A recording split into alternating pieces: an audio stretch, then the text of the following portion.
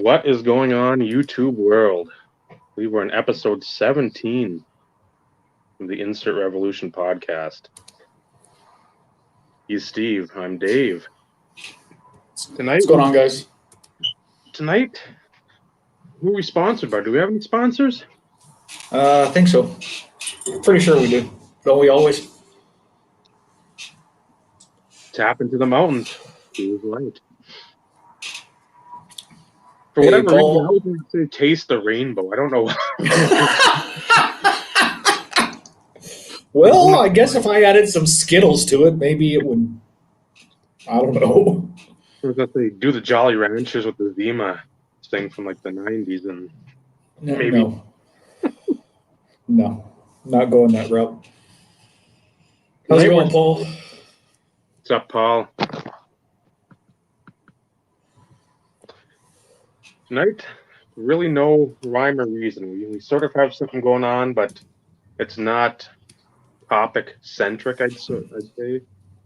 As in like a specific, here's an insert or here's something in the hobby that we have a problem with or that we really like. It's more just a chitter-chat show. Which I think at times is going to be good for us. Just because, again, we can talk a lot. I know I say the same thing probably about 2.5 hours, and I'll sit there and think, man, did I already say this before? Did I go over this? Or did I go over this a previous episode? And I'm just like, I wish somebody on the side would just be like handing me like the cue cards from like SNL or something. Hey, you already went over it, dumbass. Shut up. Talk about something different. Remember, we talk about stuff and things. Or things and stuff. It just, depending on which way you want to phrase it or put it. That's what we do. That's what makes this fun. This is what makes it enjoyable. And of course, the few crazy people that consistently come and join in and comment and pose some thought intriguing questions. I think you guys have lost your minds, but hey. Come on, Ty. Ty, you missed it. Yeah, jeez, oh Pete. Quit being late to the party. Yeah, you know what time it starts. We're not late. Ever. Yeah, we are. Every week. I remember 7th grade. I was in Superior, Wisconsin. And again, being there from Ely was a huge difference. Ely had one elementary that was K through 6, and then 7 through 12 was at the high schools. Down there, you had about 6 different elementary. Then you had 2 middle schools, and then you had Superior Senior High. So again, coming from a town of 3,400, then you go down there and it's 25,000 or whatever. That's a big jump. So when we got to middle school, Central. Oh, thank you, Ed. I believe that, Ed. We need to frame that comment. Yeah, that needs to be like a pinned comment somewhere. Going there was just completely different, and then again, not knowing anything about like a high school, middle school situation, we had these like planners so you could try to be studious and write down whatever you had text and whatnot. But on the back, there's a little flap. And I think you got 7 of these little punches, or sort of like if you went to the dump and you had a punch card or whatever, or go to the convenience mart back in the day, and you had like a stamp card or whatever. Knock out a stamp if you're tardy. So I mean, I think I went through 2 or 3 of those planners. Anytime you run out, guess what? You need to go to detention. It was not good at that time with the padlock on the old locker, and I just could not remember the numbers. Because the numbers were the same. It was like 32, 28, 36. So I'm sitting there and fiddling with that every time. Had a locker that was away from all the other kids downstairs by the industrial arts area, and it was a nightmare. So I was happy to get back up here and pretty much everything in one building, and you didn't have to get your lockers. But yeah, that ties into being late, which we have never been late on this podcast. It's 7:35 sharp. If you're not here at 7:35, you will miss exclusive and exciting content. You will miss absolutely nothing.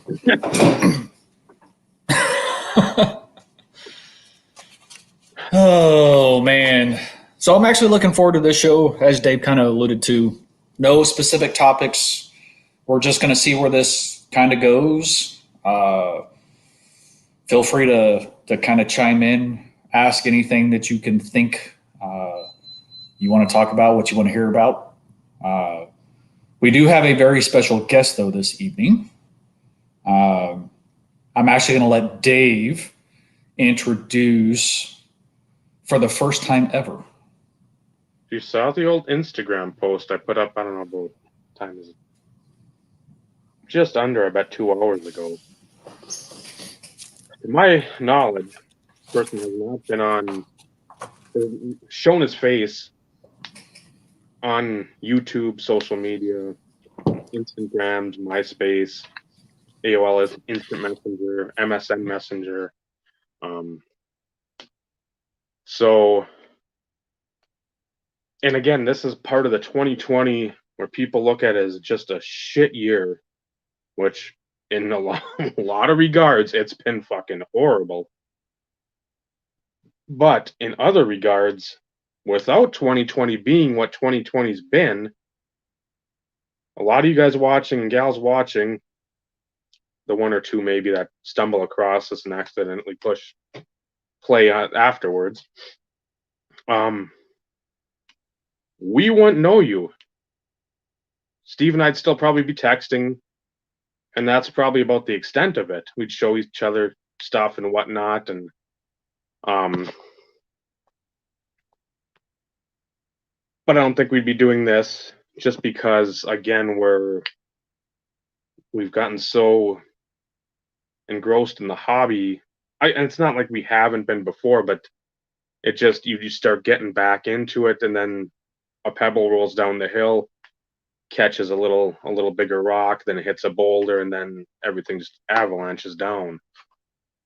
But without 2020 being the complete and utter gong show it's been, the positive flip side, which again, I am the purveyor of positivity. Bullshit. Who said that? Oh, sorry. I can say Matt, I would know because I watched the videos, but we didn't interact. Carlos, I knew from the one video, and that's been it. Or that would have been it. I mean, I don't know if I would have watched any more. Jeremy from Sports Cards Live, I wouldn't know him because he wouldn't be on because of all this stuff going on. Same with Amit.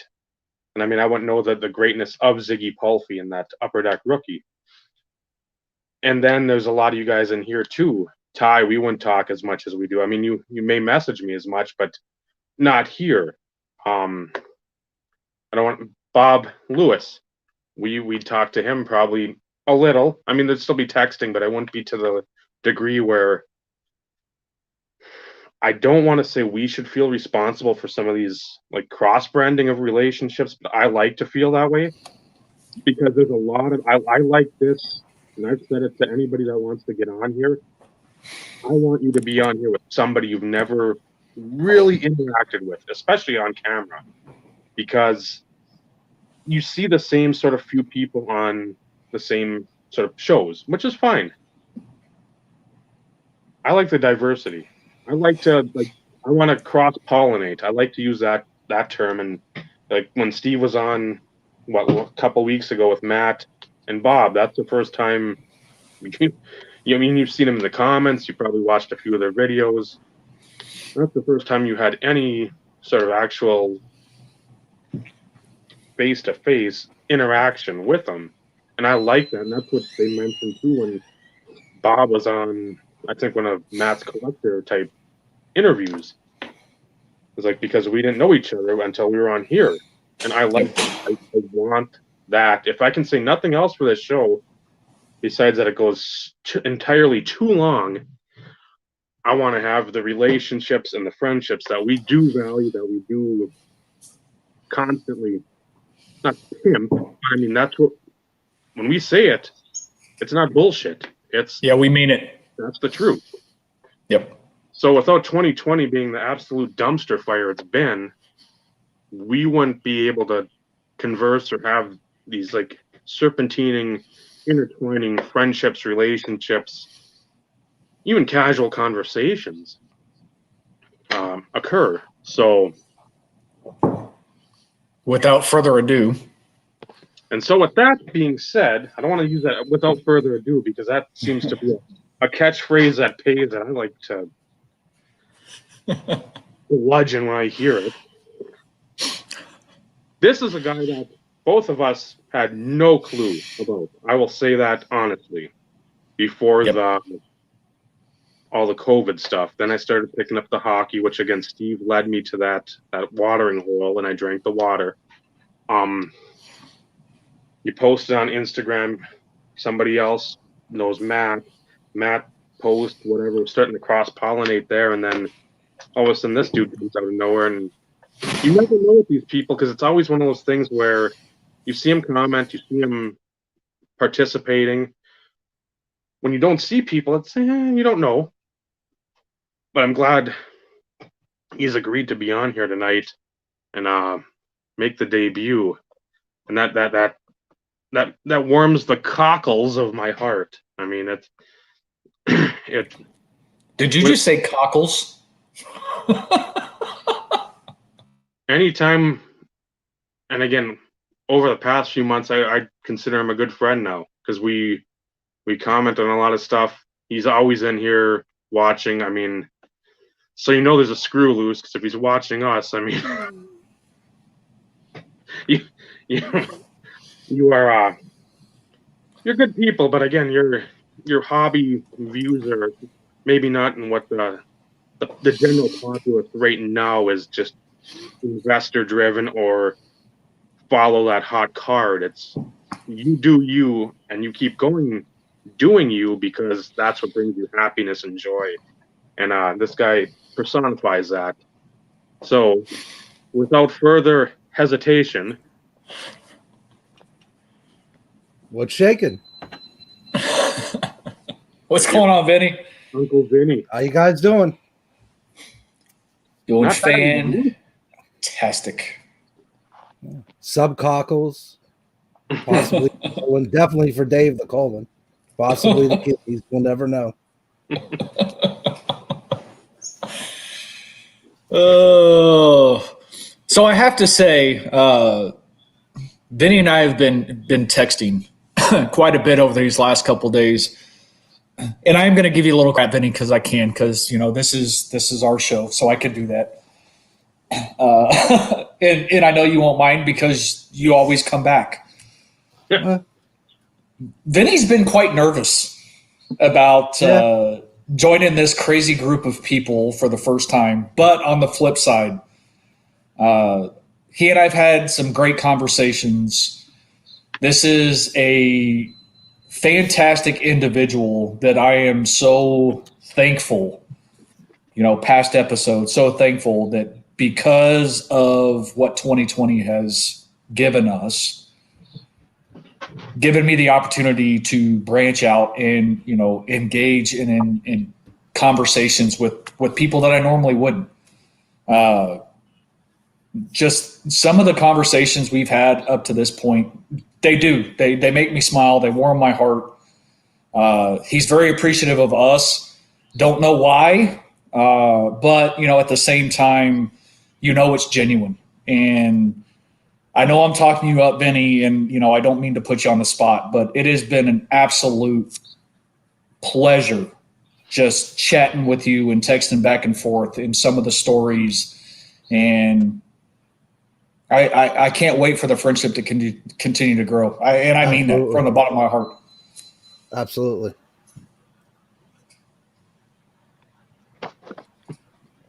No, Ty, that is not something that is hard to do.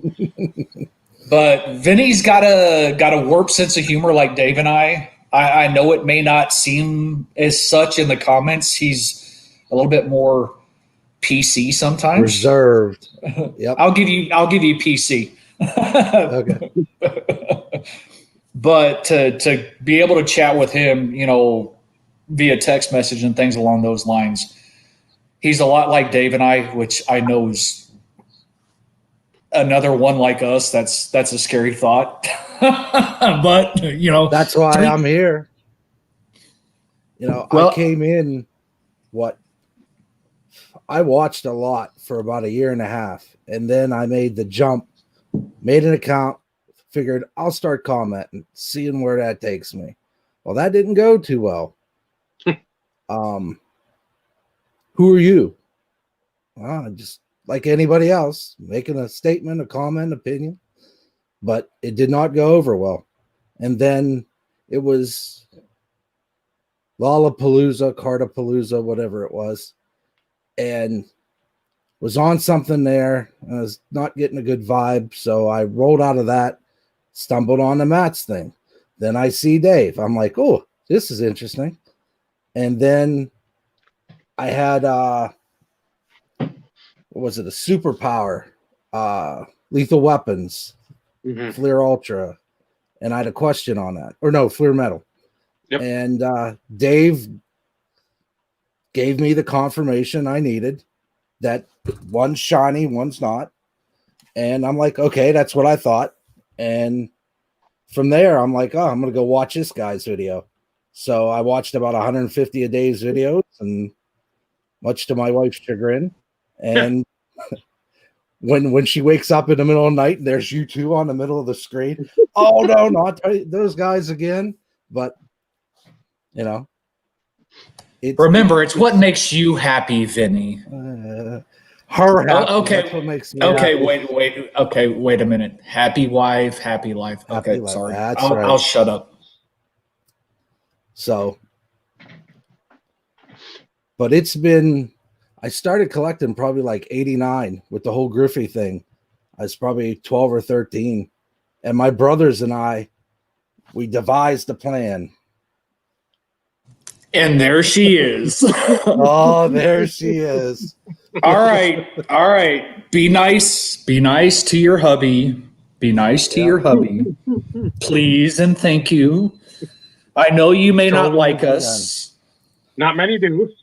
But we like Vinny. Vinny's good peeps. And you may have something to do with that. Maybe, perhaps. I don't know. I'm trying to give you brownie points, Vinny. Is it working? Nice. I don't know. She's upstairs. I'm in my hole downstairs. Yeah, there's not too many people that can walk in the door with a wife that just absolutely is a sports fanatic. What game's on today? And, you know, she's watching the Wings. We're watching the Penguins. Not too much the Penguins. I have to go in another room. And, but baseball, football, hockey, soccer, basketball a little bit for college. But, you know, it's an easy environment to live in. And when your daughter plays like your wife plays, and my other two daughters played, so it's a sports type household. So for those that don't know, Vinny, where you're from, or where do you live, or if you want to give that information out, if not, if you just want to tell everybody who you collect. Well, I originally went, I was from Pennsylvania. Okay. Moved to Michigan almost 11 years now. Okay. So I've been here for, 11 years. And I have 3 daughters, and I started collecting back in 89. And like I was saying, my brothers and I devised a plan. My one brother did football and basketball. My other brother did baseball, and I did the hockey. And we kind of went around everywhere to shows, card shops. There were card shows at the local malls every week, and my brothers were there with all the dealers talking and learning the business. And, you know, it was like a dream age 14, 15 that, you know, that's what we wanted to do. And I remember my mom asking a card shop guy, do you do this full time? And he's like, well, yeah, I do. And tell them that this isn't a full-time gig. I'm like, oh, it can be if you want. And, you know, thinking back, you know, I got out of the hobby probably close to 2000. but Okay. I always watched from afar. I picked up things here and there. And then when I moved, I packed up my little collection in a box and actually like a big tub, and I brought it with me. And my wife was sitting there one day, "You need a hobby, you work too much." And then Cecilia looked at me and said, "Hey, Dad, you need to collect cards again. It makes you happy." And I said, "Oh no, we don't want to go there." I said, "If you value any space in this household, you're gonna avoid that." "Oh, come on, Dad." My wife's like, "Yeah, get a couple things." I don't get a couple things. I go full bore or nothing. And the rest, that was probably 2016. And Okay. I've been back in the groove ever since. And my main collection's Mario Lemieux. I've watched him get drafted. Actually, it was actually Steve Eiserman first because he was drafted the year before Mario. And then Mario got drafted, and I'm like, we're going to do a switcheroo. Nothing big, but those are my two guys. And it's been them two ever since. You mean Mario Lamux, right? Yeah, It's Lamux. Mm-hmm. Okay. And Steve Weiserman. Easterman.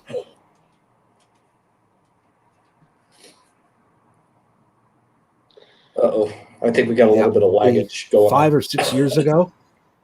Okay. Yeah. 5 or 6 years ago, and she goes, "You're my husband's second favorite player." And he goes, "You have my attention. No one's ever told me, second favorite before." And he said, "Who does he like first?" Well, he grew up in Pittsburgh, so it's Lemieux. And he signed a couple things, and he was really cool guy from what you told me. So that was, and I met Lemieux in a mall 30 years ago, probably when I was probably 18, so a little under 30 years ago. And he was with his kids, and they were shopping, and I'm like, "Okay, it's Lemieux. Hi, sir. You're the best hockey player ever. Just want to say hi. I will leave you about your business." So, but that was pretty cool. Just to say and I've been to games at the old Igloo and watched him play live, and just magic on the ice. It was great. I've yet to meet Terrell Davis. Just saying. Oh, there's the first one. Who's got the counter?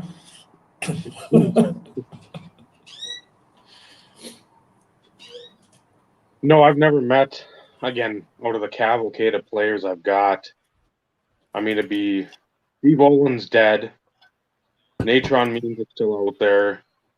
And I think somehow Mick, that was on a couple of weeks ago, he stopped in. He knows, I think he played high school football with Natron. And Josh Johnson, I don't know if I'll ever meet him. He's just not a guy that goes out in public, does the signings, like the TriStar stuff. I don't think he'll ever have that want or need to do that. And then I've met Matt Dumba. So that was cool. The only thing I didn't tell him because I was so nervous. I always get so nervous with the players because, again, it's the little kid comes out and you're right away. I mean, it's like, okay, I got to be cool, be cool, be cool.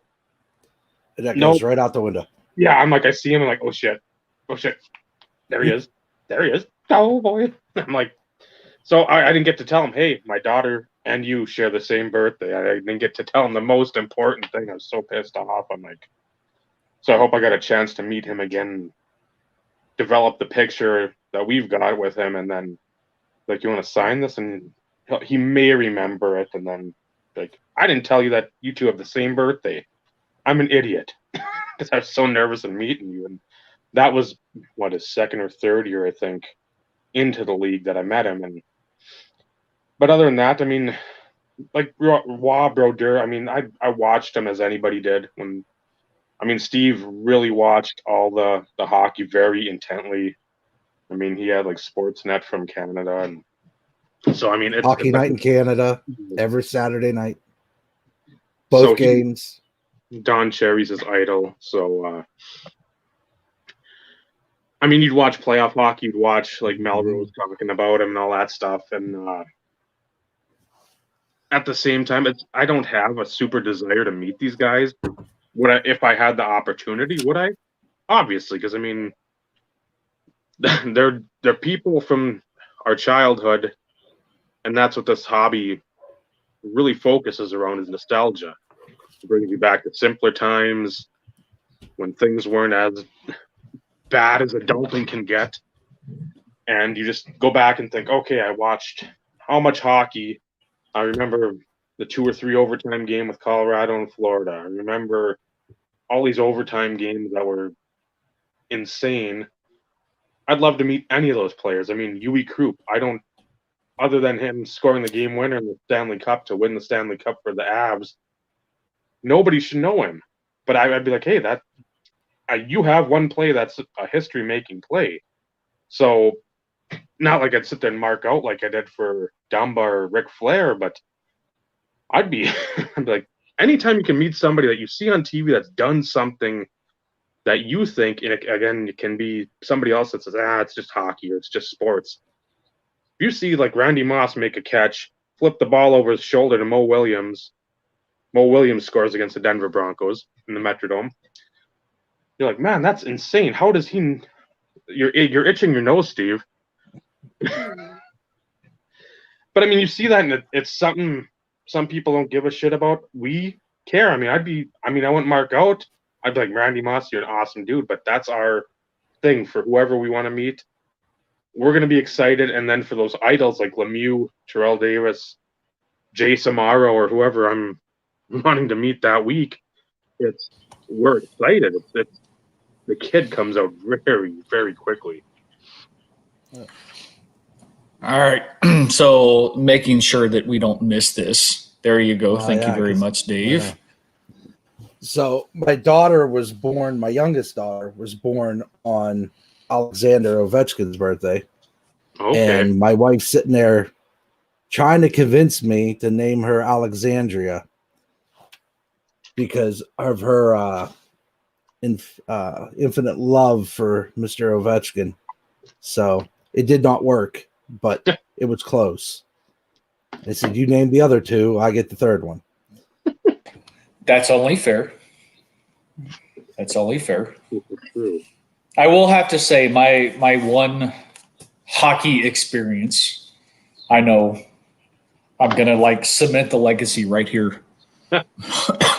So the year Dallas won the cup. I watched every playoff game. My best friend and I, his uncles, I mean, we watched every game.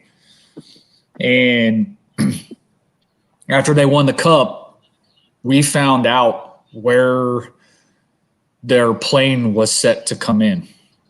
So mind you, we got no sleep that day, but we were there at the airport when they arrived. And Belfour walked the cup along the fence line. Mm-hmm. And I like pole vaulted over people just so I could say I touched the Stanley Cup.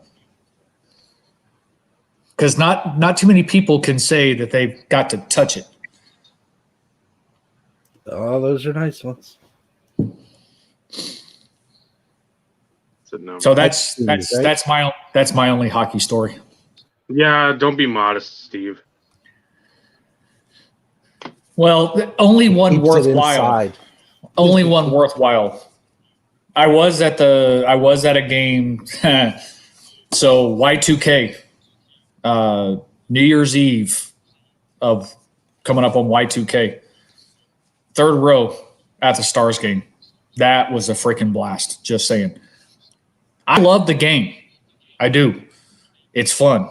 Mm-hmm. It's hard for me to watch it on TV, but you know, when Dallas is in the playoffs, I do watch it. But to watch it live, there is nothing better. There is nothing better. And that was, I don't want to one up your story, so I won't say my story. But that's why I told Naomi we had to go see Matt Niskanen a few years ago. Because I'm like, you're gonna look back on this and you can tell somebody down the road that you got to experience a Stanley Cup. Because those aren't opportunities that are just flailed about and whatnot. And I mean, if it would have been a big, huge player and like they won like the Conn Smythe or something like that, some sort of trophy, and had it with them too, I would have been probably first in line there at like 6 in the morning. But we got there, I think it was like 10 o'clock, and the thing opened at 11, and we were still probably about 80 people deep, 90, 100 people deep, and it was. She's like, I'm bored. I'm like, just wait. It's gonna be worth it. Patience. This is something. And I'm like, I know a lot of kids in your grade, a grade above, and a couple below. I'm not seeing any of them here. They want to say they're big hockey fans. They want to say they go. Their parents drag them all over the state. We got to go to this tournament. We got to go to that. I saw my classmate from high school, and his two boys were there, and I was happy to see him because he's like me with that stuff. And I think maybe one or two other people from our town came, and I'm like, it's free. If you wanted to, you can make a donation to the Virginia Hockey, which I'm like, I don't care. I'll throw a 20 in to see this. This is worth 20. It's well worth it. And I mean, again, these opportunities just don't lay themselves at your feet. So, yeah, that's trying to get kids with it too. That's always what I try to do. So the one thing I do regret is the front page of the Dallas Morning News actually had the picture of Belfour walking the cup down that fence line. And one of those hands could have been mine. I'm not sure, but I didn't bother to actually get the newspaper, but I happened to see it. And I'm like, yeah, I was there. And, you know, the big old shit-eating grin on his face, he was probably freaking 10 sheets to the wind at that point in time. But, you know, the fact that he walked the cup over to the fence line for all of us 50 or 60 fans, not a crap ton of people by any stretch of the imagination. But the fact that we were there because we happened to find out where they were coming in at, and that was the one thing that he wanted to do, was to walk the cup down the fence line and let the fans have a chance to see it and touch it. And that experience will stay with me until I'm dead. Belfour would fit good on this podcast, you know. He's got a few loose screws. But yeah, but the talent. The talent. When they played the Blackhawks, I think that was it 91, 92 for the Cup? And he was fantastic, you know. It was, but we just had the power. From 90 to 95, the Penguins were solid, and then the Red Wings took over with the Russian Five, and that was a whole 2 or 3 years where they were just unstoppable, except when his buddy Waugh would get into the picture. I think it was the Red Wings that actually made Waugh go to the Avalanche because they beat up on him so bad when he was with the Canadiens. It's a possibility.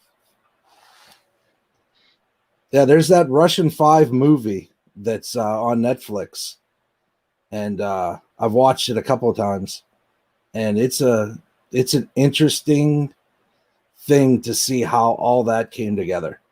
Fantastic movie. So one of those being Fedorov, I'm guessing. Yep.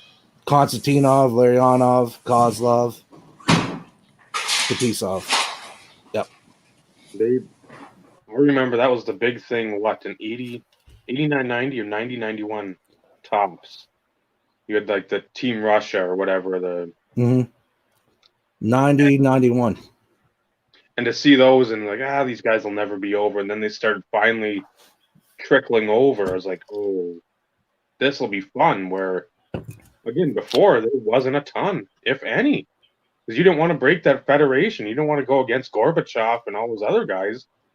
You're going to be shunned and your family will be destroyed. And it's like, you got to live with that on your shoulders when you're brought up to pretty much be Russian through and through, and that's all you do.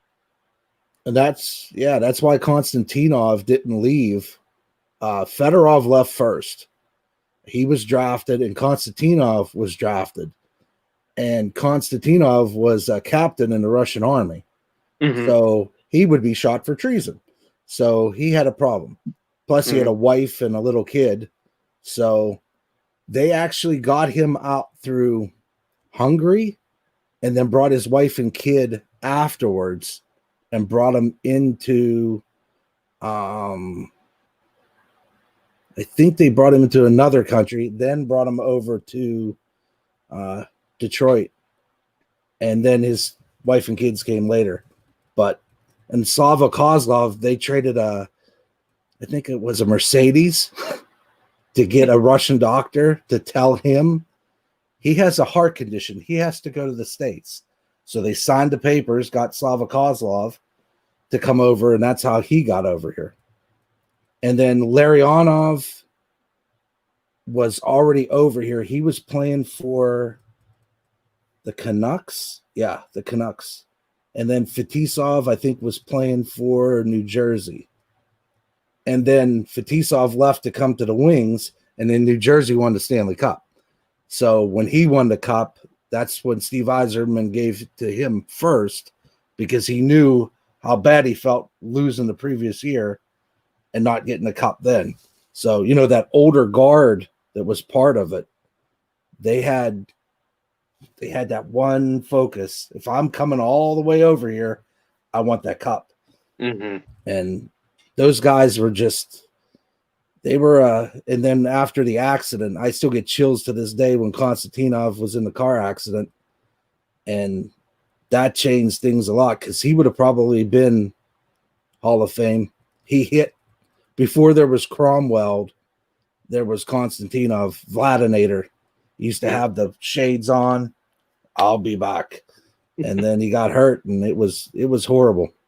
But that was good time hockey in the 90s.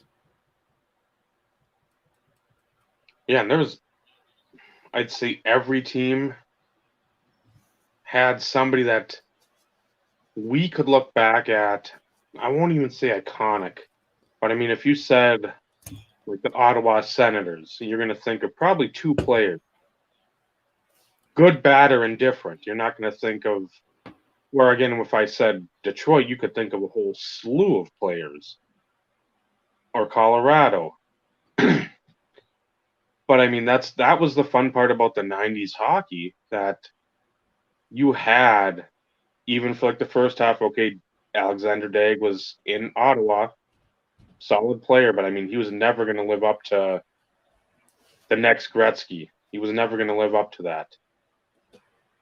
You have the back half with Yashin, and again, he goes to the Islanders, but they dumped a insane amount of money onto him, and that contract did not live up to anywhere near what it should have if he would have continued on his trajectory. But I mean, you have that with most teams, and again, I think you could do that with most sports, but a lot of the basketball, you didn't have like those early 90s Clippers teams, those early 90s Mavericks teams. You didn't have players that were like, oh my God, these are next level talent. I mean, you just basically had a bunch of middlemen out there, maybe a guy that was a couple notches above, but you didn't have, every team seemingly had at least one key cornerstone piece.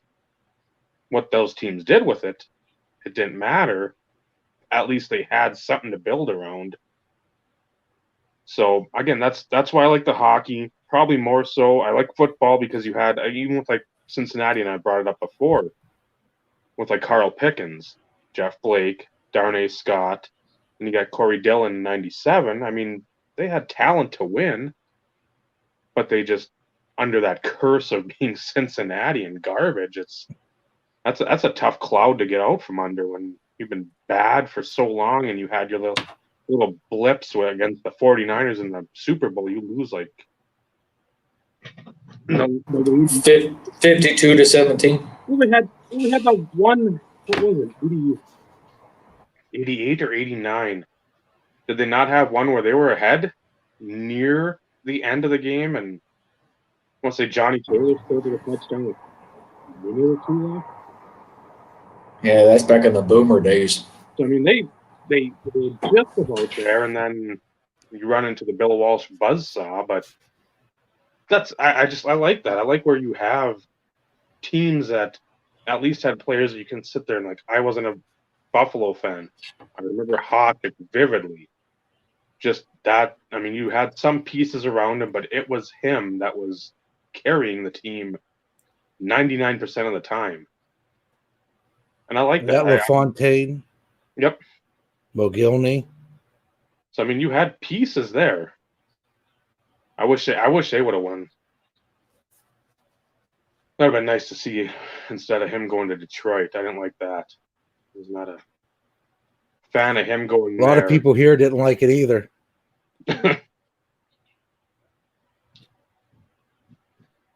So you said you collect Lemieux. What the recent purchase that you would like to show us? Anything come in recently that? Oh, yeah. This one right there. This is one of my top 10s. This is 95, 96 finest. So I got this. Guy made me an offer. I took it. So there's about 150 of these. It's the rare.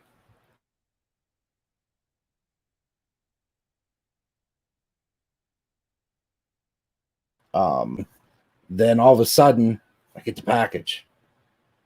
Cut it open, all excited. And there's a David Arias rookie sitting in there. Jeb Mint 10. Looking at the username, checking the phone. Like, oh, come on. And I was like, I got to be the honest guy. And I don't collect David Arias, even though it's a Gem Mint 10, and I probably could have flipped it and sold it, but it's not what all this is about. It's definitely not what it's all about. So I contacted the guy, said, I have this guy's card. He's probably going to have my card. You might want to figure this out. So I sent that one back to Canada. He got the other one back. I think it was from Arizona. And then about 3 weeks later, this popped in the mail, and this is top 10 for me. I've been looking for this for a while. So that was one of the bigger pickups for this year. I wish I had as good a luck as you did, because I made a purchase months ago. Elite die cut status, numbered to 30. I got it for under $10, which is a steal and a half. Paid for it, everything else, all good to go. Next thing you know, I get a refund, and I'm going, what the heck just happened? They shipped the card to the wrong place, blah, blah, blah. They never got the card back.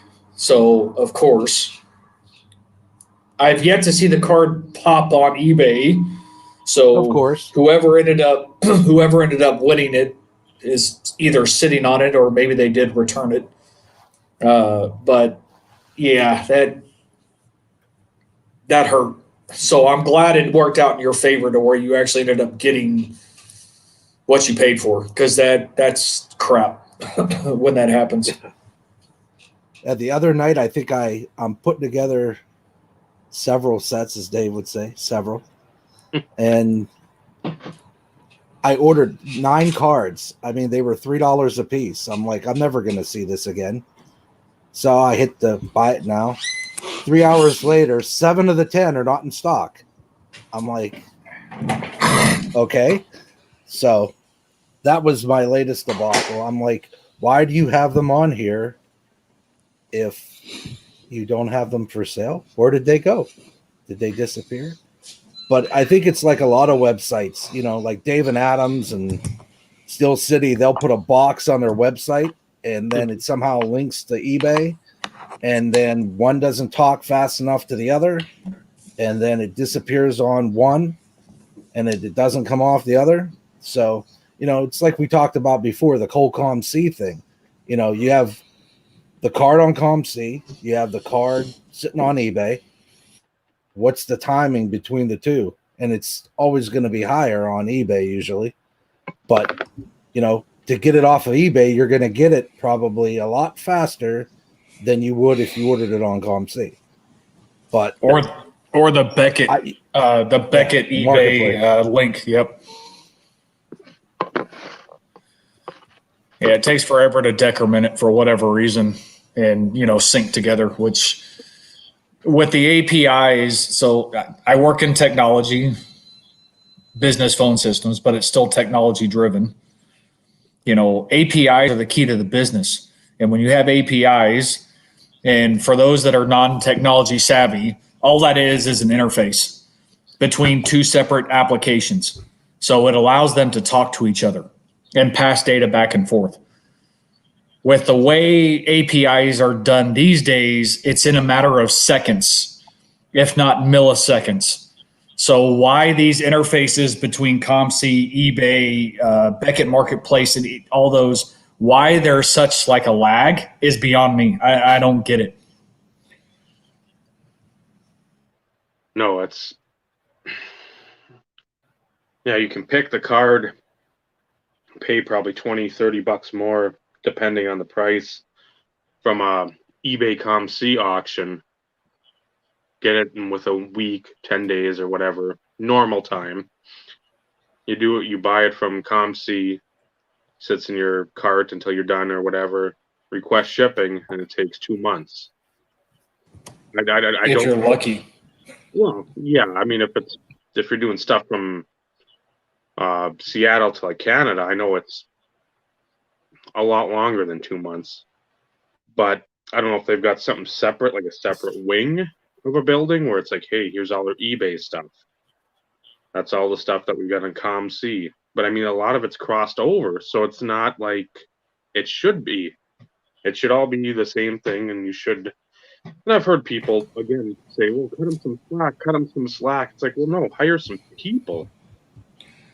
Is the COMC eBay stuff? Is that like the stuff they do on consignment, or is it? Or you as a seller have the ability to like cross sell or whatever?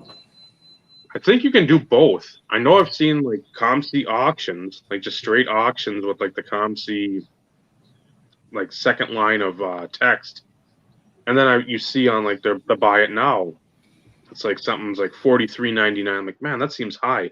Go over to COMC, sign in, and it's like $29 or $31. I'm like, do I want to save the $13, or do I want to get it within a week?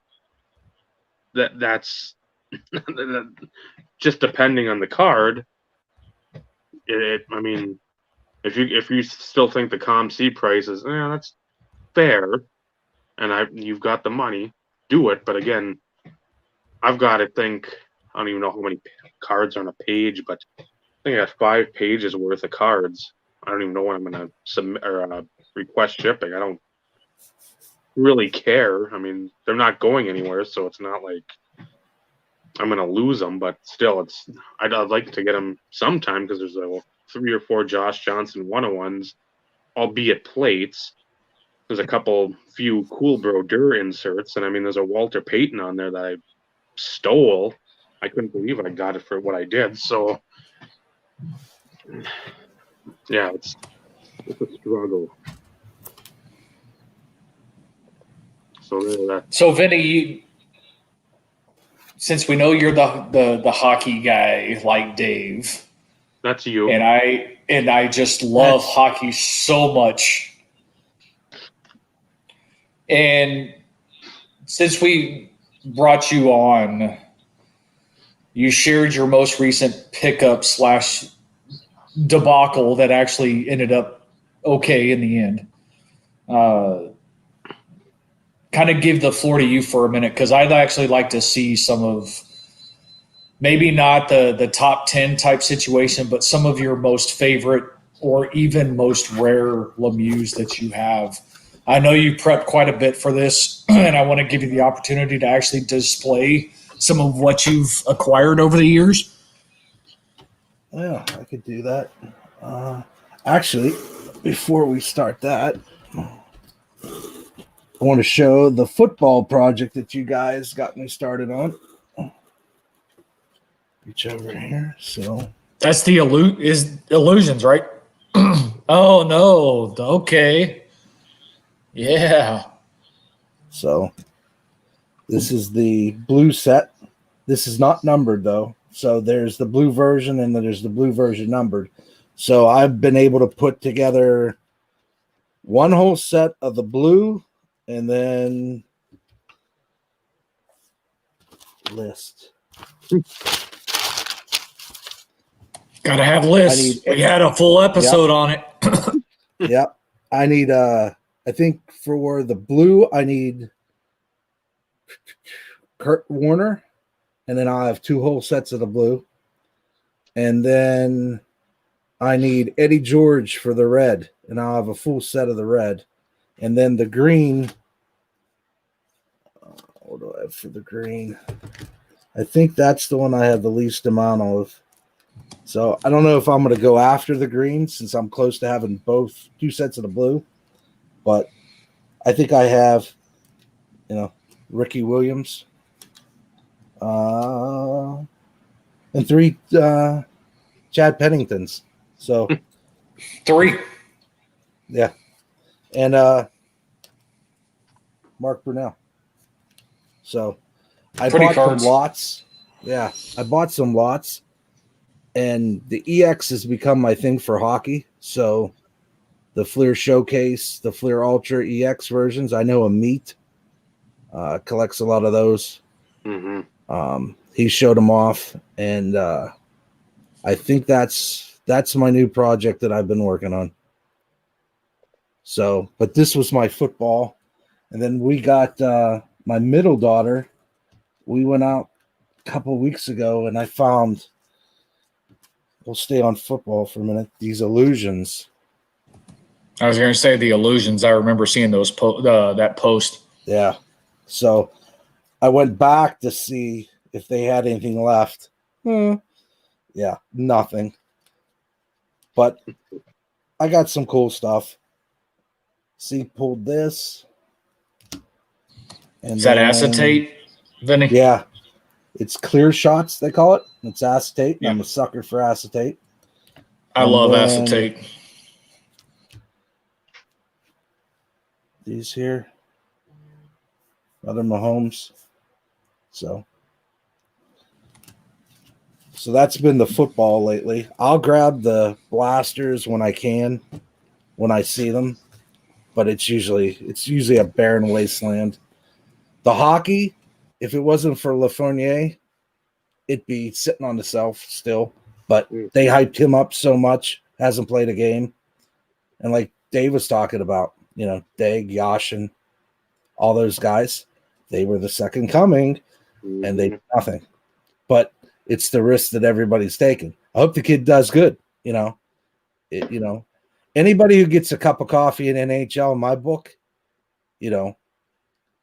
it's something to be proud of. But to speculate all these things and all these cards, that's your thing. More power to you. But it's the same thing with basketball though, because you're talking about 5 people on the court in basketball. You have 6 people on the ice. Yes. Or is it 7 with the goalie? 6. Okay. 6 with the goalie. Come on, Steve, you know this. This is No, I see. It's all an act. It's all a calculated act. All y'all kiss my ass.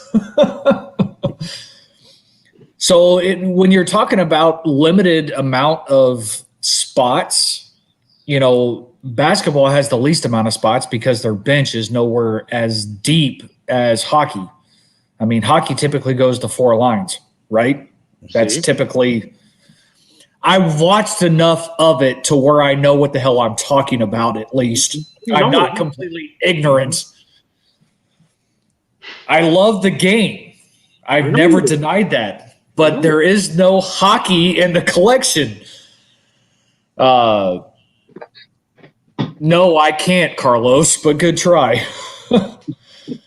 So anytime you have these guys, I mean, when you have 1, 2, 3 rounds in a draft, even if it's 2 rounds and it's, everybody gets 2 picks or whatever. It's you are qualified and a good enough player to even, like you say, have a cup of coffee with a team. That says a lot. You hope that these kids do good, but it's never a guarantee.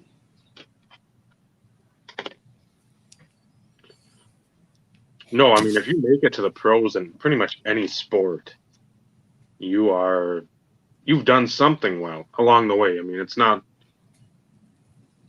I'd say you luck into situations. I think it was the Avs or the Jets. One of the two had Blackhawks. One of those teams had like an emergency goalie, where the guy was basically like, and I don't remember what they have him called. If it's somebody that just warms up, like if the goalie's not out there, and he had to play a game because they were down on goalies. He had to get in like the third period or something. But you rarely have those movie type chances. Those are 1 in a trillion where those happen along. It's not like Rookie of the Year where you're throwing from center field and you throw a P to the catcher and people are like, what? It's usually you end up like Steve Bartman and you're vilified for the rest of your life. So, yeah, when you make it, again, it's just the expectation that people have. Oh, you're number 1 pick. You should be scoring 30, 40, 50 goals, or you should be the best defenseman since Scott Stevens or Rob Blake or Paul Coffey or whoever. Zubov. Ray Bork. It wasn't the bubble season last year. It was the year before. There was the Zamboni driver who was like the 3rd string. He came in and played a game. I think it was for the Hurricanes. The Canes, whatever they call them now. Yeah. See, that's what I thought I remembered. It was the Zamboni driver. And I was going to say that, and I was like, maybe I'm thinking something like maybe it was a bunch of bull crap or something. Yeah. Yeah, that David Ayers. And then they gave him he had a young gun in SP Authentic, I think it was. They had like updated young guns, and that was the hot one. Him and Gritty from Philadelphia, the mascot. Yeah. People seem to be high on him, so. Well, it's better than what they're putting on the ice overall, so. It's no Legion of Doom, so. No. They need to bring that this. Renberg, Lindros, those guys. Good Lord. Oh, yeah. Bring him back. And the superpower, which makes even. Yep. So you're putting together that set, right, Dave? I could. I mean, I don't have the Y yet because I don't know if it's popped, but I've got 2 Brodeurs, that, and I did get the old comedian Jim Carrey. Yep. I was going to ask if that was Carey. I've looked at a lot of his stuff, and that's my problem. I start looking at a lot of stuff, and I mean, I'll type in just Doug Gilmour. Start looking. I'll end up buying a few cards. It's like, okay, now, like, where the hell these Doug Gilmour cards come from? I know I looked at them. Did I buy them? Like, shit. Well, okay. And I've done that with Palfy a little bit too. And there's a couple other guys I'm looking at actively, maybe just like, again, lower end PC type guys, but just when something's rare, something's priced right, pick them up. But I want to pick them up before I do one of those announcements. Yeah, I'm going to start having that same problem. It's one of those. I sent you the picture of the table now in the bedroom. Vinny, I sent you the same thing. That picture the picture I sent Vinny is different than the one I sent Dave, because the one I sent Dave was kind of early on. Because what I've been doing, I didn't get it. I sent you. I thought I sent it to you. No, I didn't. The one where I said that's really. Did it not go No. through? I saw I guess when I you didn't send it. said that you were going to do it. Yeah. Well, here, I'll send it to you now, so then I can say you have it. But anyways, two different pictures. Dave's was early on, and then I sending one to Vinny right now, actually. Since my wife took over the office, I've mentioned this before. Luke, Robitaille. I know who that is. So I told my wife, I was like, hey, look, I want to start sorting through my stuff. Not just, rookies, inserts, parallels, that type of stuff. I actually wanted to start getting my shit in order. It's been neglected for years. And part of that started back when I actually did box breaks for the shop that I used to do business with for that 6 or 8 month period. I know Dave will remember that time frame. So I got stuck with all the base, and I just started throwing it in 5,000 count boxes. And I couldn't, it was just one of those in which I had base running out my ears. And it's been something that's been on my to-do list. And since, like I said, my wife took over the office, not to mention there really wasn't a place to put the folding table that I have in the bedroom.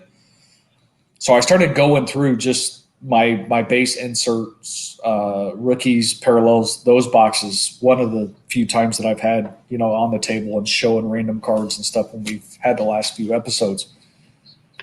And holy shit, the amount of product that I've opened over the years and why I didn't try and put sets together on some of these before is beyond me. But the insert sets, holy shit. It's going to take me forever and a day to fully get everything sorted. At some point, I'm going to have to get to the shop. I'm going to need more binders. I'm going to need more pages because I want to display the insert sets. The full, set with rookies and things along those lines, I'll continue to store them like I do in my boxes, in individual boxes or whatever. Some sets I'll display in pages and binders and stuff like that. But holy cow, I did not realize that I have the possibility of putting together probably close to 250 different insert sets because I'm probably have close to 2/3 of it already in my collection already. And it's been fun to go through it and sort and pull it out and everything else. And I've been doing the same thing with product that I busted and just put the rookies in my boxes. I've pulled out all the rookies, set them in another box because when I start going through my base, I'll start pulling out all the base cards and then I'll try and work on putting the full set together. But the insert sets, some of them, they're not like super high end. We're not talking, essential credentials, parallel set, and stuff along those lines. But some of them are pretty cool to say the least. Honestly, who cares? It's awesome to just, put them together. Just sit there with a binder. I sit there with C and I sit there and said, here's how you put them in piles and here's what you do. This is what year they came out of. And if we just busted a box and then, she's usually like, see you, Dad. And then leaves me to do all that stuff. And then when it's all pretty and nice, look what we did. But it's amazing how much stuff we've accumulated. And I'm sure my wife will have a comment for that. But it's been fun just to sit down and open a Box like my brothers and I used to do 30 years ago. It's that one binding factor that the three of us always had. So to do it, with her and her saying to me the other day, well, I'm never going to sell any of this. I'm like, bless you, child. That's what I want to see. I don't want to see. Now, if I explained to her, if you have triples, I don't know if there's a word for 15 times, an amount of a certain Lemieux card, you could sell that or try to get one that we don't have. That's all right. Because I'm like with, Lemieux and Josh Johnson, very similar addiction. If I like a card, this one right here, I'll get these all day long. So nice. Elites. So nice.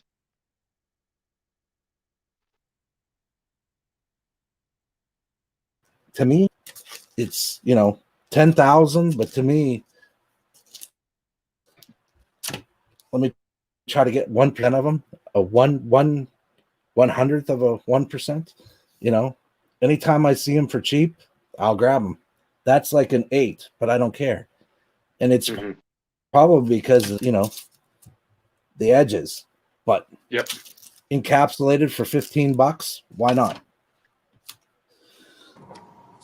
Condition sensitive and a beautiful card, beautiful design. Yeah, it spans all sports.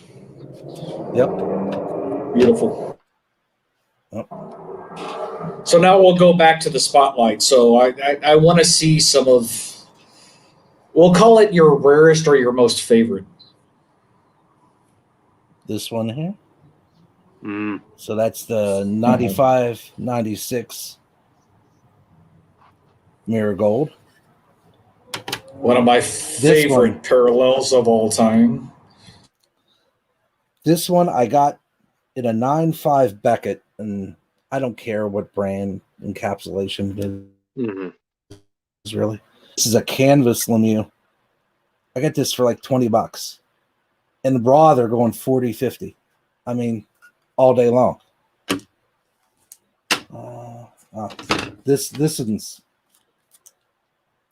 This is hard to find. Z Team. I was going to say that Z Team, isn't it? Yeah, and this was cheaper in a 7.5 than it was raw, and I don't care about 7.5. 7 is fine.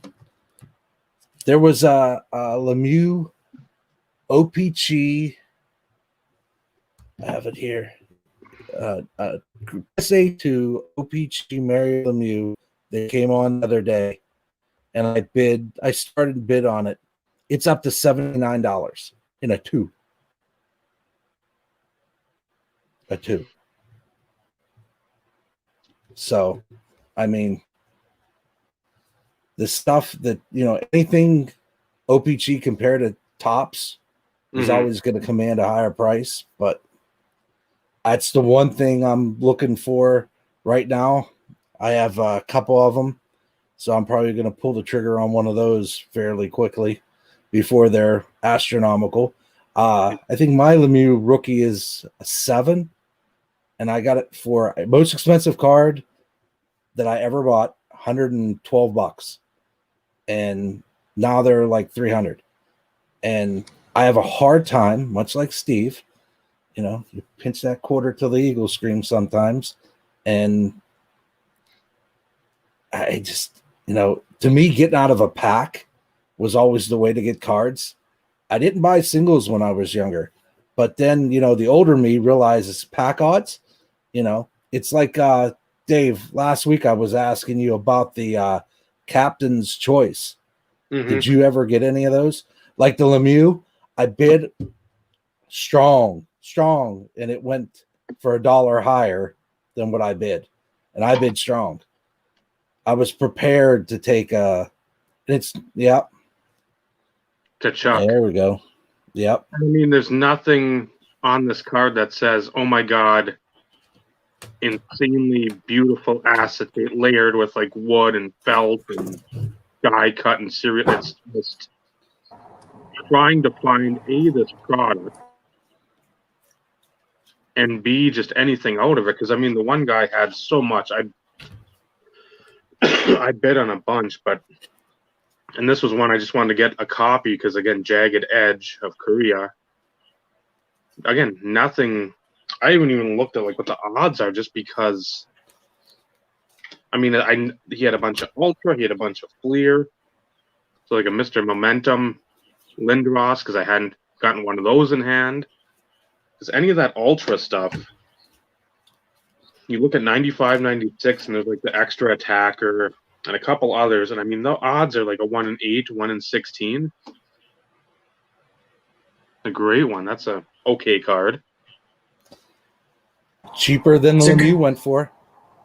That's a good little card. A guy made me an offer on this, and I'm like, I will take this so I can one day trade this for a Lemieux version when somebody wants one.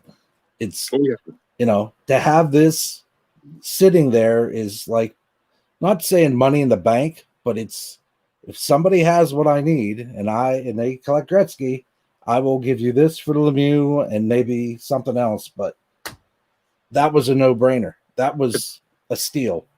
Absolute steal for what I paid for that. It's basically card currency. If you don't want to pull the money, you got something that's going to be of somewhat similar value. I mean, this stuff too. I mean, they didn't go for much. The cherry picks, and then you have like the Team USA. With again, they're not. I love the cherry picks ones just because the red.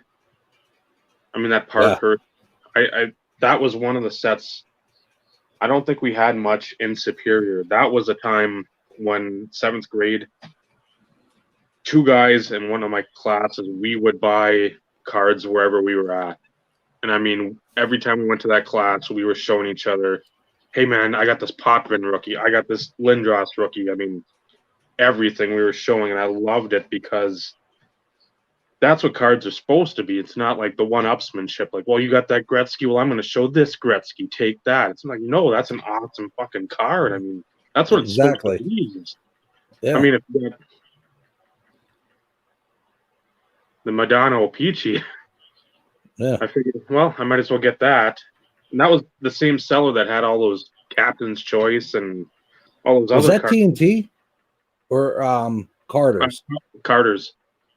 Yeah, because this was another one, a set it's to 5,000, and they don't show up a ton. I think I've seen, who was that, Kozlov?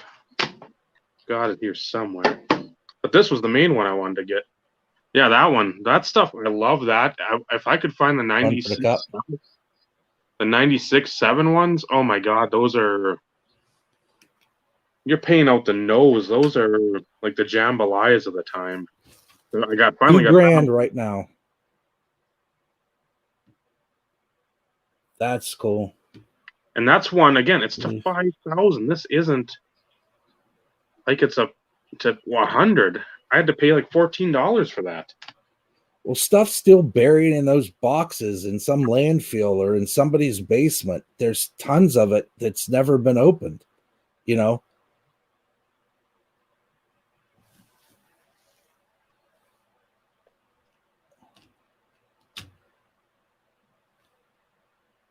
Fire on Ice. Yep.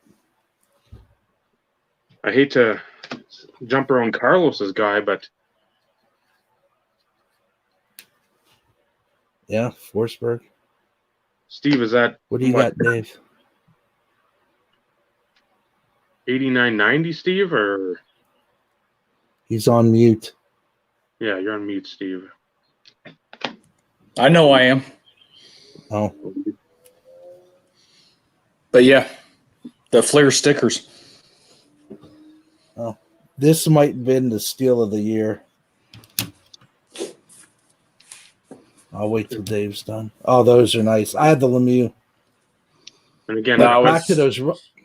I was coming into the bedroom to grab the binder that I started putting stuff in. A show would run not for the without Ziggy Puffy. Ziggy Puffy. Yeah. That run for the Cup Lemieux, I think PWCC or Probstein has it now graded. I think it's a 9, $2,000, $2 or $3,000. I saw that the other day. I couldn't believe that. I'm so thankful Brodeurs not in that set. Yeah. So thankful. I know. I saw the WA, and this was like, oh, I love those. There's the cross. Is that from Retro? Yep. There's a Malkin. And then there's, this is, so the story behind these, I'm sitting at my daughter's softball game in the summer, and I'm sitting in the car because we have to distance each, so she's on the field playing, and I get an alert. It says jambalaya. I'm like, Guy wanted $150, I think, for all three. Oh, And wow. then he made me an offer, and I took it. And sorry, wife, but that's the biggest. This is probably the biggest trio of cards I ever bought. So, but for $50 a piece, and they go for. I think I just saw the starting bid within 15 minutes. It was at $90. So, it's There's a Brodeur that sold for $150 within the last week. Yeah. There's a guy on Instagram that's he collects jambalaya, and he's looking for 2 or 3 cards. But when I see these, if I see somebody that's a no name, not quote unquote no name, I'll grab them. If they're $10 or $15, if a set collector eventually needs those, again, it's card currency to get what you need. Mm-hmm. I would rather, if somebody out there is looking for it and they're part of the group, send me a message. I'll see if I have it. And if somebody gives me a list and says, hey, keep it, when all this COVID stuff's over, I travel, I do this, I do that for work, and I go to shows. If I see something out there, I'm going to grab it for you if I know you need it. And I'm going to put it in a mailer and ship it out to you. It's part of what all this is about. No, absolutely. So this is just one of the binders I've put together. I've shown some of these in like the past videos and stuff, but so Electric Currents, Too Short. I can't remember what this set is called, but a lot of these are like 2nd and 3rd year Kobe's too. But I mean, the shine on some of these is just, gorgeous. And I'm not a big basketball guy, but it's one of those in which. So that's a SP Authentic, like MJ type thing. That's the whole set.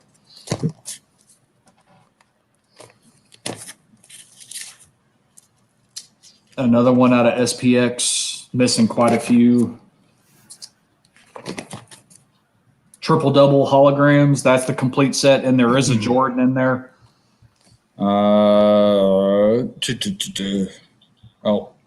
it's right there. That's the Jordan. What was that, 92, 93? Good question. I don't know. But I have 2 sets. Okay. Rookie Sensations. That is 92, 93.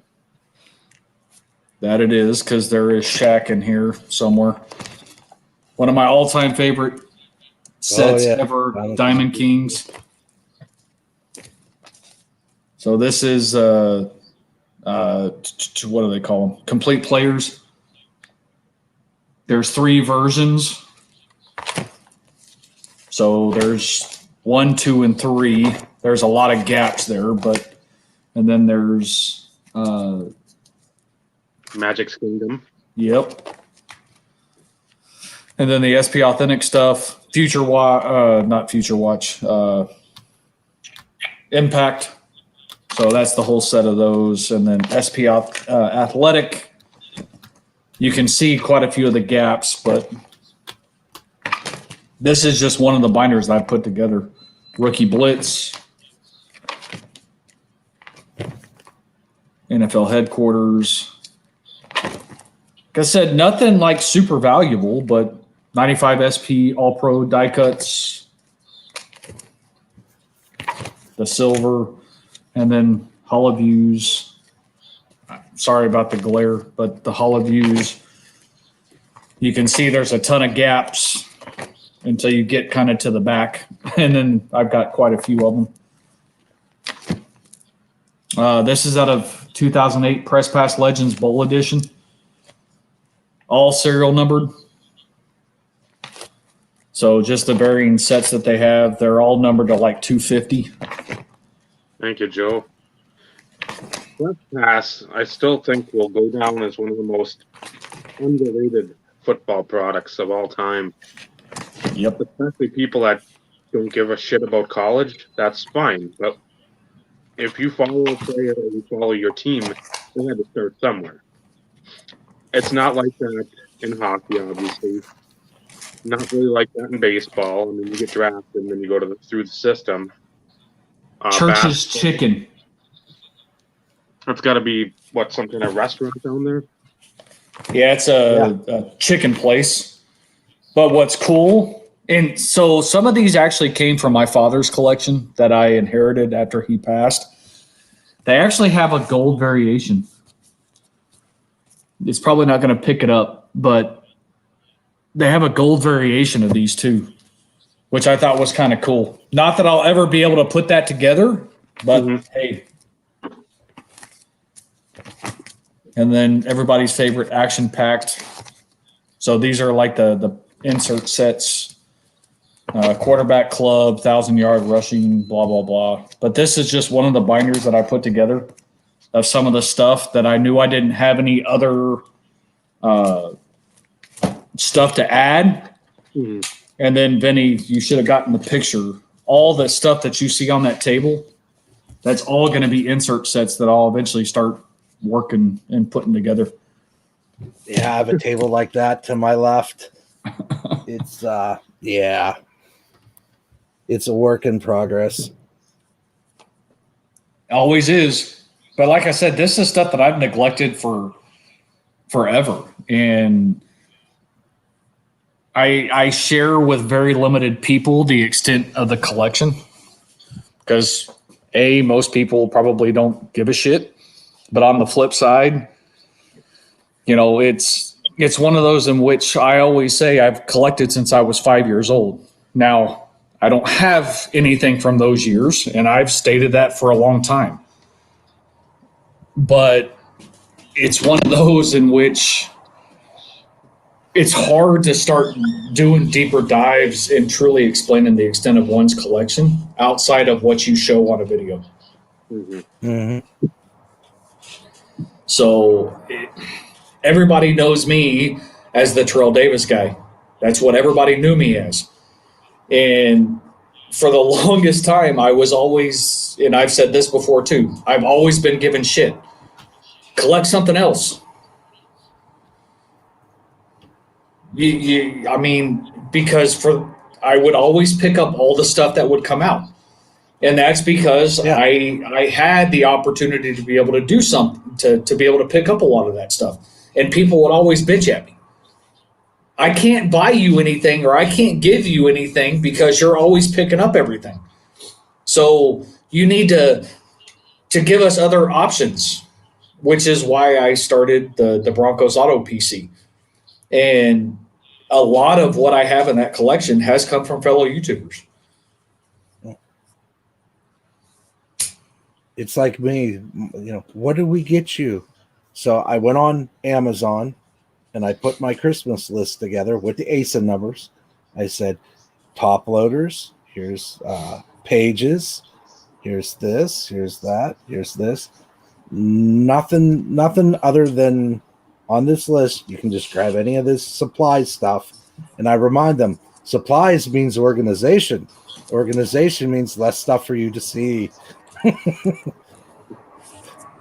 So that's always a good one to get pages, binders, stuff like that. But to the Church's Chicken, they're down south. When I've been down there, I've had it. In Pennsylvania, Bob might know, in the gas stations, they have Chester's Chicken, which is a ripoff of the little chicken guy. Mm-hmm. And they did a version thereof of that. So just saw the comment. I'm not following on my phone like Steve does, so I'm missing some of the comments. So Dave puts them up there. They've been kind of delayed too, though, Vinny. So I try and focus on them as much as what I can, but there's a lot of times in which it's really delayed, unfortunately. Yeah. That's why I also have YouTube up. So in the event that I can respond to something, because I don't want people to think that we're missing some of their comments. Sorry, Ed. I didn't mean to do that to you. No, I'm in the same boat because I try not to have all the card videos up, and people know that. I love chicken. I love food. I'm a fatty. I fucking can eat till I can't move. What was the Popeyes and then the Chick-fil-A spicy chicken sandwiches. Anytime I can find a chicken joint with spicy chicken sandwiches, we're going there. I will get 3 or 4. I don't care if I eat them all at one time. I don't care if people, it's worse off cold. Shut up. There's no such thing as a bad spicy chicken sandwich. If it drops on the ground, I will dust off the particles and eat it because I love that stuff that much. Because I want to go to Nashville because I see it a little more prominent now at the grocery store. There's that Nashville hot chicken. It's got a little more kick to it, and it is just so good. But I want to find like a Nashville hot chicken sandwich where it's got more kick, but not the kick where, again, the tongue just burns and you can't taste Burns it. off. Because I don't like that. I want to taste it. I want to sweat. I mean, I can be pouring sweat as long as I can taste the food. I'm good. But if I'm burnt, my mouth is burning. Why the hell am I eating it? That's no fun. Yeah. It does no good. There's Steve, down your way. Is there a Zaxby's? There is. Yeah, that's good. And Raising Cane's. Did you ever have that? We have Raising Oh, Cane's. Yeah. Yep. Chicken fingers. Yep. Oh, good. Yep. Those are Yep. fantastic. I didn't get a chance to try Zaxby's. There was one in the Colony, which is south of where I live. It was there for about 8 months. And what's interesting is where they decided to put up shop, so to speak. That restaurant has been probably 15 different things since I've lived out here. It's gone from a sushi place, a Chinese food joint, a Zaxby's, to some like mom and pop shops. Nothing, for whatever reason, anything that has been put in that place has never lasted more than like 2 years. We have those here. We're always waiting to see who's going in there next because they don't last long. Get it now because they won't be there in a month. But what's interesting is it's the main drag. So the Colony, people can go look it up. There's only so many main drags in the Colony. Okay, there's Main Street or FM 423, depending on what road you want to call it. But that's really like the main drag. So there's a shit ton of restaurants. There's, quite a bit of shopping centers with, your normal anchor stores and stuff like that.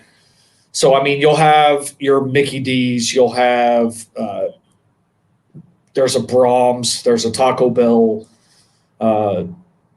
but there's, for whatever reason, that one place has never stayed longer than 2 years.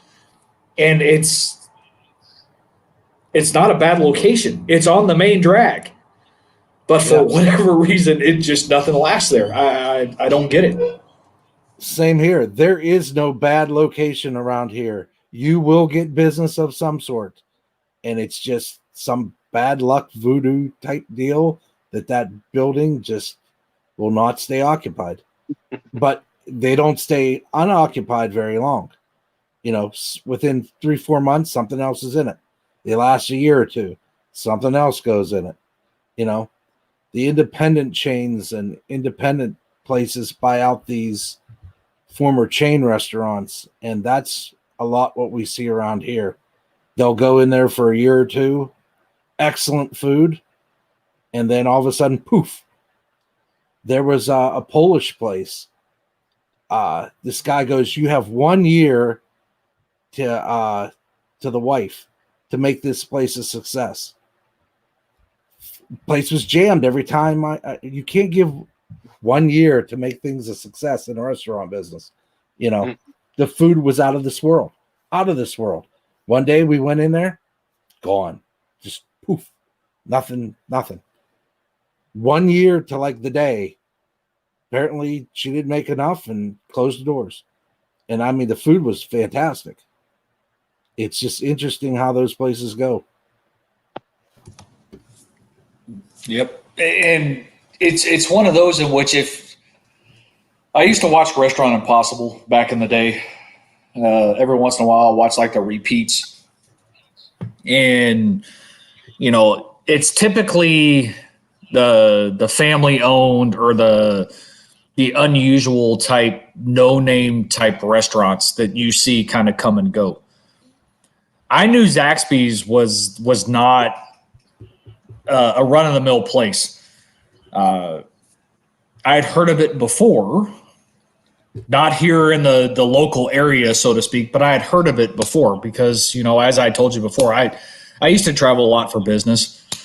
And so, I mean, you see restaurants when you're going up the main drag and in different places and stuff along those lines when you travel. So I had known of it. But that place, I think, probably lasted the longest out of everything. But everything else has been like a mom and pop type shop, which is weird.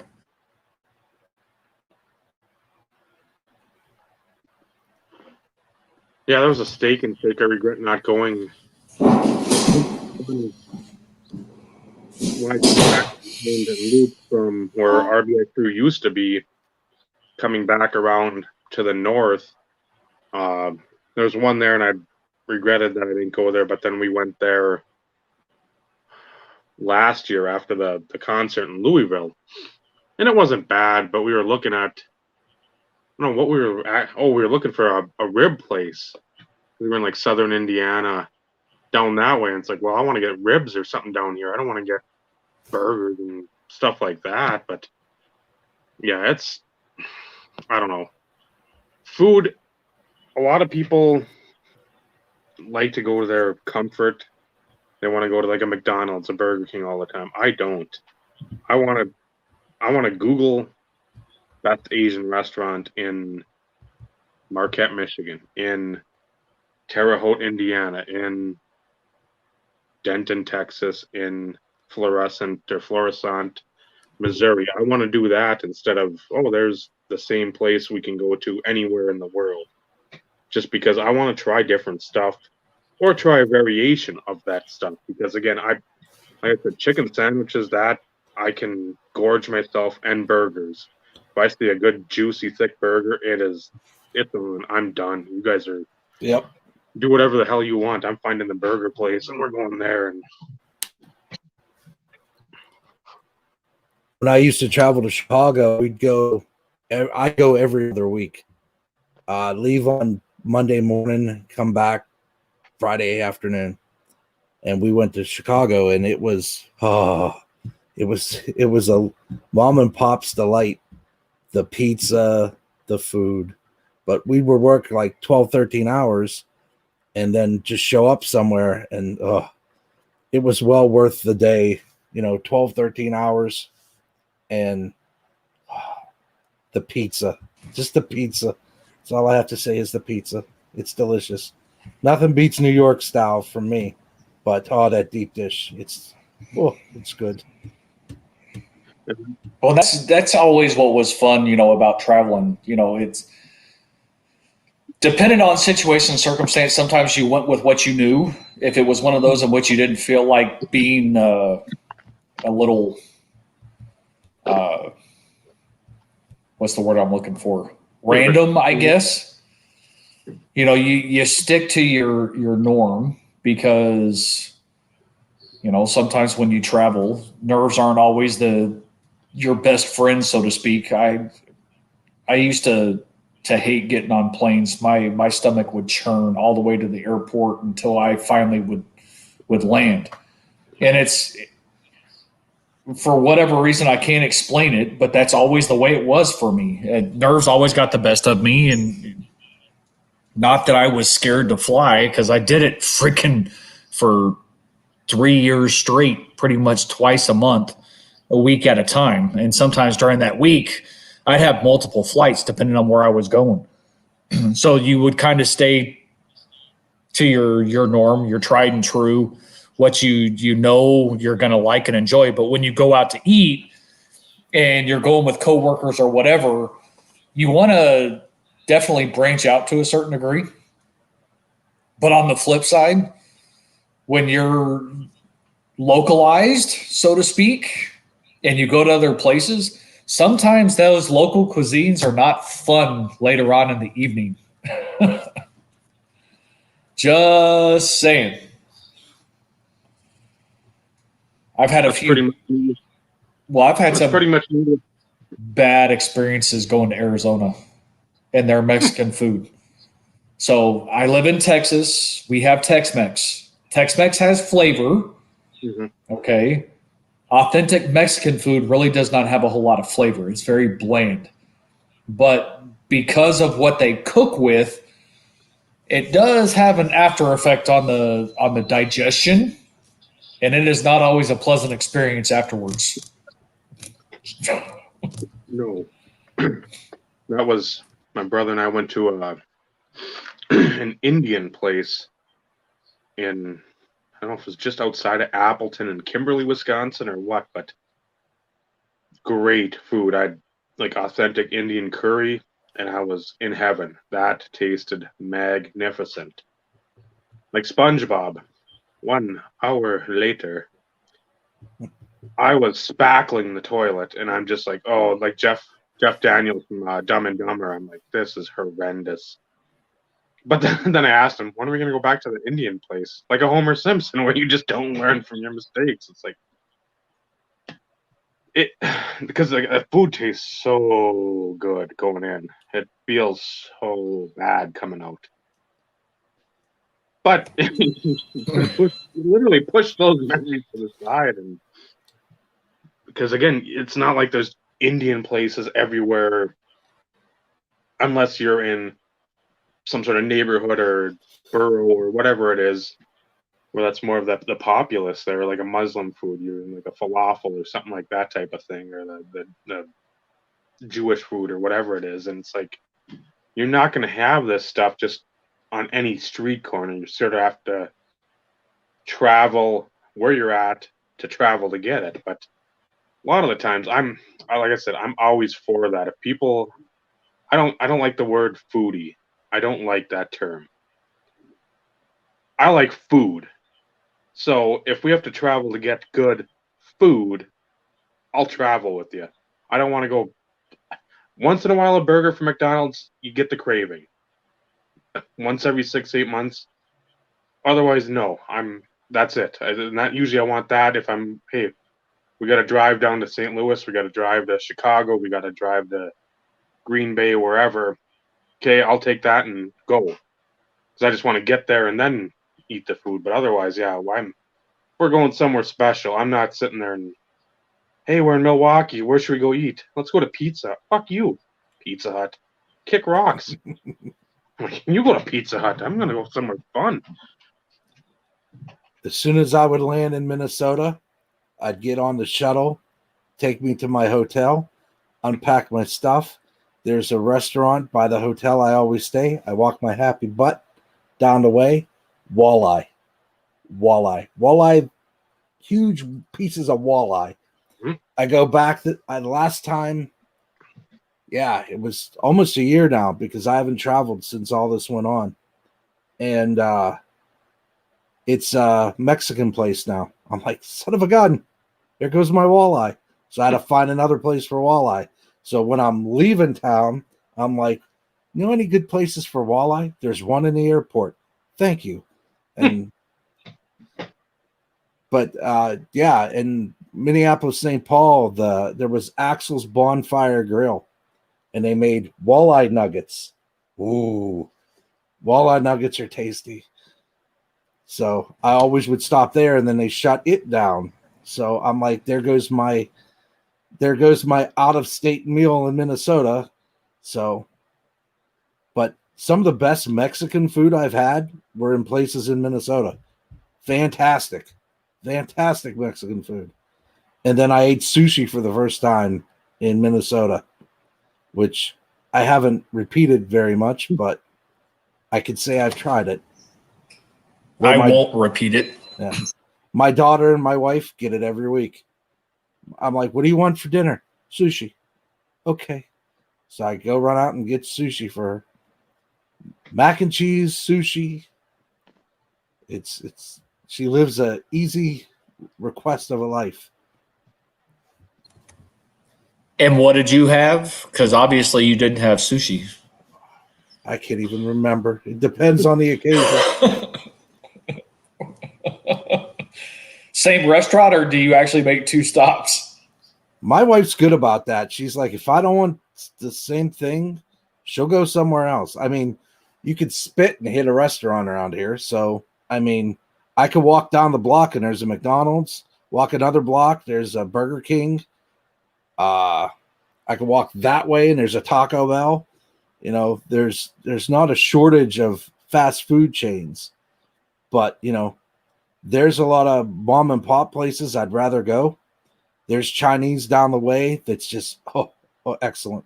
So I like to go there, and my daughter likes Chinese, so wife likes Chinese, so we'll go there. There's wings, anything around here. If I'm having a Jones for it. Oh, but we book a lot in. We try not to go out very much.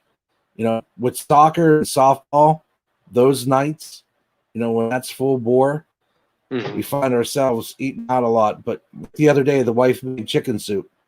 I've been eating that. So I will give my wife props. Ever since COVID hit, she's gotten a little bit more inventive and trying to look for other things to make for dinner and stuff. My wife is not a bad cook. She never has been. But I have to say she has done more from a research perspective, and it's been nice because, you know, you kind of get in that little normal everyday groove, I guess, and it's like it's the same shit over and over and over again. Not that it's bad, not that it's not enjoyable, not that you don't like it. You get into that rut to where it's always the same crap over and over again. And I give her mad props that she started looking at recipes and getting inventive and creative and trying to do different things. It's another one of those things that there's been a positive that's come out of the whole crappy 2020 situation, because there's been a lot of things that it's like, hopefully you like bookmark that recipe or whatever, because that's a definite redo. We need to do that one again. That was fantastic. The wife always cooks. I mean, she's a tremendous cook, and it's just the time. You know, she works, I work. Got a kid at home now for school, so we never had that little opportunity before us. So, you know, I'm up, or she's down. Wait a minute. She's upstairs now. I'm downstairs. I have the kid in her room with a desk. I try to make lunch for everybody, and then she makes dinner, but then there's soccer, and then softball's been over for a while, but there's soccer still. But with all this, there's been delays to all that. You can't play games, but a single team of a certain amount of people can practice. So depending on what night of the week it is, you get all masked up and you go out and you practice in your little square for a while, ball drills and stuff like that. And then her being the goalie, she gets ball shot at her for half hour and then everybody goes home. So But that's the difficulty, finding the time between the hustle and the bustle. And then I get on calls late at night for global stuff, and I'll be on here till 1, 2 in the morning. I got you guys over here. We're on the TV up here, and then got my phone down here so I can comment, because I can't comment on the TV unless I wanted to do this with the clicker for 2 hours. And then I'm trying to pay attention. Okay, I can do that. Then I'm like, what Wait. did they just say? Yeah, can you repeat that? I missed that. I'm sorry. Yeah, I got it. Yeah. But I usually work the full, I'll work 8, 9 hours, 10 hours, and then I go do that on top of it. So, but that rant is coming to an end, hopefully, and back to normal 10, 12-hour days. And Yeah, I at least, well, for now, most of the calls that I deal with, for the most part, it's usually that they'll usually start earlier than what I prefer. I'm not a morning person at all. neither I am mean, I. for instance, I had a 7:00 call this morning, which is always interesting. Being on a video call, I'm not on video, so to speak, but I'm on the call, and I'm trying to get my kid ready for school and everything else, though, too, in the process. So I don't have to deal with the later ones as much. Unfortunately, I think those are coming, and I'm not going to be looking forward to that. It's either they're going to have to start doing them later in the evening, or they're going to be a lot earlier. And I'm hoping that they're not earlier, because that's just going to put me in a piss poor mood as it is. And like, for instance, my team actually does all the order entry for Australia too. And so they do all their stuff. They're doing all their stuff now, so to speak. And the only time we can have calls with Australia are typically like between 4 and 6 o'clock p.m. And it's already the following morning for them. Yep. So I deal with the time differences just like you do. And it's a kick in the you-know-what, because it's bad enough when you work an 8-hour job as it is per se, 8 to 5, 9 to 6, whatever it may be. Working from home, you don't take a lunch anymore because you're stuffing your face while you're working. If you even eat lunch because, I don't even do that every day. And then for you having to be on calls because of being on calls like with China or whatever, that's the prime of their day, and you have to be there, because if you're a global company and it's something that you touch, it's like, come on, people. Try and think of everybody in these situations. But they actually do. So, for me, I understand it. I've been doing this now almost 20 years. Same place, came out of school, and my brother's like, you're going to work here. I'm like, no, I'm not. And he's like, oh, yes, you are. You're not cut out for construction. Because I graduated right after 9/11. And all my jobs went poof. And so I started here and started lowest on a totem pole, and now I'm somewhere in there. And I've been doing this for 20 years, not what I went to school for, but I'm good at it and I like it. It's an interesting day every day. So do I complain? Yeah, I do, but I still love it. I go back to it every day. I'm not looking for something else. They've been good to me. I'm my best for them. So I enjoy what I do, and I've done a lot of different things within the company. So I've done sales, I've done logistics, I've done planning, I've done sales operations, I've done all kinds of different stuff. And it keeps it interesting. So, and it pays for the cards. Mine pays the bills. Yeah. I just hit That 15 too. years. I just hit 15 years with my company at the end of November. but I've been in telecommunications for 20. So, And this job gave me my wife, so that's how we met. So even gave better. me a lot of good things. Yep. Even better. So I was coming in, she was leaving. We met, and then the rest is history. I was going to say the rest is history, right? Yep, Yeah, see, things happen for a reason, right? absolutely.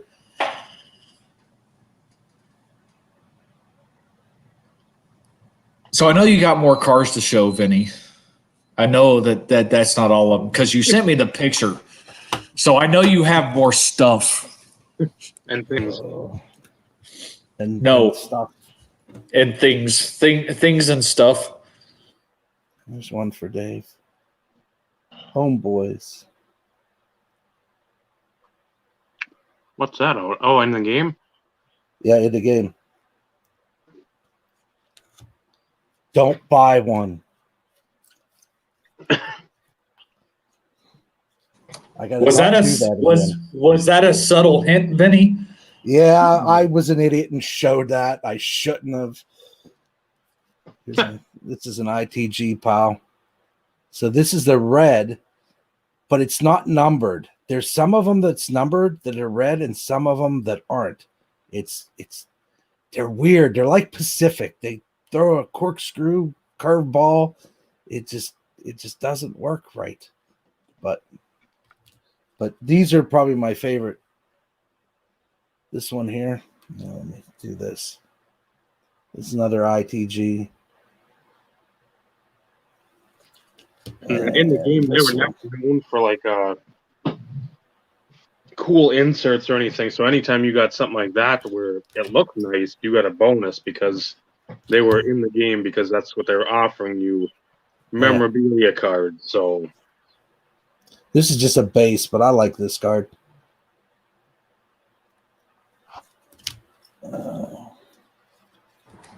There's a lot of sets out there, though. The base looks better than any of the inserts. yeah,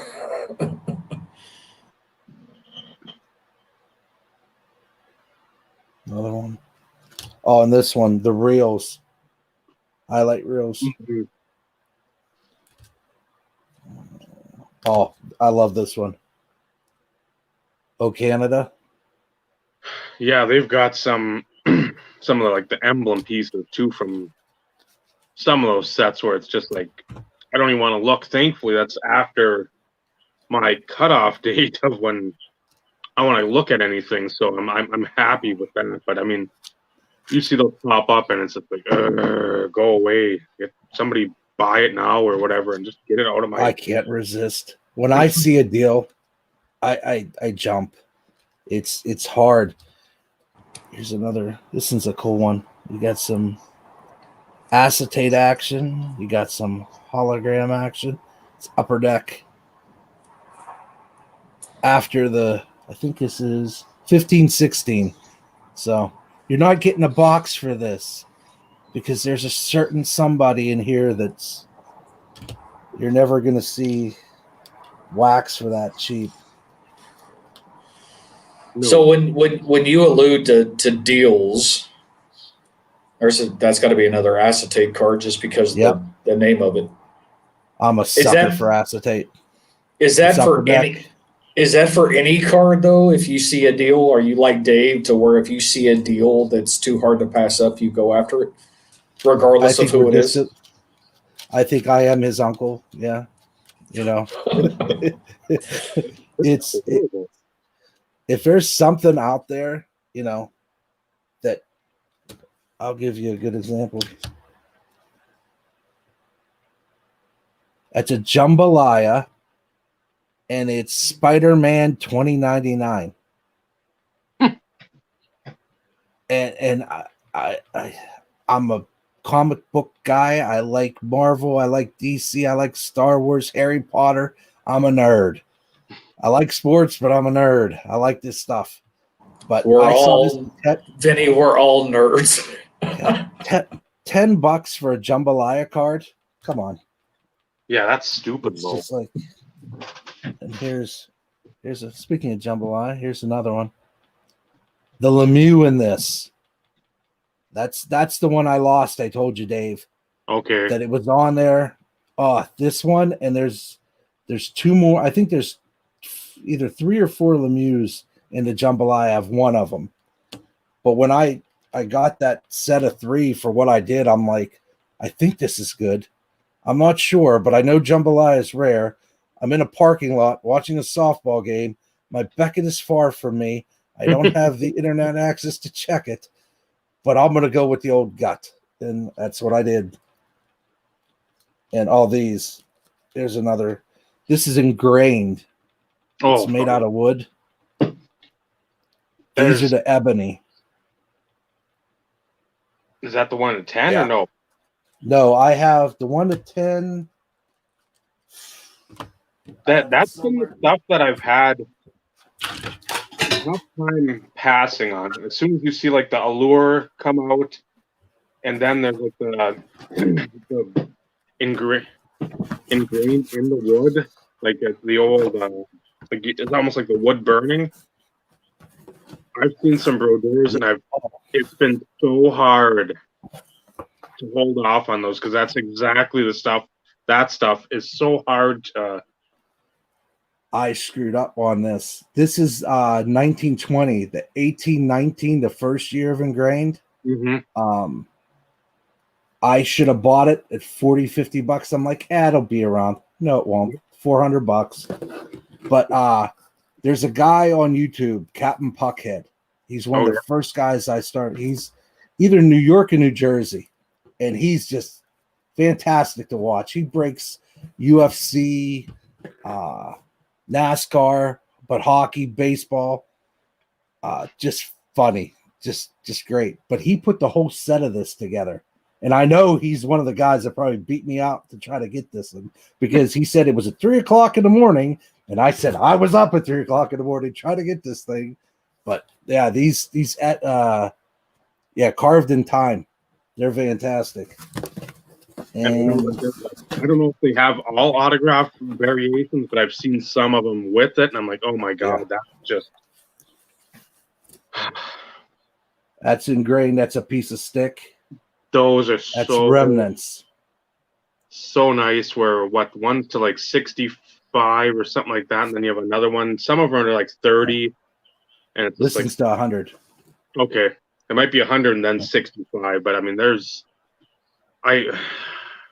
you start putting the knife, you get like a piece of the blade or the shaft in there from the stick, and you have like the multicolor. Those two, but then. Is that one? It's bad made. The glue came undone. Okay. So when I got this, I'm like, I was not happy with this because that completed the. Go ahead. I've seen a few of those. Even Chris from the Hobby Box or Cards Infinity that he opened the box. He was like, oh, we got one of those. Award winner things in there, and he'll like reveal it, and the metal piece will just drop. Like, well, good job, Upper Deck. It's tough. Yeah. You can't fault them for trying to come up with that, but at the same time, go through some trial and error to get something that actually fits in there. Even if there's like a little rivet on the back end, and then somehow layer the card. I don't know. I mean, it'd be something where you could try to do something, but it's tough to fault them for that stuff coming apart. So I got that on a Saturday, and I went into my wife's office, and my dog's following me along. So if you see me on Instagram, I got a 100-pound albino husky. I have a Australian Shepherd, and then I have a Pomsky. So I got that card in, and as soon as I opened, that metal thing went flying out of there. They all went staring at it. And I'm like, oh, no. Don't touch it. It's shiny, I know, but don't touch it. And they all just looked at me, please. I'm like, I'll get you treats. I'll get you whatever you want. Don't eat the card. But yeah, the minute it came out, it was jacked. But again, you can't fault them. You could see where the glue lines are in a square. Mm-hmm. You might wanted to put it around the whole thing. But here's the 10. This was so nice. Yeah, this was July. This is the mahogany. That's number 10. And then that's the ebony. So that's the one number to 49. I own 10% of this population. I am like Dave. When I have a card that I just love, and usually I don't go for this uniform. So my favorite cards for him are in the early Penguins up till like 93. Then they went with the Flying V or the Robo Penguin. Now I like the Pittsburgh one down, but like this one here. So this is the base card from Ingrained from last year. I like this uniform with the Pittsburgh across it. But like the Flying V, it's those usually one and done. So yeah, like this is last year's Ingrained. I have, where's my eBay 101? I have one here. Guessing jersey number. Yeah. I think this is it. Yeah. So this is the 66. This is the only eBay 101 type deal, whatever they call it. I don't know what these kids say or whoever says it, but that's the 66 out of 199, 299. Technically, That's anything Ingrained. could be an eBay 101. Yeah. It's number 2 of 2. It's an eBay 101. Huh? Here's a And the good one. jersey number is, 22 Yeah. or Exactly. 23. So the cup, the just base. I don't know, Dave. Have you noticed, and maybe this is a new trend or something? I've started noticing people listing stuff as eBay 101s because it's the only one listed on eBay. Ryan from Bat Knob Cursive, he posted something on Instagram the other day. People were saying PSA Gem Mint 10. Well, possible PSA Gem Mint 10, and the card's raw. So just to get you kind of, hey, let me look at that. That's not the PSA 10. I saw that on a 95 Select Certified Mirror Gold Terrell Davis listed for stupid money, PSA 10. And I'm sitting there going, huh? They need to incorporate like a flag button on eBay to where people can start going and flagging this shit as like bullshit. What Paul just said, I've seen that too. The jersey and the cert number are the same. Look, the card number, the cert number, everything matches. It's his jersey number. It's fantastic. Here's a shiny one for you, Dave. Out of Panini. I think I've been Mike Richards like that. And again, it was the cool patch. I think it was the combined shipping, $1 for the thing. Again, too good of a deal to pass up. Do I need a Mike Richards Epic patch? No. No need for it whatsoever. But I'll get it. Yeah.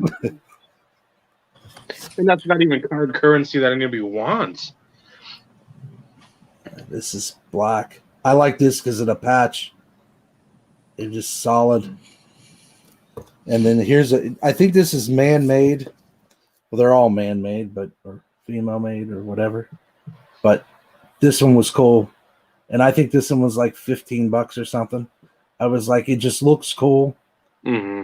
And I like that, with the uniform. This is my box of unprocessed stuff, because when it comes in, I like to put them in new holders. I got a box, probably one of those huge boxes from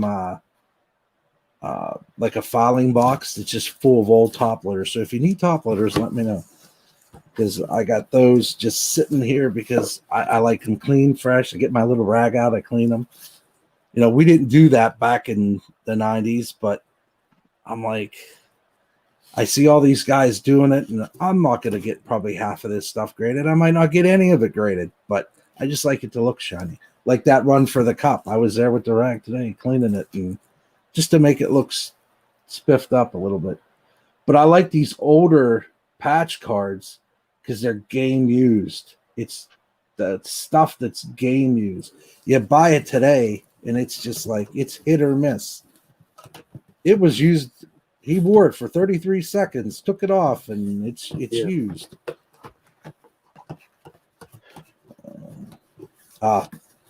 This is Ultimate Collection.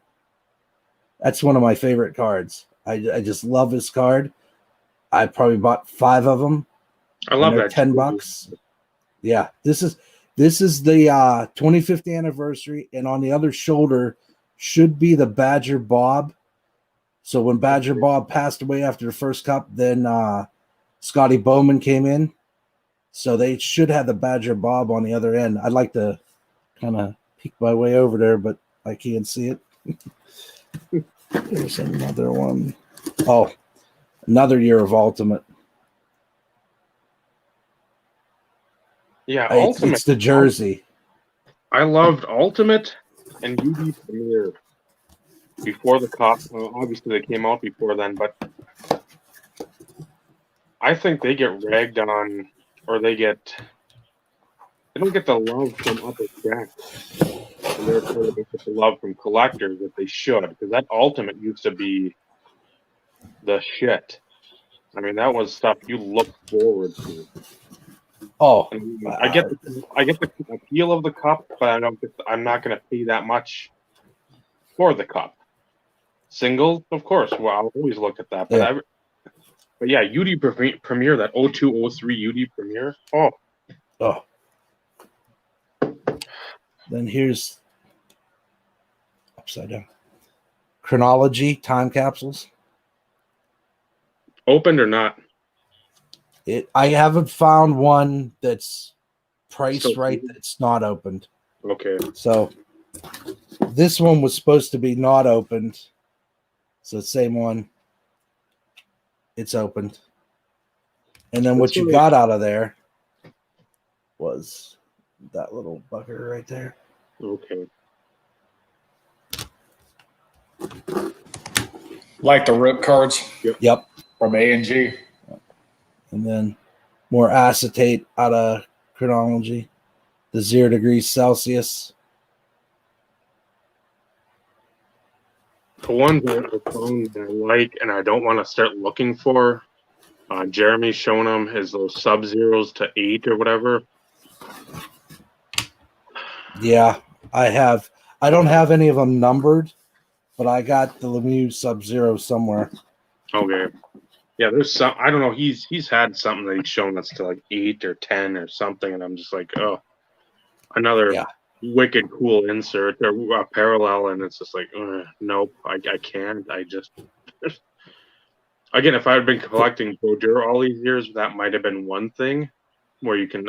I would have had the Carlos type collection of Brodeur that he has of Madonna, but it's just like there's way too much stuff. And even like tonight, since right before we went on, there's a bunch of stuff I threw bids on, and I knew I was going to lose half of them at least. Probably lost them all because of the pricing. But there's a Brodeur ice carving superpower that was up. I've got one. That and that whatever the hell it is that I showed earlier, Hextall. It needs a friend. But that's the thing. I think I put 43 or 42 on it. And it was immediately outbid. It's like the armor plate. I've got 2 of those, but at the same time, I'd love to get more, but I know there's so many other things out there. And that's where you don't want to sit there and be like, oh, I got to get that ice carvings, put like 65 on it, win it. And then something else pops up like 2 days later, and you're like, okay. Yeah. Do I want to sell priority something? list? Yeah.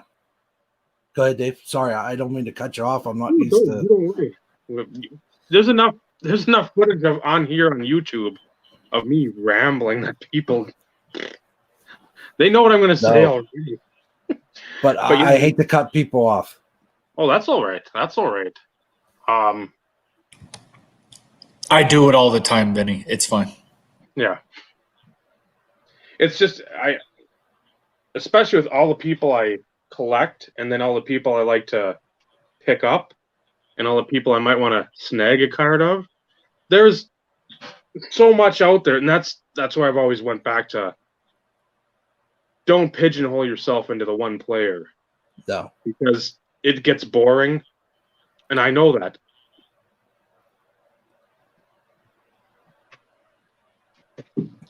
It does, because I mean, if I just did Josh Johnson, it'd be great on the wallet, but I'd be just so bored with like, oh man, there's nothing else I really can pick up because I pretty much went through when I sold those basketball cards and said, okay, you know what, I'm gonna start whatever one-on-one plates I can get that are like 20, 25 bucks. I'm just gonna hit them, get rid of them, and then that's one thing less than I have to deal with. We'll make offers on the stuff on ComC. If they don't come down in price at all, then you know what? They're staying up there. Because, I mean, there's one that was like 51. There's one that's like 35. I'm like, But like the 20, nope, it's got to be like 33 or higher. That's the lowest. I'm like, no, I don't care about that. But again, that it's the fun part where you can amass the collection. And it's a negative part where at some point the room's gotta run out because, like the table with Steve, I've got that sort of table. Then I've got five or six shelf, like the metal shelves. That's got one. The one has like the top two things are what, doubles or dual and triples, and then like quads pieces. And then I've got A, B, C. 2 Ds, E and F, G, H and I, 2 Js, with question 3, K, L, M, 2 M's, an N, O and a P, and a Q, I think is in there. Then like R, 2 T's, and then U, V, W, X, Y, Z. And then I've got like the 6 or 8 Johnson boxes on that one. So, I mean, there's like how many ever that is, and then probably got about 15, 20 boxes on there. And then I got 2 here, 1 there. I've probably got about 6 or 8 case boxes of stuff. It's nothing like Bob has, because Bob's just got, it looks like he ramshackled. So basically, that's my. Yeah, I'm Bob Lewis's long lost uncle, and I got some of that stuff behind me. We did grow up. Well, he was born in West Virginia, but it's close enough. But I have that same kind of deal where I never got rid of my collection. Like my brothers, they got rid of it. Which my youngest brother had Nolan Ryan's that would make you cry. He came home one time. He goes, I think I got most of them. I said, what are you talking about, most of them? He goes, some lady was there and she said she liked me. And I gave her $100. And it was like 2nd, 3rd, 4th, 5th, 6th, 7th, 8th, 9th, 10th, 11th year Ryans. I'm like, I'm glad you're the handsome one of the family because that worked well for you. And I was like, dude, how'd you do this? And it was just amazing to me. And then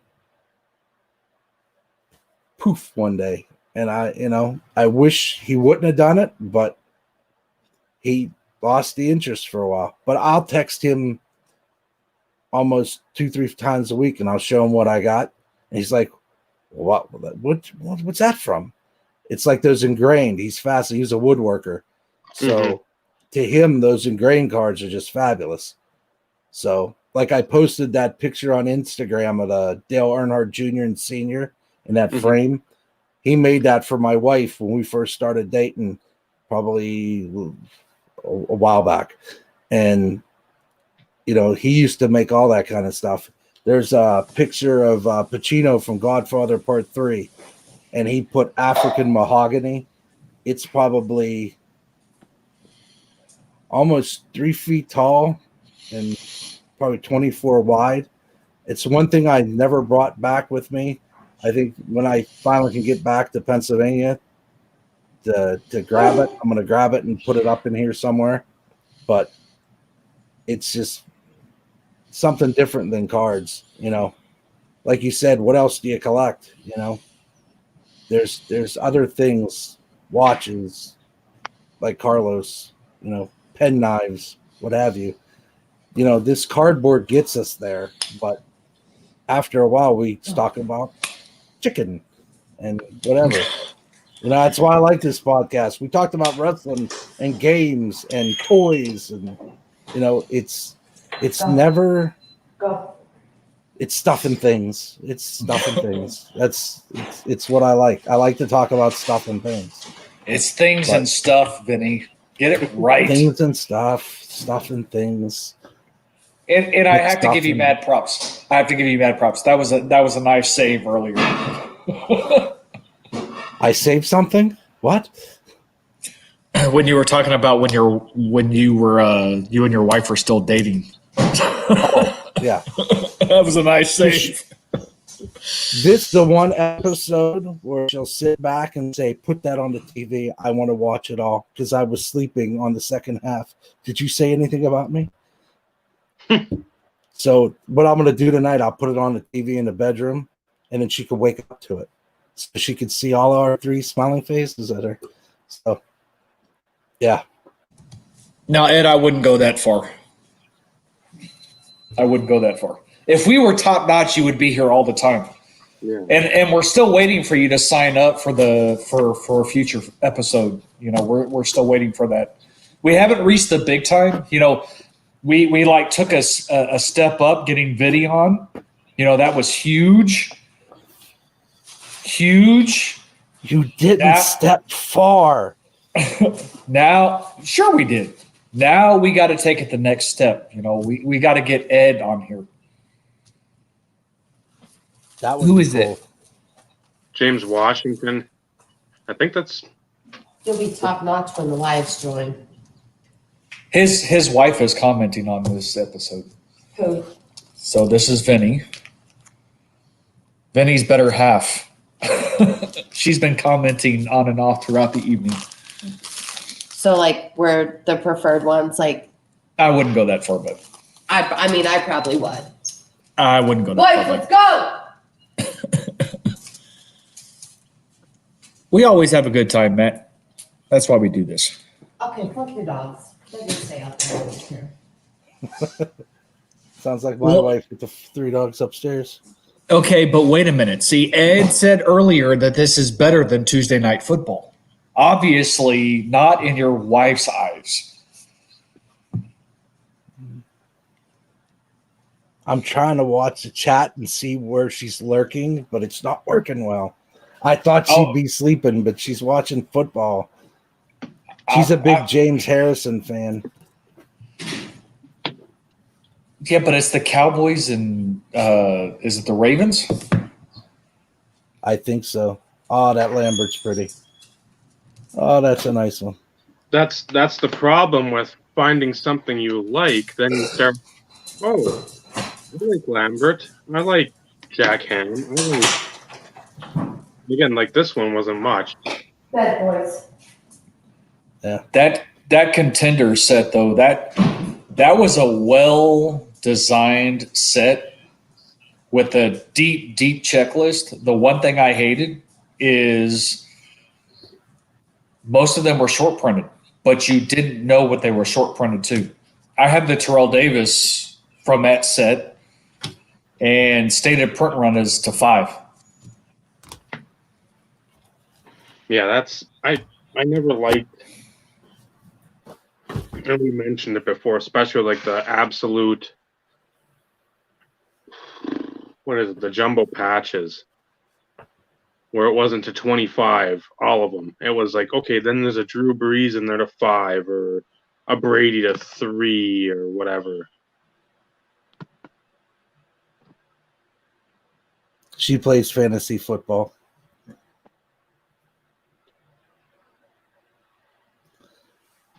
Mark at a time by a changing of the hat.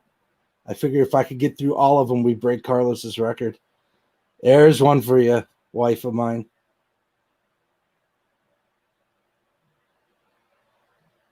She has, it was 2 Christmases ago when he scored, what was it, 700?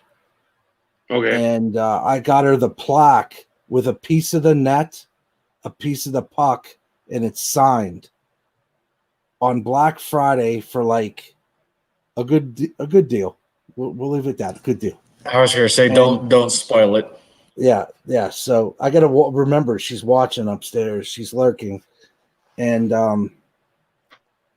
it's easy to buy her stuff because she's into sports. So it's just boom. Last I had birthday. that, Dave. Oh, Doug Drabeck.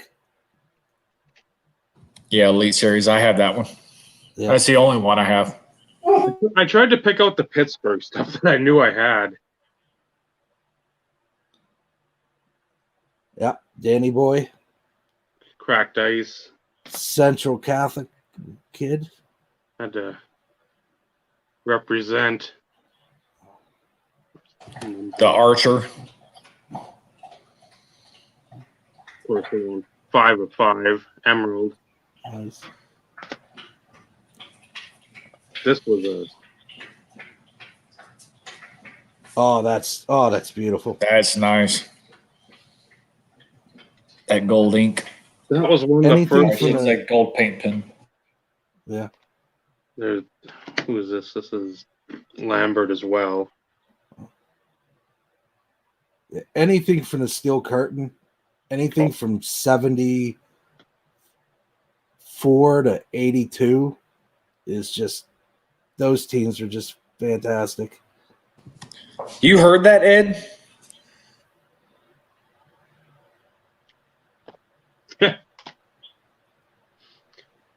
Ed's keen to the doggos. Yeah. I'm not a fan of the sticker and the ink just don't do well. But for like $20 or whatever it was.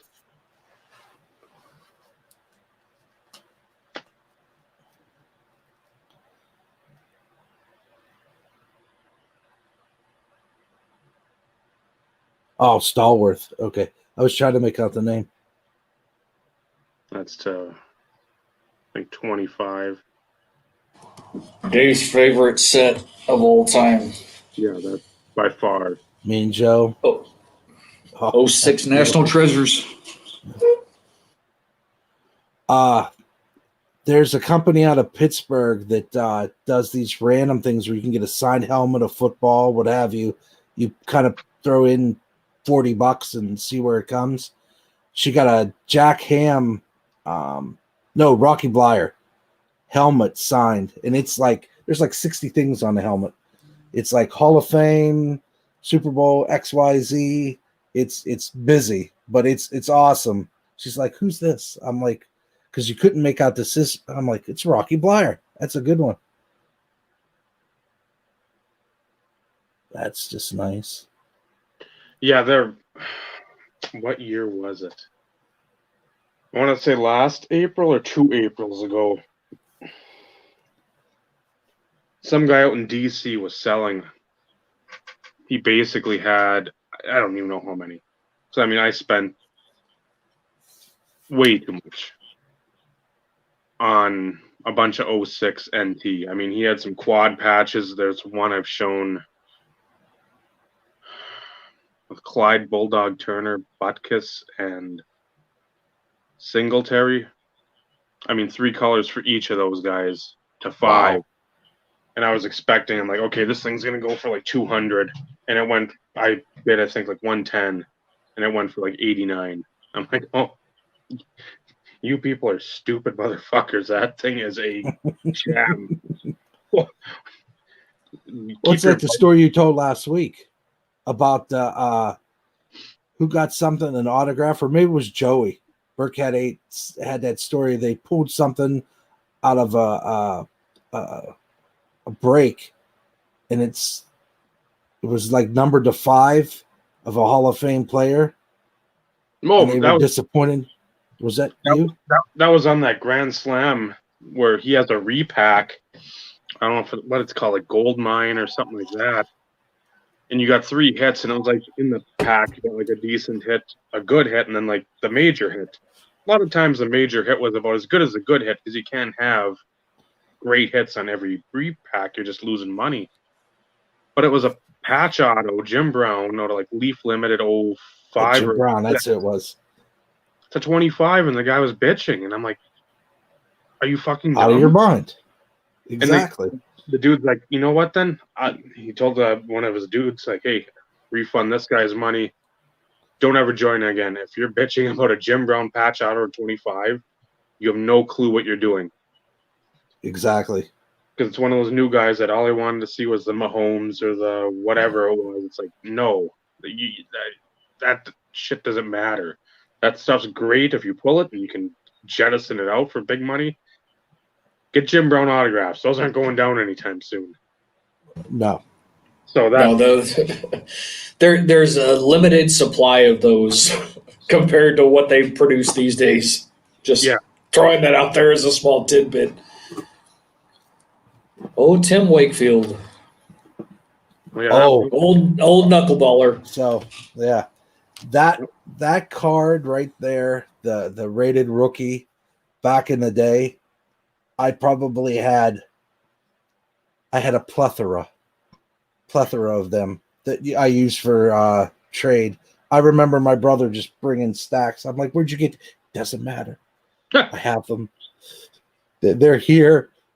What do you need? When I go out next time, what do you need?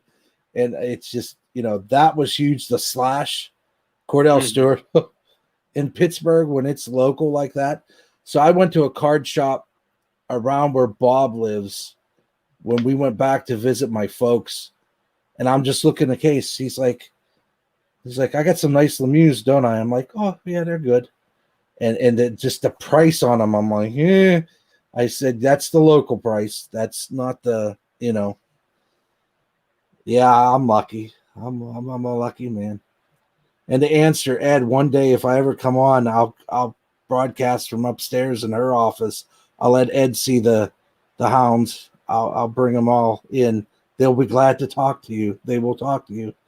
So I'll do that one time if I'm allowed back on. Oh, you will be. Why would you not be? I'm weird. Oh, come on, Vinny. Nah. You fit in with the rest of us. Show some stuff for Dave. Oh yeah. There's one for the wife. And that's one where most of the autos on there on the sticker. So that's the only reason I went after it, because I'm like, and I got back on Facebook. I didn't really want to. And of course, right away I started buying cards on there too, because that's where a lot of this stuff came from between like the end of 2016 and then what would it have been? Well, this past March or so. So, I mean, I got out, thankfully, at the right time. I'm not a political or religion person when you talk about stuff on Facebook. That's rarely I ever want to hear it.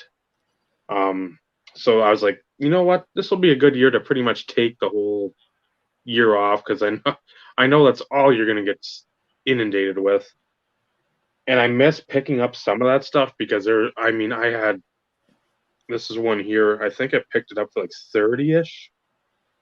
And if you can ever have a consistent quarterback, I don't collect them, but the patch is just too good. Even if it's like the player worn, DJ Moore, it's like, and it's number 10. Patch is just sick. So, I mean, it's like, even if I don't collect it, you think ahead. You have to sort of think ahead because, okay, maybe if he blows up, guess what? That might be something where you can sit there and flip it for something you actually want. Or like this. I remember getting this for like $12. This might be worth more than $12. I should have probably stole it a while ago, but rookie year Derrick Henry dual patch out of Immaculate. Yeah, that's a solid pickup, Dave. So I mean, that's stuff that again people want to see, but I just don't want to show it. Like Devontae Adams, Yeah. that's to 50 though. That's only bad for it if it was lower numbered. And I remember buying this for like $20 on eBay. DeAndre Hopkins, red ink, to 10 rookie auto. So top. Like stuff I like, but at the same time, if somebody comes strong, they're like, hey, I want XYZ, ABC, and LMNOP for like a Brodeur totally platinum gold to 25. I've got, they're willing to take a lump sum of cards. I've got the ammo. It's not like I've got McDavid rookies and stuff like that. But I mean, you can cherry pick this collection. And again, not that I'd want to do it, but if it came up where somebody plopped down, and I had it in my mind last night. I don't know why. I think I was about to go sleep and I was dreaming I had a Gretzky rookie, like a PSA 6. And this guy had like 12 Brodeurs that I wanted. They were all like in the top 15 of the list that I wanted. Because he just kept pulling them out. He's like, I'm going to go chronologically. And then he pulled like everything out that I wanted. I'm like, and I made the trade, and people like, you traded a Gretzky rookie for all those Brodeurs. How dumb are you? And I'm like, again, being a dream and being, you want to talk about a nerd, dreaming about trading cards you don't even have for dream cards. I mean, you really put yourself out there then. So I'm like, it just was something that I'm like, that'd be a fun scenario to be put, to have like that huge cornerstone card of not just your collection, but anyone's collection, and saying, hey, I've got out of your list of like 15, 20 Lemieux, I've got 8 of the top 15. And you're like, now what? Just hypothetical stuff where if it ever happens, I'd have to go buy a lottery ticket because I wouldn't believe it. But at the same time, it's just something, instead of thinking of all the negative shit in life or whatever, that's like, I'll think of dream scenarios of trading cards because that's who I am. It's like that's why I have before all the retail went the way of the dodo, we would buy blasters because it's yeah, that's my wife of mine. That's why. But we would buy blasters, and I would just, she and I would sit there and we open them. She's like, rookie, rookie, rookie. And I would go through them and say, I want to keep these because I don't know if these guys are going to be the next big thing or not. Like the Mahomes. I knew he was special. Put him away. But, these other guys, when they're a rookie, I sleeve them up, even if it's just a penny sleeve, and I put them in a box. And I sit there and I say, 2 years from now, he might be the greatest thing since sliced bread. And I have, somebody comes along and says, I'm looking for a Lamar Jackson number to 50 gold card from Donruss. Well, by chance, guess what Vinny has? Do you have any Lemieux, sir? Yes, please. Or whatever, And if it's somebody I like, if it's somebody out there in the community that's cool with me, I'll send them the dang thing. If they're missing this card from their collection and it puts that bookend on what they're looking to do, I'm not going to be the guy that says, I'm going to pillage this guy for everything he has. No, I'm either going to sell it to you for a fair price or I'm going to hand it over to you and just ship it. Who cares? It's cardboard. When it all comes down to it, it's cardboard. I love it dearly. I love the hobby. But thinking 20, 30 years ago, sitting there with my brothers, that there's this thing called YouTube in 2020, that I'd be sitting with two guys in my basement. That's the key part, the basement. Like Wade and Garth talking to, to you guys. But it's not your mom's basement. Yes, this is my basement. Thanks to my wife, I'm no longer in my parents' basement. So, but this is bigger than the cardboard. It always will be.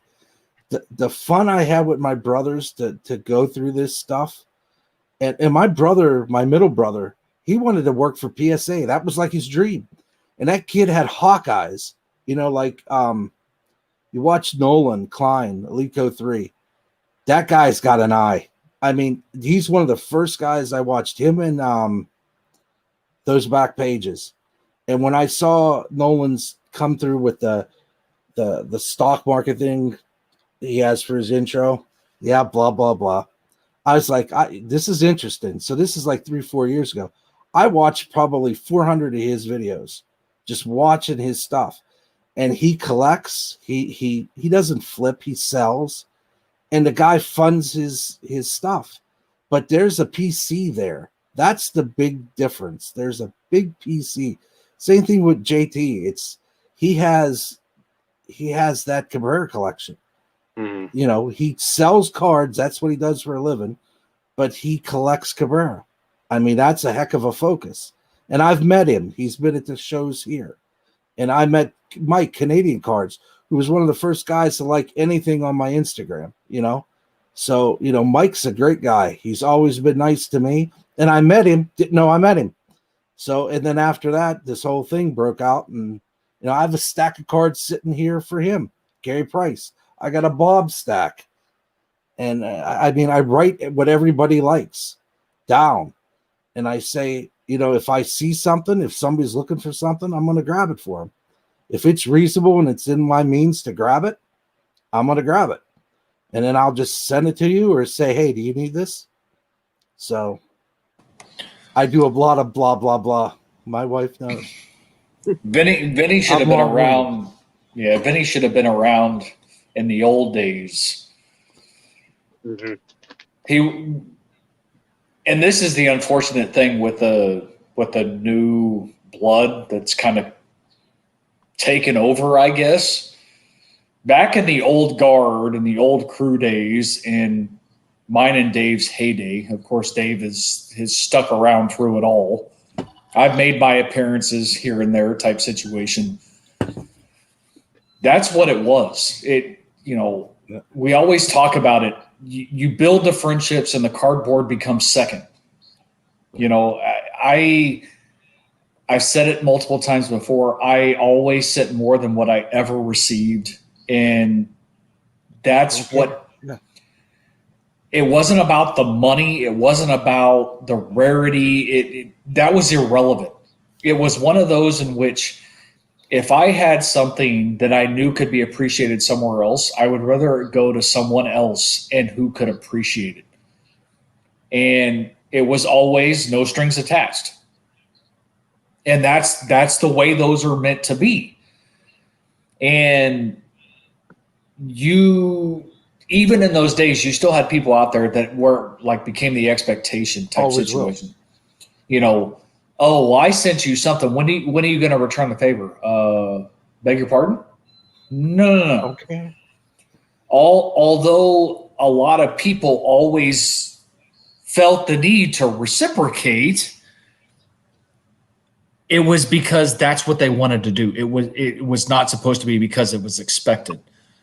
And these days it's all about what's next, what's the next big thing.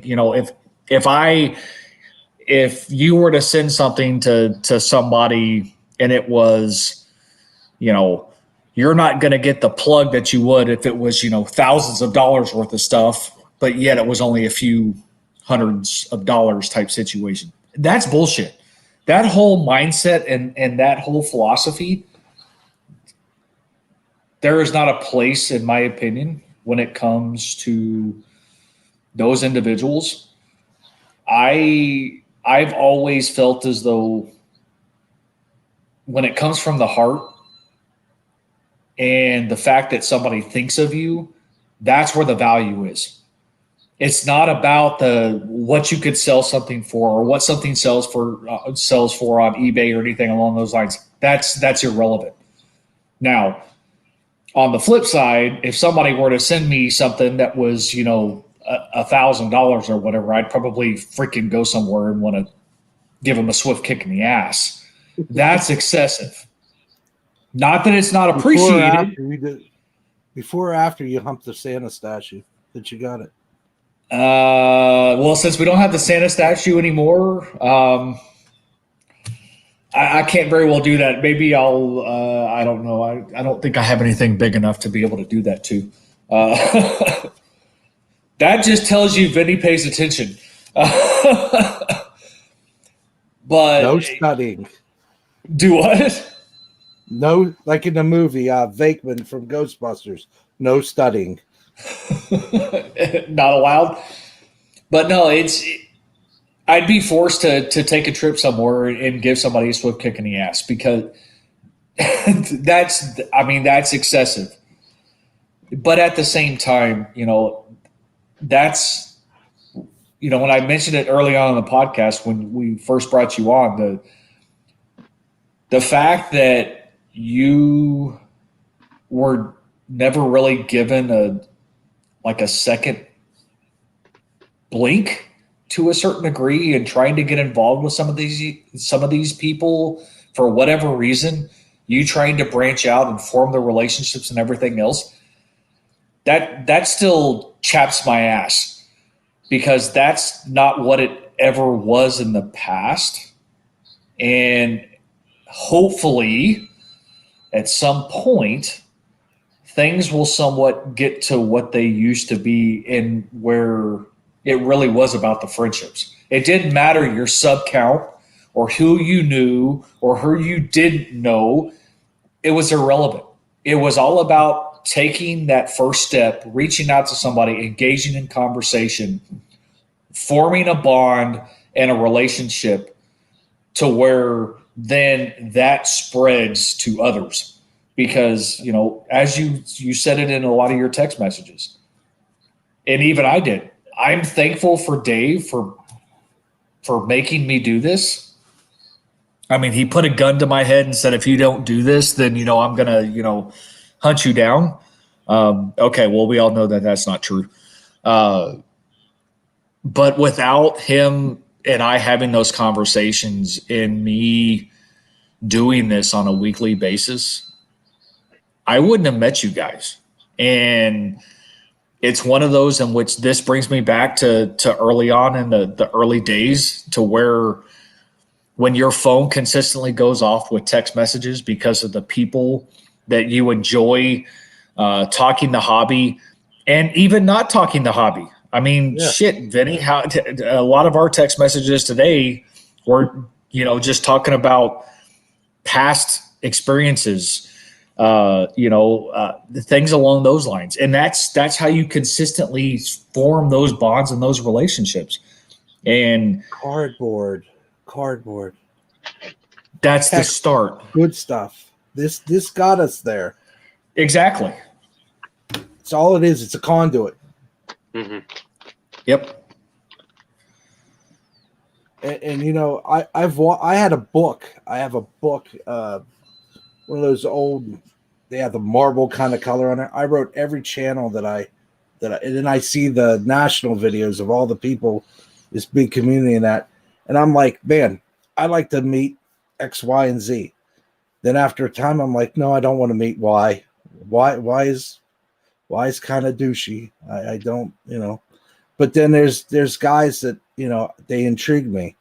Like one of the first ones I watched was Baseball Card Junkies TV, Tops 85 401. That Titanic Taters, and then they brought in Oakland A's 915. I think I watched every Oakland A's 915 video there is because I just like the guy. I think he's genuine. I think he's cool. Nate has a pure love of that, and Titanic Taters doesn't do a lot of videos on his own, but I think I've watched all those.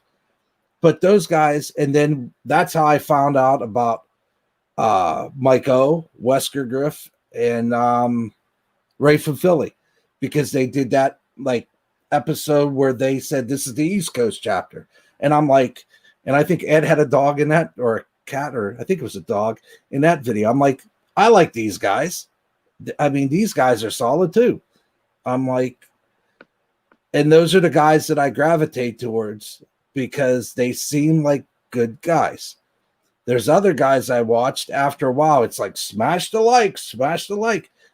Nah, I don't tell me to smash the like. Don't all that. I'll do that on my own. If you're here for the right reason, then I'll do it naturally. I won't hesitate. But do something for a good reason. That's On that what note, for you guys here, don't forget to smash that thumbs up button. there we I'm go. just kidding. Or better yet, smash that thumbs down button. All works the same. And I think it's Ray has a son. Is it Ray or Ray Jr. or something? Yeah. I mean, there's another guy trying to bring his kid into the hobby. It's that's what I like. You know, something's got to live and breathe after we're gone. If there's going to be any hope, or is it going to be a bunch of flippers for the rest of the time? And we can't buy a blaster box at Target. You know, when we go to a show, it's all this. I went to a show last time. I think I was telling Dave or Matt. I said, this guy had a little box about yay big, just full of 90s inserts. And I'm like, hi, how are you today? He's like, I got Young Guns over here. And I said, no, I'm fine where I am. And I said, what's the deal on this? He goes, oh, the sticky fell off. It's like 3 for $5 or 3 for $4, whatever the deal was. Basically, if you get to 10 cards, you get 5 free. I said, I have a 10 in my pocket that I will be spending with you, guaranteed already. And I just went through, and he goes, do you like these? I said, yeah. He goes, I'll bring more next time. Would you want me to do that? I'm like, absolutely, sir. Yes, please. I will. I posted on Instagram, Dave. That was all those Team Pinnacle, I remember that. MV. Yeah, I was like, I spent like, my wife goes, what's the damage? I said, I only spent $40. I said, it was great. And I probably came out of there with tons of stuff. It was just great. I usually go in there looking for old wax because usually there's a plethora of that as well. Mm-hmm. But I went on a Sunday. Usually JT's there on a Saturday. Mike's locked down up in Canada, so he can't come down. So it's one of the bigger shows around. And then there's south of me about an hour where my wife works. There's another one that they have, but they've all been canceled since. But that place is another plethora of everything. Those are the places that I haven't been to on the prime days to start looking. I want to look for stuff for Matt. I want to look for stuff for Dave, because that's half the fun. I know what I'm going to look for. I'm going to get that out of the way. I'm going to be like, okay, CC, bring the bag. Bring the bag. I carry a pink duffel bag. I mean, it's bright pink. I'm like, start stuffing it. And then if I usually there's a guy that sells supplies at the end, his father, and it's a father and son. And the father usually just bags the stuff up for me. But you can't be, where are you going to get Ultra Pro pages for $15? Platinum pages and binders for $7. I'm still into that old school type stuff. I'm looking around. I just remember the 9 pocket ones that were built in and they had a hard leather cover. I just gave Cecilia one of those. She wanted football, and I had a football one from when I was a kid. And now she's going to put all the Steelers and all the Texans. So she said, I'm going to load it up. So when we broke that illusion stuff, I gave her the Watt and the Deshaun Watson are the first ones in there. So that's something for her to start collecting in there. Next to her Pokemon and Yu-Gi-Oh! And all that other stuff she does. And then I read up on that just so I know what to buy her. I like to get good stuff just so she enjoys it. If that's her prerogative, I'll buy it all day long. I want her to be able to have fun, She works hard in school. She works hard in sports. And I want her not to ever see the bad taste left in her mouth from the hobby. I don't want that. I don't want her to have to go through that kind of stuff. It's a cruel world. She's going to have to, but I like to shield as much as I can. At least for now. When she's older, she can shield herself. Yeah, I was going to say, you don't want to dampen that passion. No.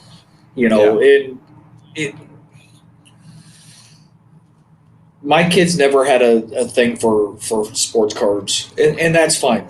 I mean, my youngest used to have a love for Pokemon and still has a crap ton of it.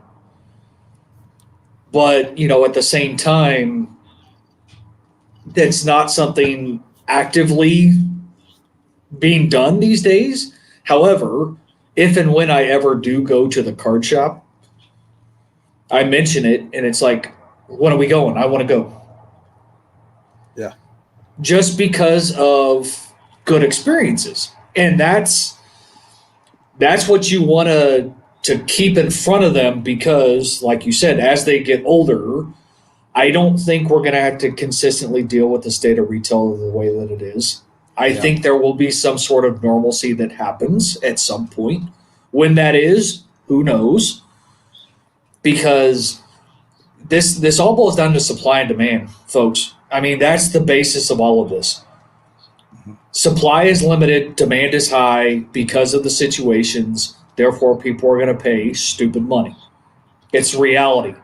It's in any business. It's in any economy. Supply and demand dictates what transpires. And for a young person to be in the hobby and somebody, that enjoys it because of the shared passion that she has with her dad, you being able to shield some of the BS that we consistently deal with, the better off she's going to continue to maintain that passion and that love, and even potentially look at passing it on down to her kids if and when that takes place. Yeah, That's like oh, good. No, I was going to say those are the kind of people that we consistently need to bring into the hobby and consistently try and feed what the future of the hobby is going to look like. Yep. Going to what Ed commented about, like, Ray's son, that's the fear I have. I don't want to bring her on here with all that Copa stuff, because that'll be the one time. Oh, gummy bears. And these are the best brand. Not to interrupt, but I mean, those are good. Haribo, just saying. These have like Those are good though. 12 flavors or something. 12, all those little friends, different flavors. Is the green one apple or lime? I think it's apple. Dang it. They ruined Skittles when they did that. I know. Like lime ones. I know. I'm the same. Yeah, but it sucks that Ray's kid and my kid can't be on here to enjoy this with us, because we were talking earlier. That's like my biggest fear is something. It's like when I was telling you I was gonna come out and put Voodoo Child, the old NWO entrance music when I popped up on here. Oh, hi. And then it's all I need is Dave to get kicked off because of copyright for Voodoo Child from Jimi Hendrix. But it's the dumb stuff. It's like I think I've watched from his last video to almost 2010 of Sevens. There's a guy right there that's like, I mean, the guy was good. I mean, everything that guy, message wise, card wise, everything. He do something for somebody or say something nice to somebody, I think was what he said. Mm-hmm. I mean, that's right there. Boom. I mean, that's what I like to see, and he had his kid on there too. But then I haven't seen him since he just posted stuff on Instagram, because I followed him on Instagram and it was him working out and something, his son graduated or something.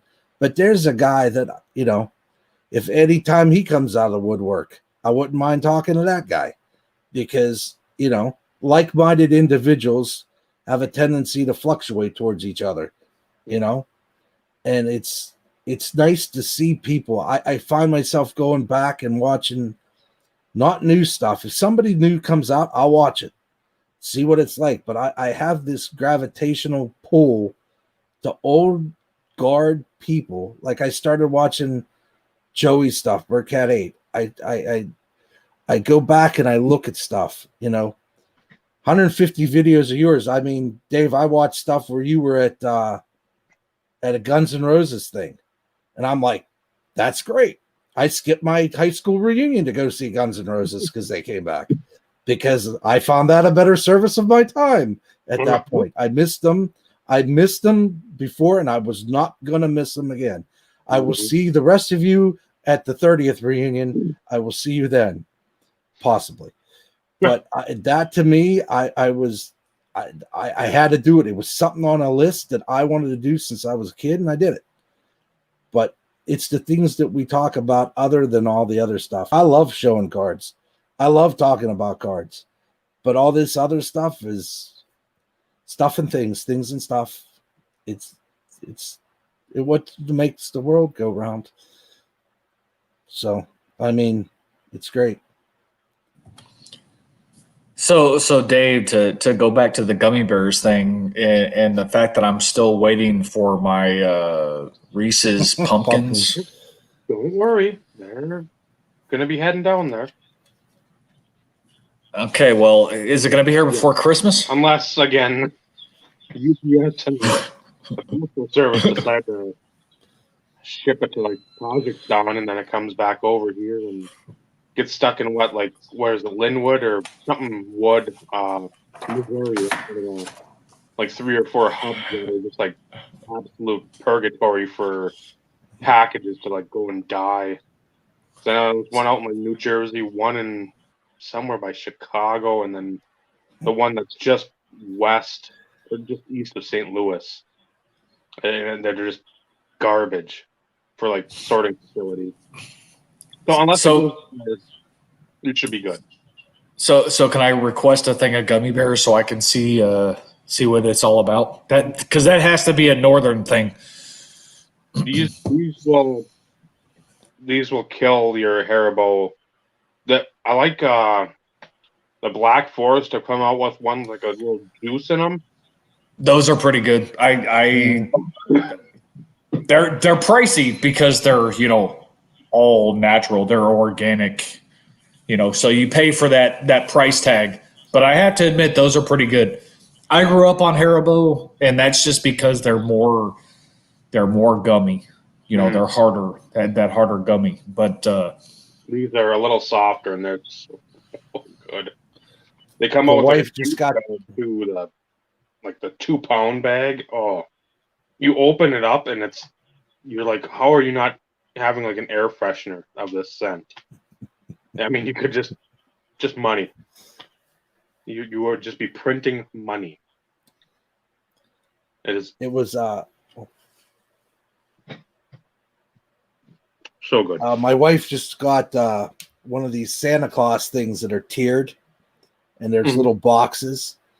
And I'm like, oh, what pray tell is in this thing of loveliness? It came from a wine company. I'm like, wine. I don't want to. And I open it up, and ooh, chocolate. All the Lindor truffles. She's like, you're going to eat all these, aren't you? I said, yes, I am. I said, I don't eat them often, but I eat them. But when I do, I eat them all. I said, you'll have a few left, so try to eat them now. Because like she says, I sleep eat. So I'm up late because I don't sleep much. I work a lot, and I'll wake up, and she's like, why are there Snickers wrappers everywhere? I'm like, I have no idea. The dog must have got to them. The dogs don't eat chocolate. Speaking of Snickers, hold on, I'll be right back.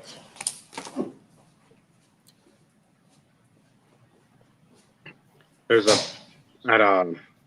was down at my brother's beginning of September in Appleton. We went to Costco or Sam's Club, and they had a huge bag. I don't know if it was for like the Halloween or not, of Mamba. and that's one of my if Bonkers came back, that would be something I buy in a huge bag.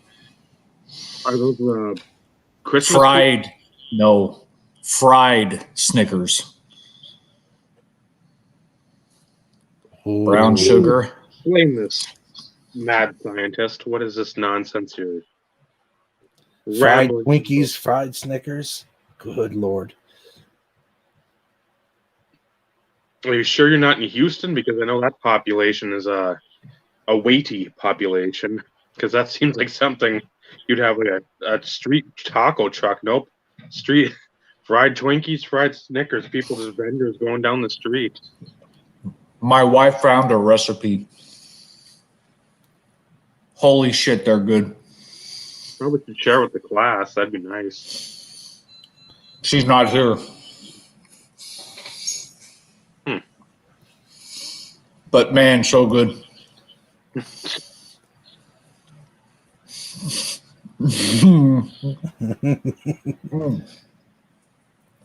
That's some good shit.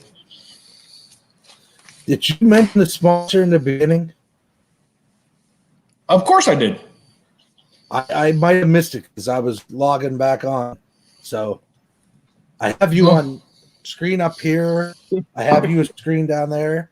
And somehow, between having you on 3 devices, I missed that. I think we did it twice too. Because Ty had asked. Yep, because Ty popped. What? Did we already go over the sponsor? And it's like, yeah, you were late to the party. Coors Light.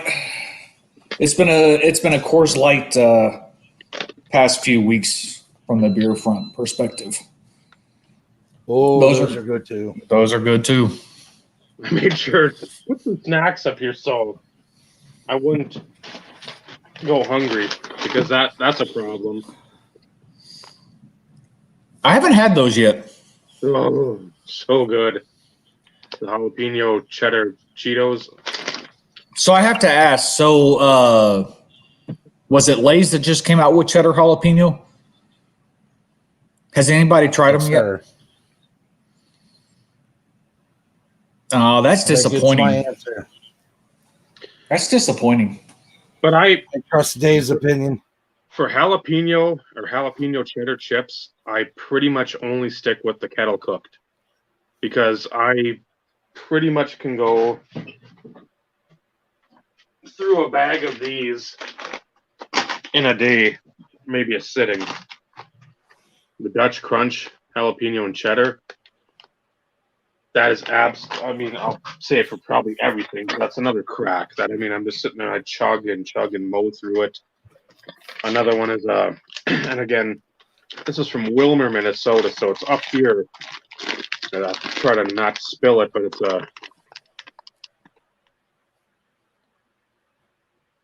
one of those deals where it's got like peanuts, the stuff in there, the corn nuts are in there. Oh, They have a thing and that stands for. I wonder why I bend like bed frames or chairs, or I crack concrete when I walk. It's like, Christ, Tubby, fucking put down the food for 10 minutes. I mean, gee. Yeah, I'm definitely not at my earlier fighting weight of my young age. I'm definitely not there anymore. But they have That's called gravity, Vinny. Just FYI. Lots of gravity. 35. Once you hit that number, no metabolism, a lot of gravity. Tons of it. But they have a southern. When you go back down to your brothers, they have a southern trail mix.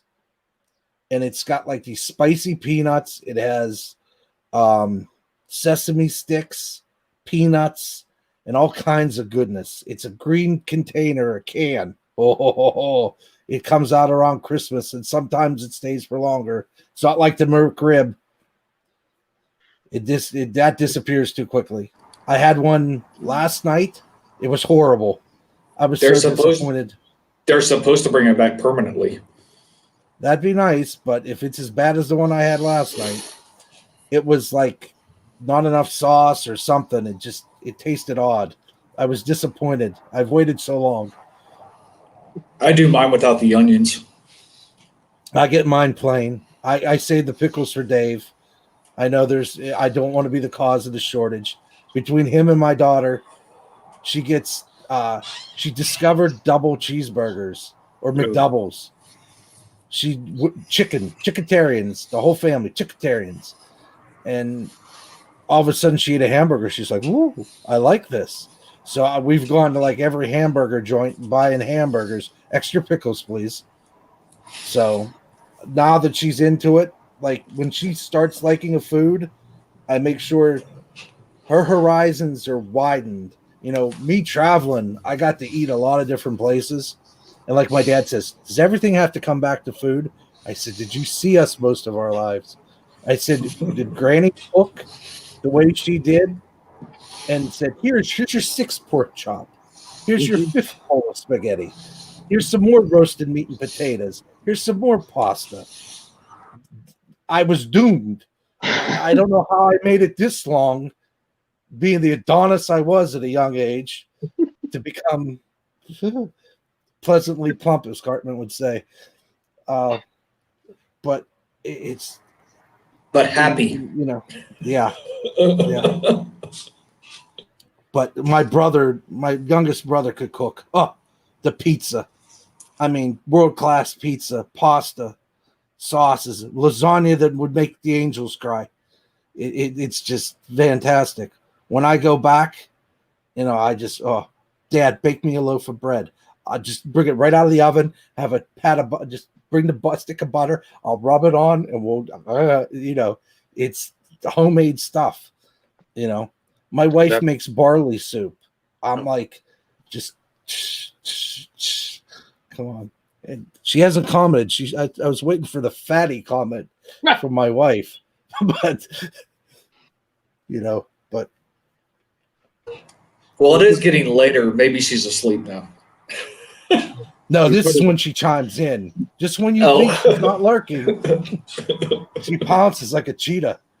Yeah, that's what we did this week. And Tristan and we baked bread, made cookies. I made chicken noodle soup, which is just, again, I'll put that up against anyone's chicken noodle soup because it's heavy with vegetables. And I don't use like the regular, I'm trying to think. I can't even the cremette, like those kind of egg noodles. I'll use like a thicker egg noodle where it won't just sap up all the broth. And then my chili. That's my chicken noodle soup and my chili. I'm not confident in a lot of other stuff. I will put those against anybody's out there, and I will make sure that it's perfect every time. And people from work, I made the error twice of making huge because I make the big cauldron of it because it's like, oh, here's for the one. It's like it's a tailgate type recipe. So it's like, oh, just do this, and I double the recipe. So I got the fucking huge cauldron. It's all the way to the top, basically. And so I'm like, I'm not going to eat 15 pounds of chili. I'll have 4 of those pounds, and then maybe a pound and a half or 2 of cornbread. But so I gave some to the people at work, and they're just cornbread. Like, motherfuckers. They're just like, when are you going to make that chili again? When are you going to make that chili? Are you going to make that chili anytime soon? Are you going to make enough for everybody? $5. My wife used to make, she used to work at the same place as me. So there's this guy there that said, hey, we're having a potluck next week. Is the wife going to make those cheesy potatoes? I said, I'll see what I can do. So she makes 2 trays of them. We're all getting, I don't want to say the blessing, but the speech from, this is probably, had to be like 7 or 8 years ago. And he's in the back here. And he looks at me, he goes, she make the potatoes. Oh, yeah, they're all. I said, that table over there. President of the company talking, or whatever he was, talking. He's scooting around this table, scooting around that table. I'm like, wow.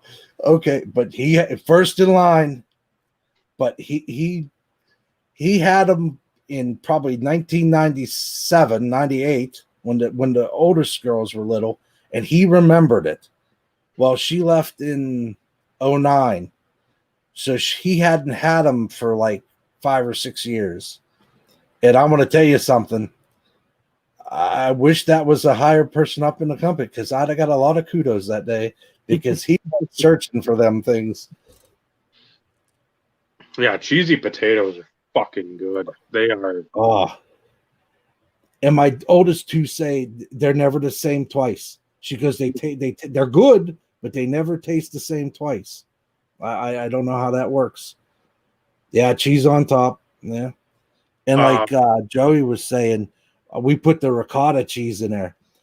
And if my wife still listens, this should be good. So my brother goes to me. She doesn't like ricotta. I said, no, don't put it in the lasagna. He goes, I'll put it in. She'll never know. So he just, he puts it in a way you can't tell.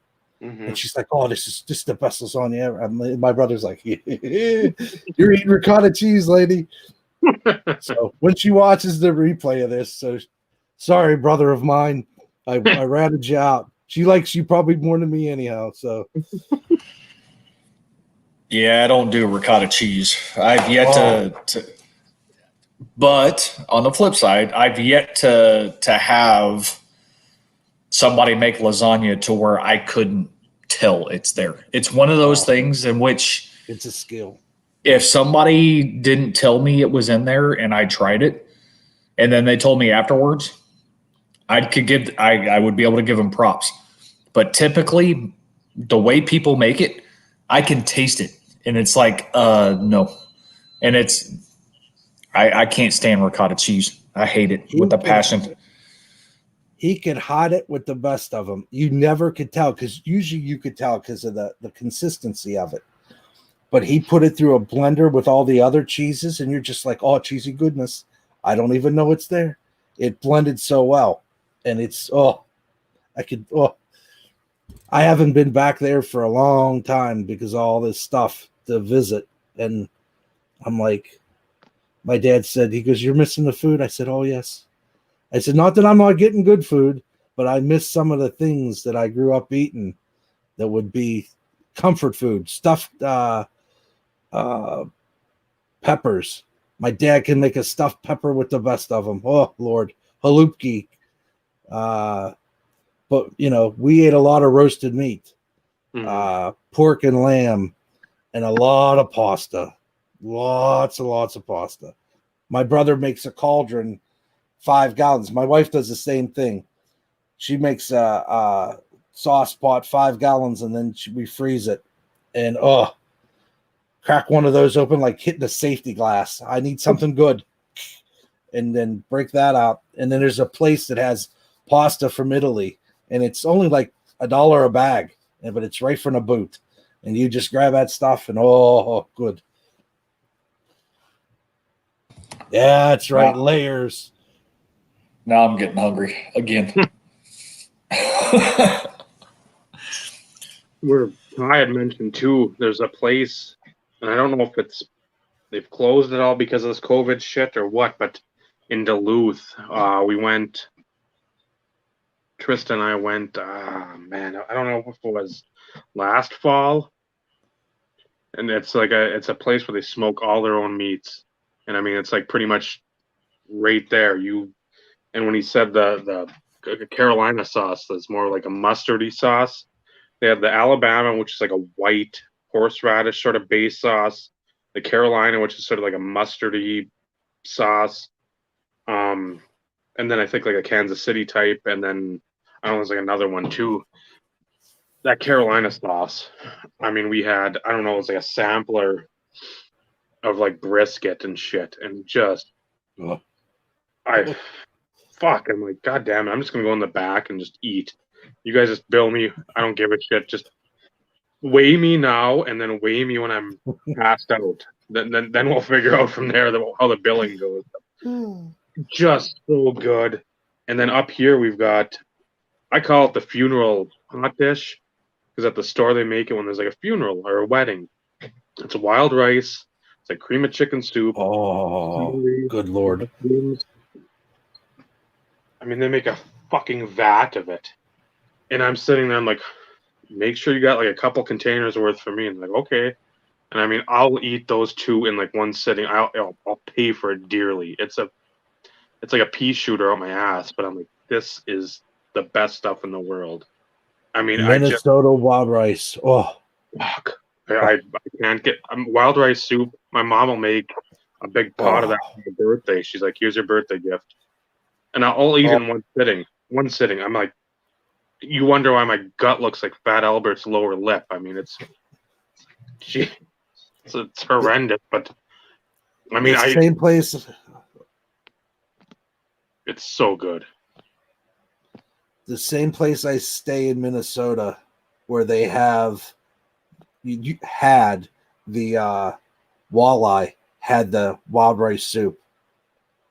Oh, so they switched over to the Mexican restaurant. Well, the hotel I stay at hired the guy that made the soup. So I'm friends with all. I don't partake much in the fizzy pops, as you would call them, but I go down to the bar because I know all the bartenders, I know all the staff at the place, I know all the kitchen people. I stay here frequently, so they know Vinny. And the guy goes to me, "Hey," I was like, "What's going on?" He's like, "They got the soup." I said, where's it? I didn't see it on the placard. I walked through, I looked for it. He goes, Tuesday night. I said, just save me like 6 bowls of it. Charge my room, do what you need to do, just have a lot of it left. Because I'm probably not going to be here till 7 o'clock. And by that time, usually it's gone. You just make sure there's some. I come in there, rolled in there like 7:30. I said, you got it? He's like, I got this. I'm like, oh, okay. It's like the episode from Seinfeld. I'm like, oh, just keep bringing it. Just keep bringing it. Oh, that soup. My wife even remembers it when she used to travel there too.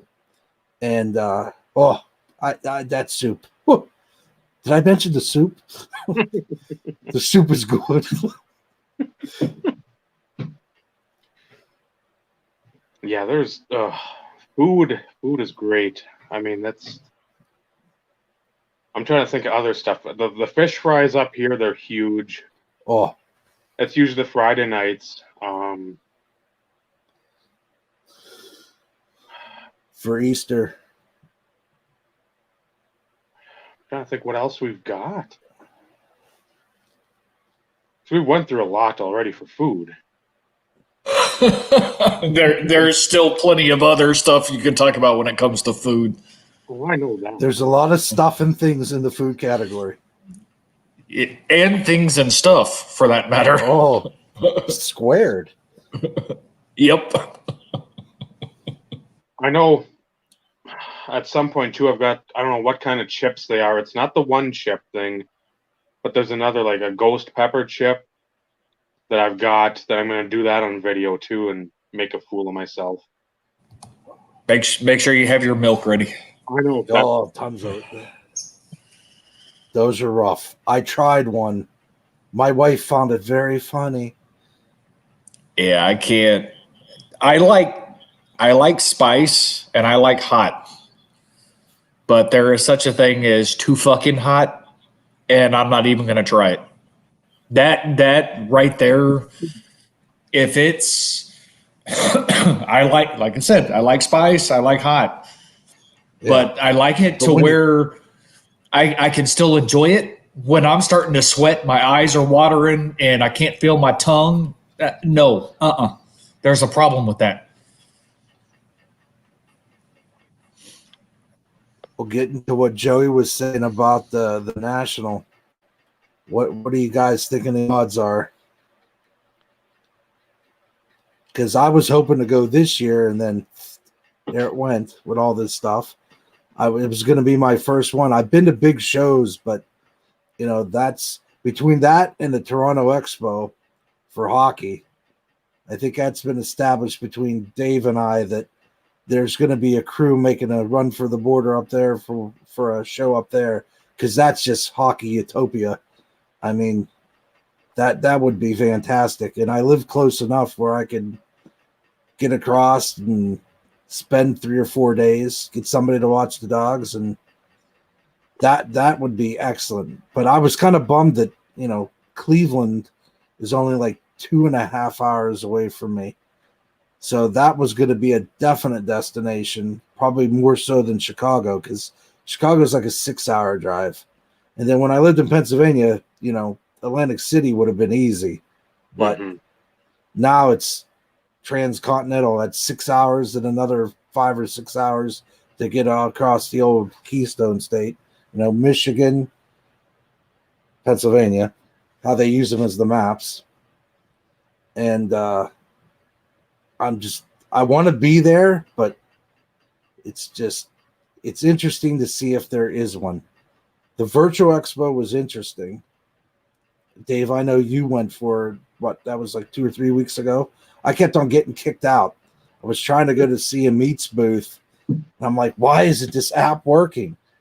Well, it had me logged in twice. So on another screen, everything was fine, but the screen I was on, it didn't work. So I was in there twice, and that's why I couldn't get back in. Then when I finally realized that it was like 5 o'clock and it was over on Sunday. But that, you know, I'm hoping it happens, even if I don't get to go, just to see the stories and everything that comes out of it, you know. And I think somewhere Michael Shane, who's a Johnny Bench, Hank Greenberg collector on here, he had posted, I think, on Facebook that some of that stuff's already starting to book up for hell. Because I'm like, man, you're talking, 8 months out, basically, a little under 8 months out, which is about 2.5, 3 months, because I usually be like the beginning of March, you'd start hearing like, okay, the stuff like right across the streets filling up. Better get there now. And it's like, man, you got stuff that's filling up before Christmas. You must have a lot of people with a lot of money and not many family members, because Christmas is coming. And you can't be like, oh, well, I'm going to, and again, I know they don't charge, I don't think in full now, but at the same time, you got to have something down. And if you're going Wednesday through Saturday or Sunday, whatever it may be, that's a healthy chunk of money you're gonna have to have down. So I hope it happens. I want it to happen. I don't think the expo in May will happen. No. Because Toronto or Canada is just being more vigilant with all of what they're doing. US is just sort of, I don't know, haphazard with it.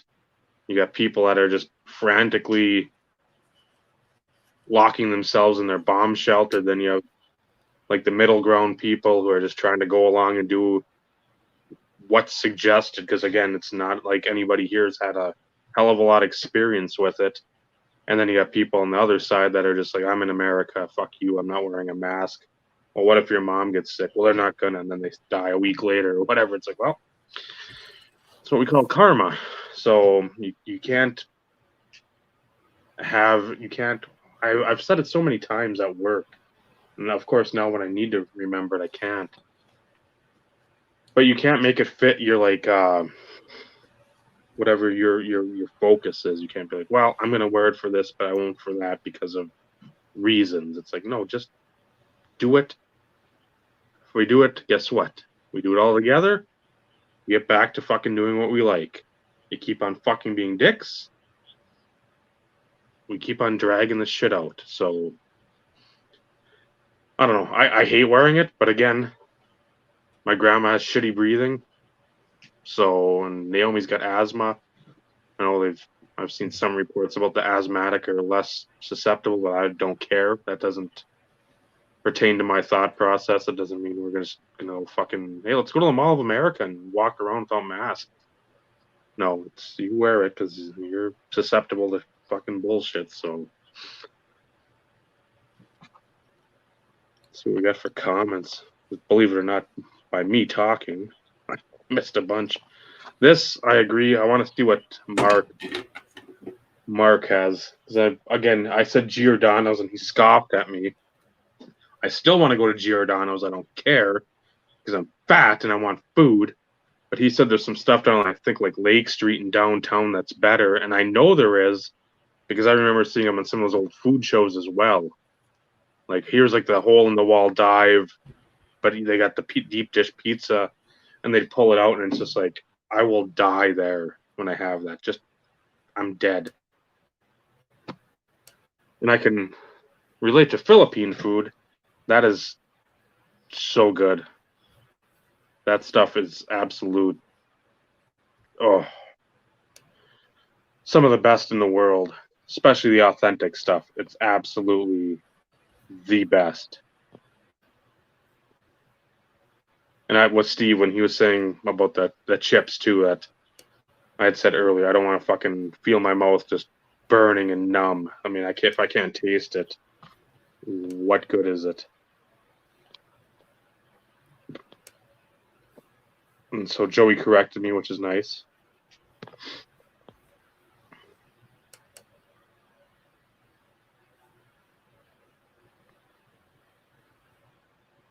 I think it might go Dallas. At some point, it's going to have to. Because you got Panini, you got PSA. I'm trying to think who else is down that way, but you've got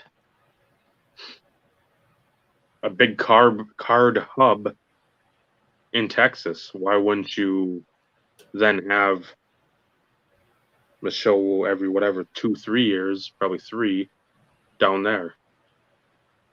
Because I don't think you're ever going to go back to the West Coast.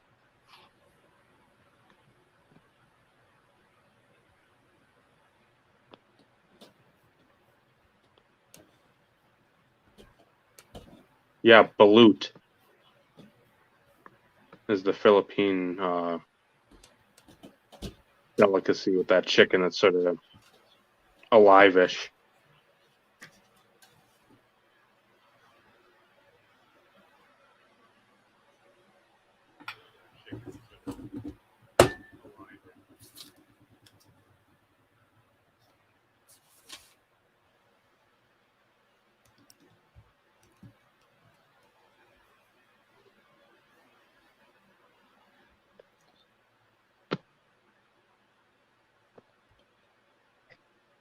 That would be the only bad part.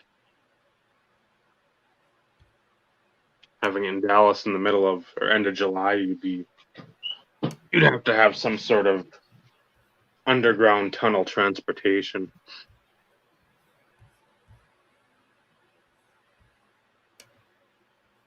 And then all the scorpions and snakes and tarantulas or whatever.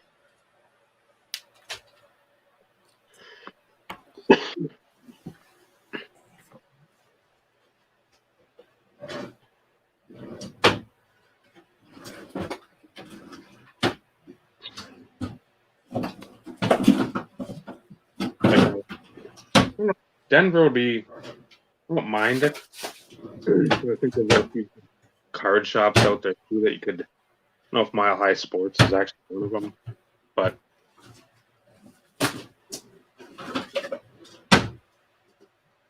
I know it's been said with like, yeah, Atlantic City doesn't, it's got the gambling aspect too, but if you go to Vegas, that's a lot more gambling situation to indulge yourself. So I don't know if that'd work well. Vegas really isn't one I care to go to, but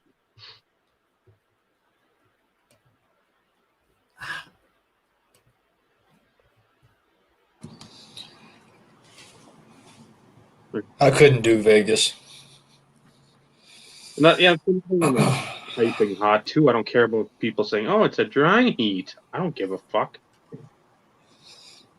I swear. Look, it gets 120 degrees in Arizona. It's a dry heat, but it's fucking hot. Yeah, Omaha would be nice. Again, for me, it'd be great because let's say there's a national going on. If you got like a tornado warning, I'm gonna go find a tornado chaser and I'm gonna go with them and See if we can find a tornado. That's what I'm about. Had to go wired. Just think, a podcast lasted longer than earbuds. Never on the Insert Revolution podcast. 'Cause Then I, if that was on your bingo card, you won. yeah, jeez. Then I plug it into this microphone that I bought, and it's up so loud it almost cracks my eardrums. I'm like, good Lord. I have like 6 sets of these things. I take everybody's hand-me-downs, and I'm trying to do it on Bluetooth. I got these, nothing.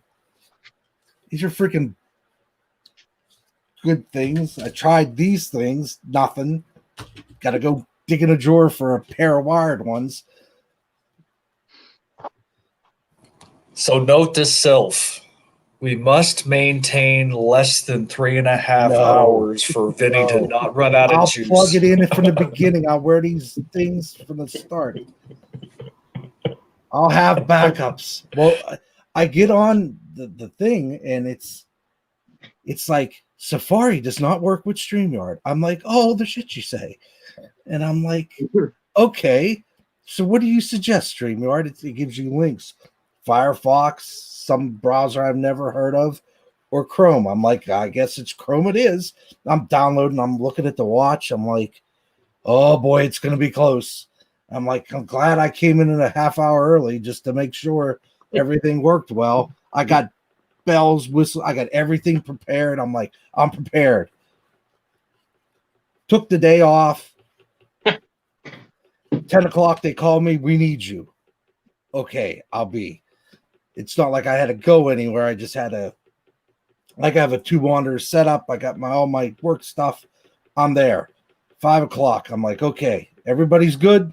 I'm leaving now. Get everything set up, put the cards out.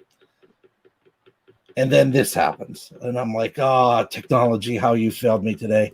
It's got to go back to Thunderdome.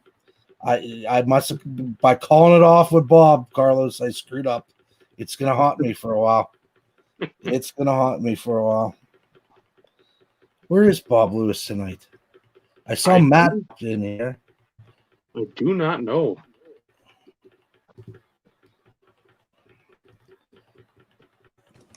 He's tired of us. Yeah, we can't be tired of Bob. Trying to look at something. No, I said he's tired of us. Yeah. Not we're tired of him. He's tired of us. Well, that's a possibility. And then he heard I was coming. Ugh! Really scared him out of his wits. There could be one Pennsylvanian on the podcast at a time. There you go, Ed. There you go. I'm surprised my boys aren't clawing at the door. I've been down here for 3.5 hours. It's like I disappear off the earth, and then when I come up the stairs, he's back. So they're This is Charlie. Charlie. Yep. He's the boxer healer mix. A rescue. Yeah, same with mine. I rescued a lot of them. My daughter's got 3. My other daughter's got 1. We rescued him. He wasn't going to make it. We bottle fed him till he's now, we call him Fatter. His name's Taz. He's now a big old pit bull. And then found my other daughter's dog. We were at a store and I saw her, and she was graduating high school, and she's like, I want a dog. I'm like, I don't need another dog. And I told her about this dog that me and the wife saw. She's like, oh, that'd be great. My wife's like, I'm like, okay. So I go back out with her, and we're driving around, and I'm like, look, she's not here. Then out of the corner of my eye, I see her over at the pet store carrying this dog. I'm like, and my daughter's shedding a tear, and I'm like, oh, I can't. She's over there. I just saw her pull into the Petco, PetSmart, Pet Emporium, whatever it is. So then 5 weeks later, we got her. So, and then she moved out. She got another one. And then 6 months later, she got another one. I'm like, so when they come or they go anywhere, they drop them off here. I had 2 of my own. And I have my youngest daughter. Well, I need a dog. You and mom have a dog. No. So my wife meets this nice Amish couple from Ohio that has a dog that she would enjoy to have. So we go to Ohio last year, and there we go. We have Galaxy, the Pomeranian Husky mix. So we went there and grabbed him. So now I have 3. Then when I have all of them, I have 6. And possibly 7 if the other one comes. It's Ed Westerger's utopia of dogs, and they're all great dogs. So, but I rescued my first one 10 years ago. He's been with me since I moved here. Got him New Year's Eve 2010, and Australian Shepherd, and he's me and a dog, as my wife says. And then the Husky who argues with everybody, that's her and a dog.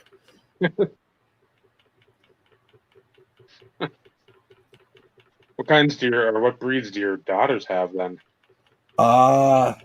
So Pitbull, Taz, Okay. and then Nala is a Shepherd Husky Lab mix. She has a blue tick hound and Golden Lab, I think. Yeah. Lab or Retriever. Gunner. He's a big old boy. And then I have my Shepherd, my Husky, and then a Pomsky. And then I lost a dog when I first moved here. She passed away in 2012. But there we go. 2 of them. Yeah, the black one's a lab pit mix. Gotcha. But He's old. He's old, man. I'm better for them. They make my life. They're the highlights of my day. When I come upstairs, where have you been? I'm glad to see you. Things are better now. And they know how to open and shut the door. The back door has a handle where it's up and down. So they hit the handle, put their body weight into it, and they open it.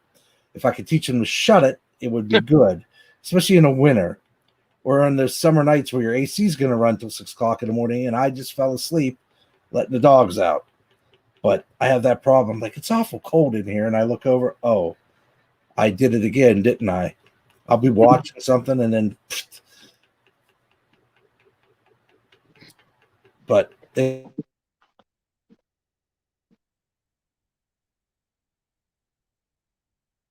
bring me.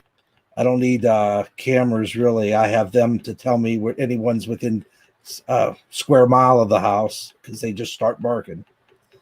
So, Yeah, that's one thing.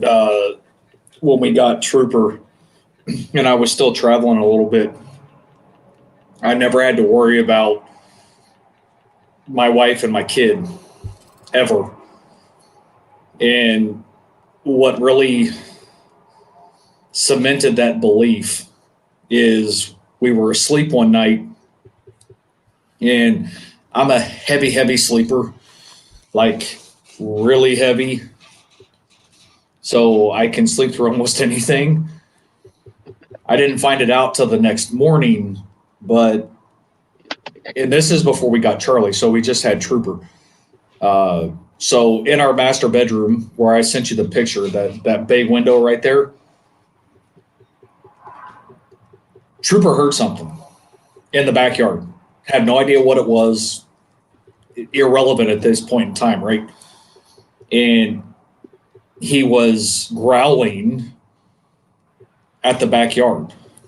And it woke my wife up. And as she was trying to get near the blinds to like check or whatever, he was in the middle of the window and her and kept pushing her away from the window. So whatever it was, he wanted her to have nothing to do with it. So ever since then, when I travel for work, I never have to worry about their security because I know these, now that we also have Charlie, I know these dogs would just rip into somebody. Well, the husky, he's about 100 pounds. His name's Ghost. We got him as a rescue. My oldest daughter calls me, middle of the day, it was Halloween, calls me on my work phone. I'm like, she didn't call. Oh dear. So I go out of the meeting, run out of the conference room. I'm like, what's going on? Everything okay? She's like, remember that dog when we were supposed to get as a puppy? I'm like, yes. Mom says we can't get him, but they're going to kill him. They're going to send him to it's not going to be good. I'm like, is it the husky? And she's like, yeah. I'm like, what did your mom say? No. But please, they're going to kill him. I'm like, they're going to take him to a shelter. He's not going to live, yada, yada. I'm like, go get him. Just go get him. So he shows up and he's just argumentative. They beat the snot out of him or something. I don't know what they did to him. He was just, I don't know what happened, but he's skitterish. But now he's 100 pounds and he's snow white. He's got these opaque eyes. They're crystal blue. So when the light hits them, they glow red. He looks like a demon. So he perches like a cat. So he sits on the back of the couch like a cat with his tail swinging back and forth like one of those clocks. And he sits in the window. We have this big window. So people came up to the house one night and clipboards and all that. And they looked in the window and I'm like, oh, this should be interesting. And they caught a glimpse of him. And I opened the door. I said, hi, what Patel do you want? Oh, no, wrong house. I'm like, uh-huh. Okay, bye-bye. So he's a handful, but my dad calls him Snowball, which is it's not his name, it's Ghost, but Dryden is my Australian Shepherd, the brown dog, if you saw him on Instagram. And he's my watchdog. He barks, and then the other one's there for the muscle.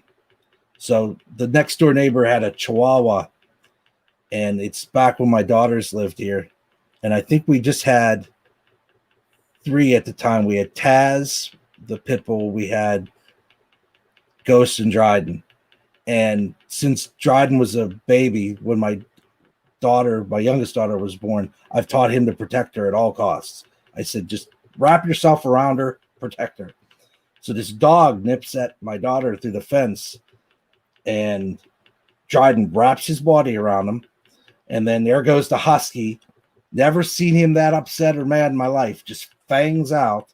And then there comes Taz, because he's a little potbelly guy. Boom, boom, boom. Well, hey, boy, guys, wait for me. I'm going to get in this fight. Boom, boom, boom, boom.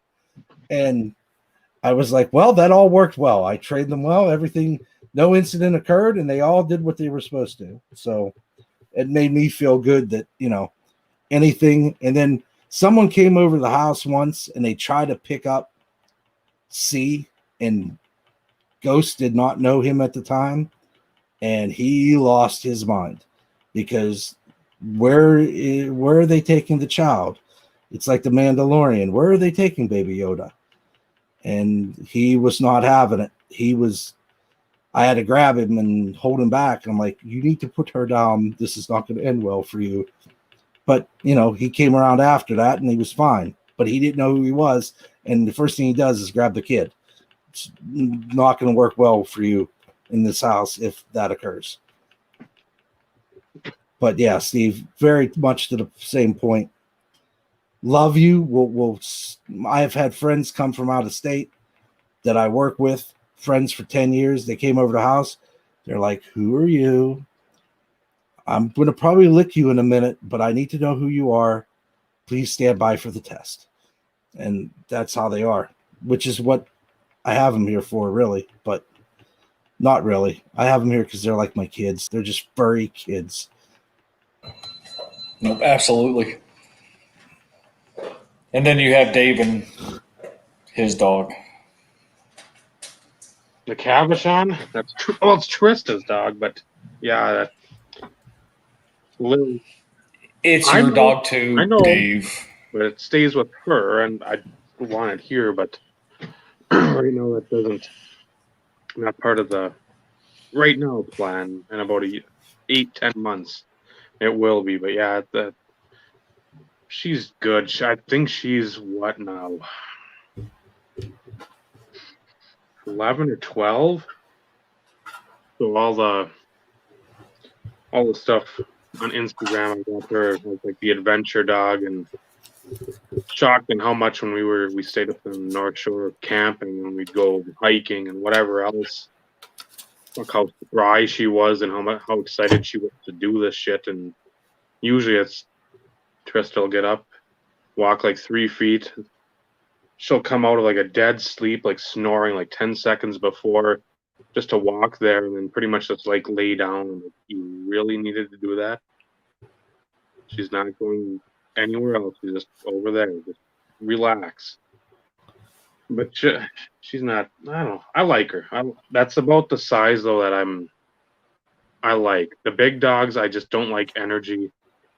I like them like me, where it's just like you want to be petted? Come over here.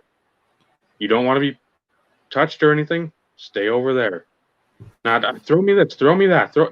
No.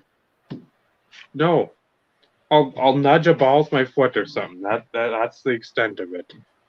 Or unless I want to see something stupid where I'm like I can set it up where if I throw this, you're gonna go crashing into the wall. Get some amusement out of it.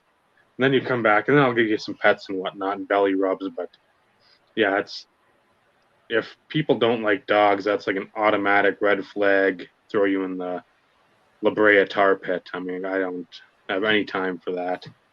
Because if I see like corgis, those are my dogs. At some point I will own a horde of corgis.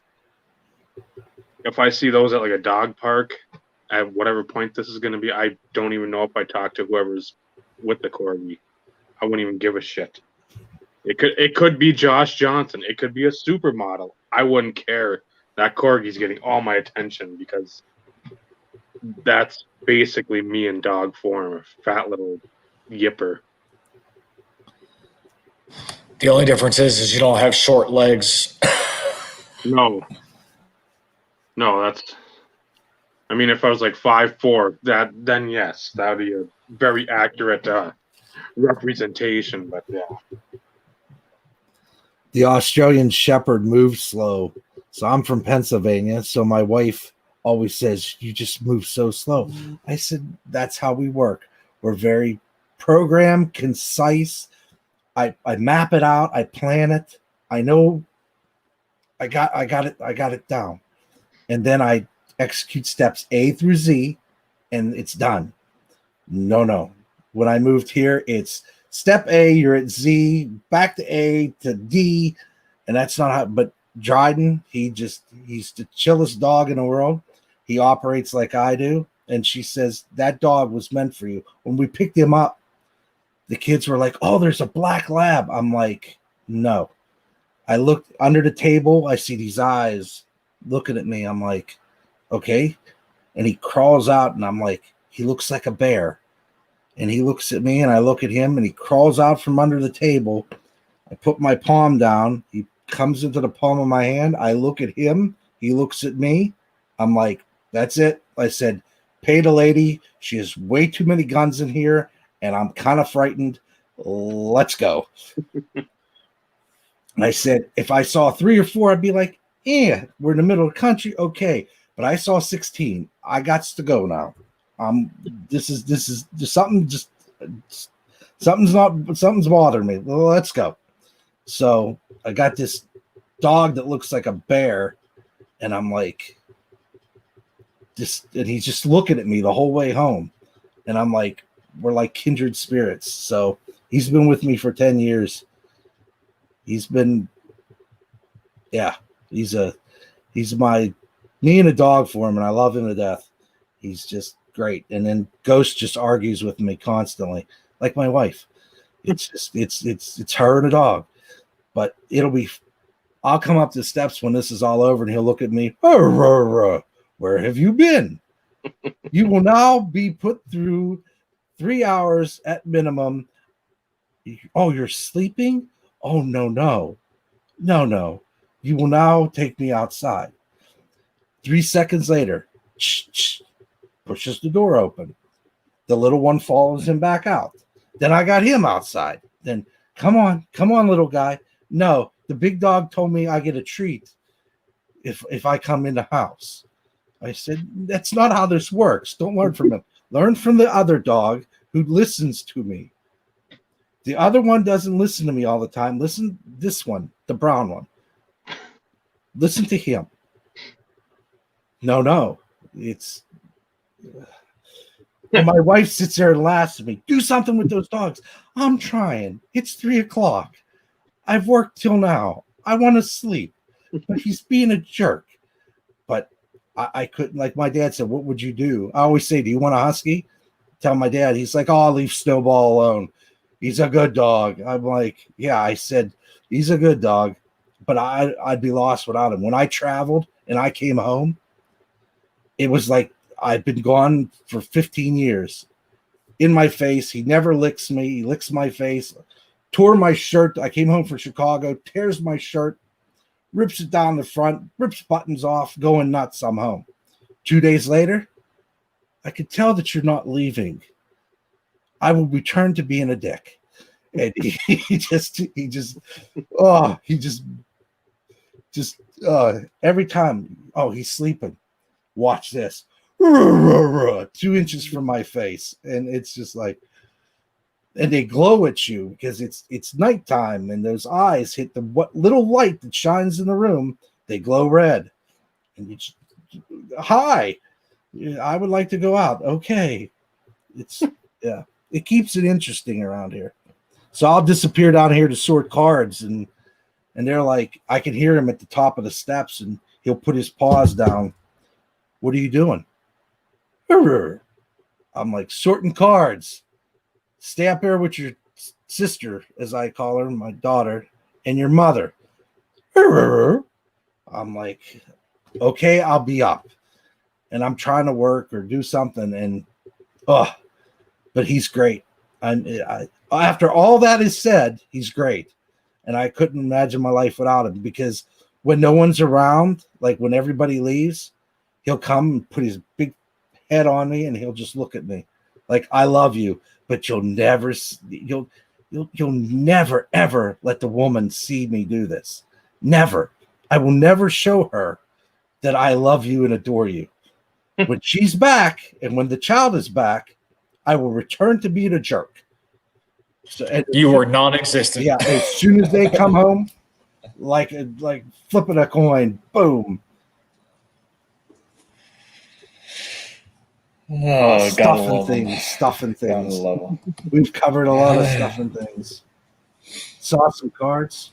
Yeah, well, that's the joys of not having any topics of conversation. This is the greatest podcast ever.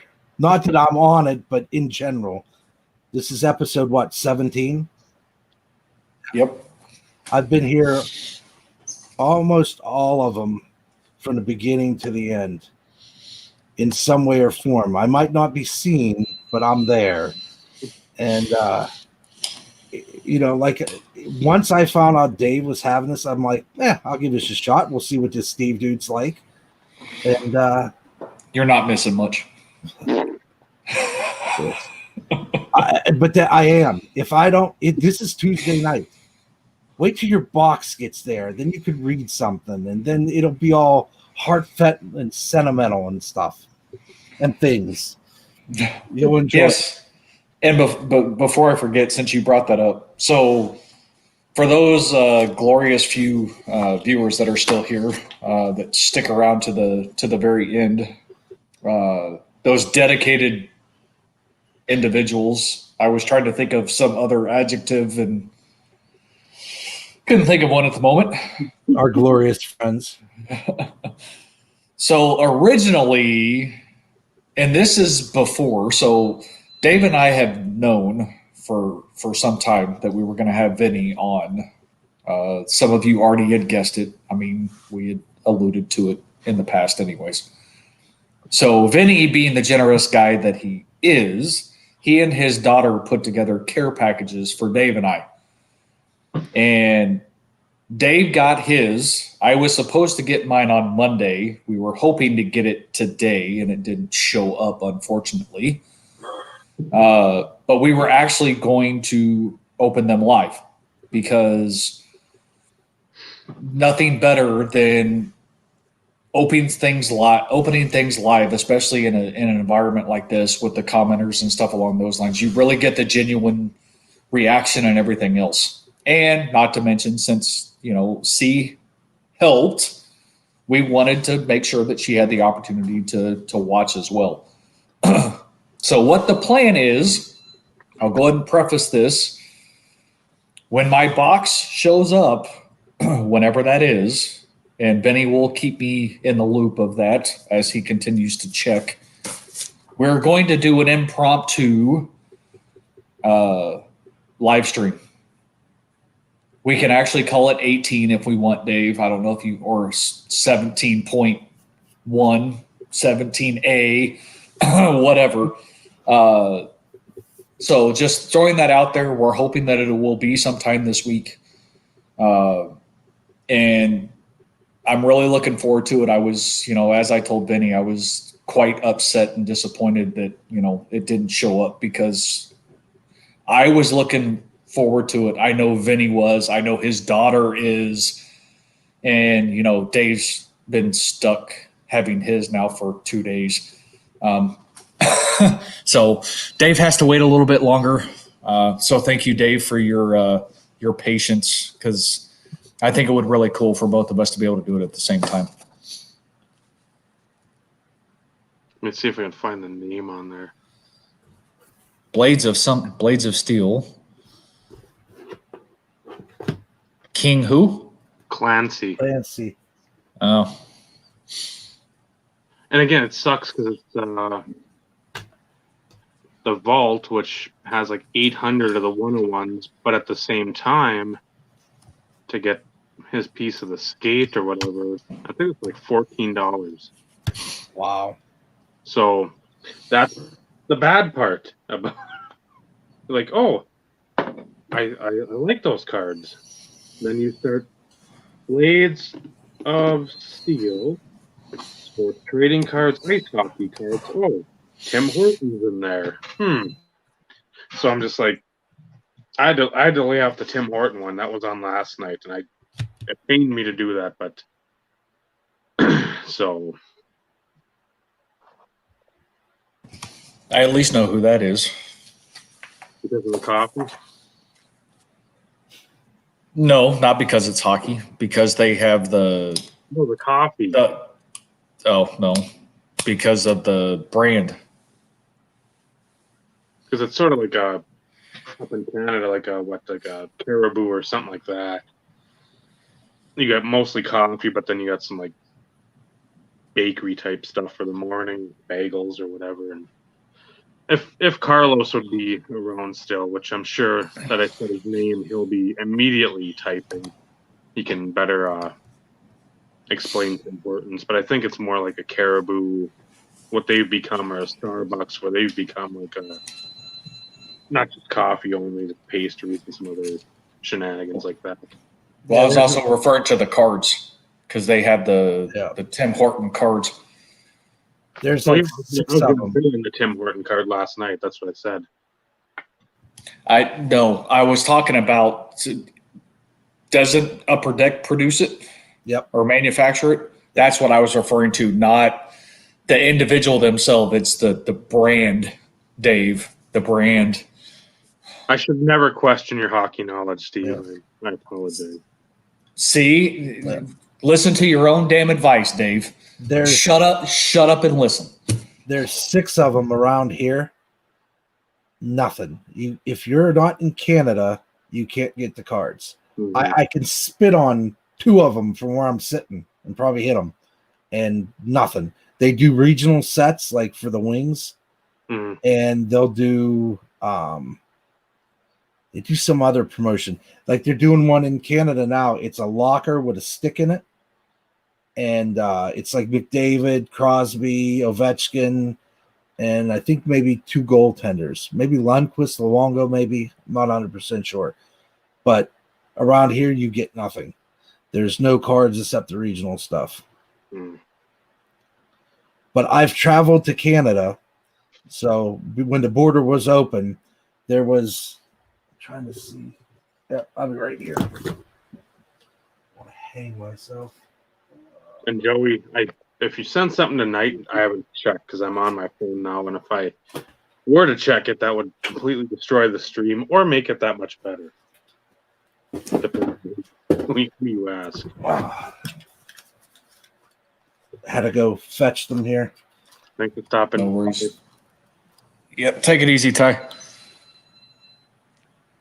This was Canadian Tire, which is up in Canada, coast to coast. It's it's Upper Deck OPG. So I saw this set online. I'm like, I will complete this set, and I will buy it in boxes and complete it from packs. Then I found out it's only in Canada, but I was past the point of commitment. So we're driving to the border, and my daughter had won her soccer tournament and killed it in school, and everything was good. So we said, we're going to Canada to Toys R Us.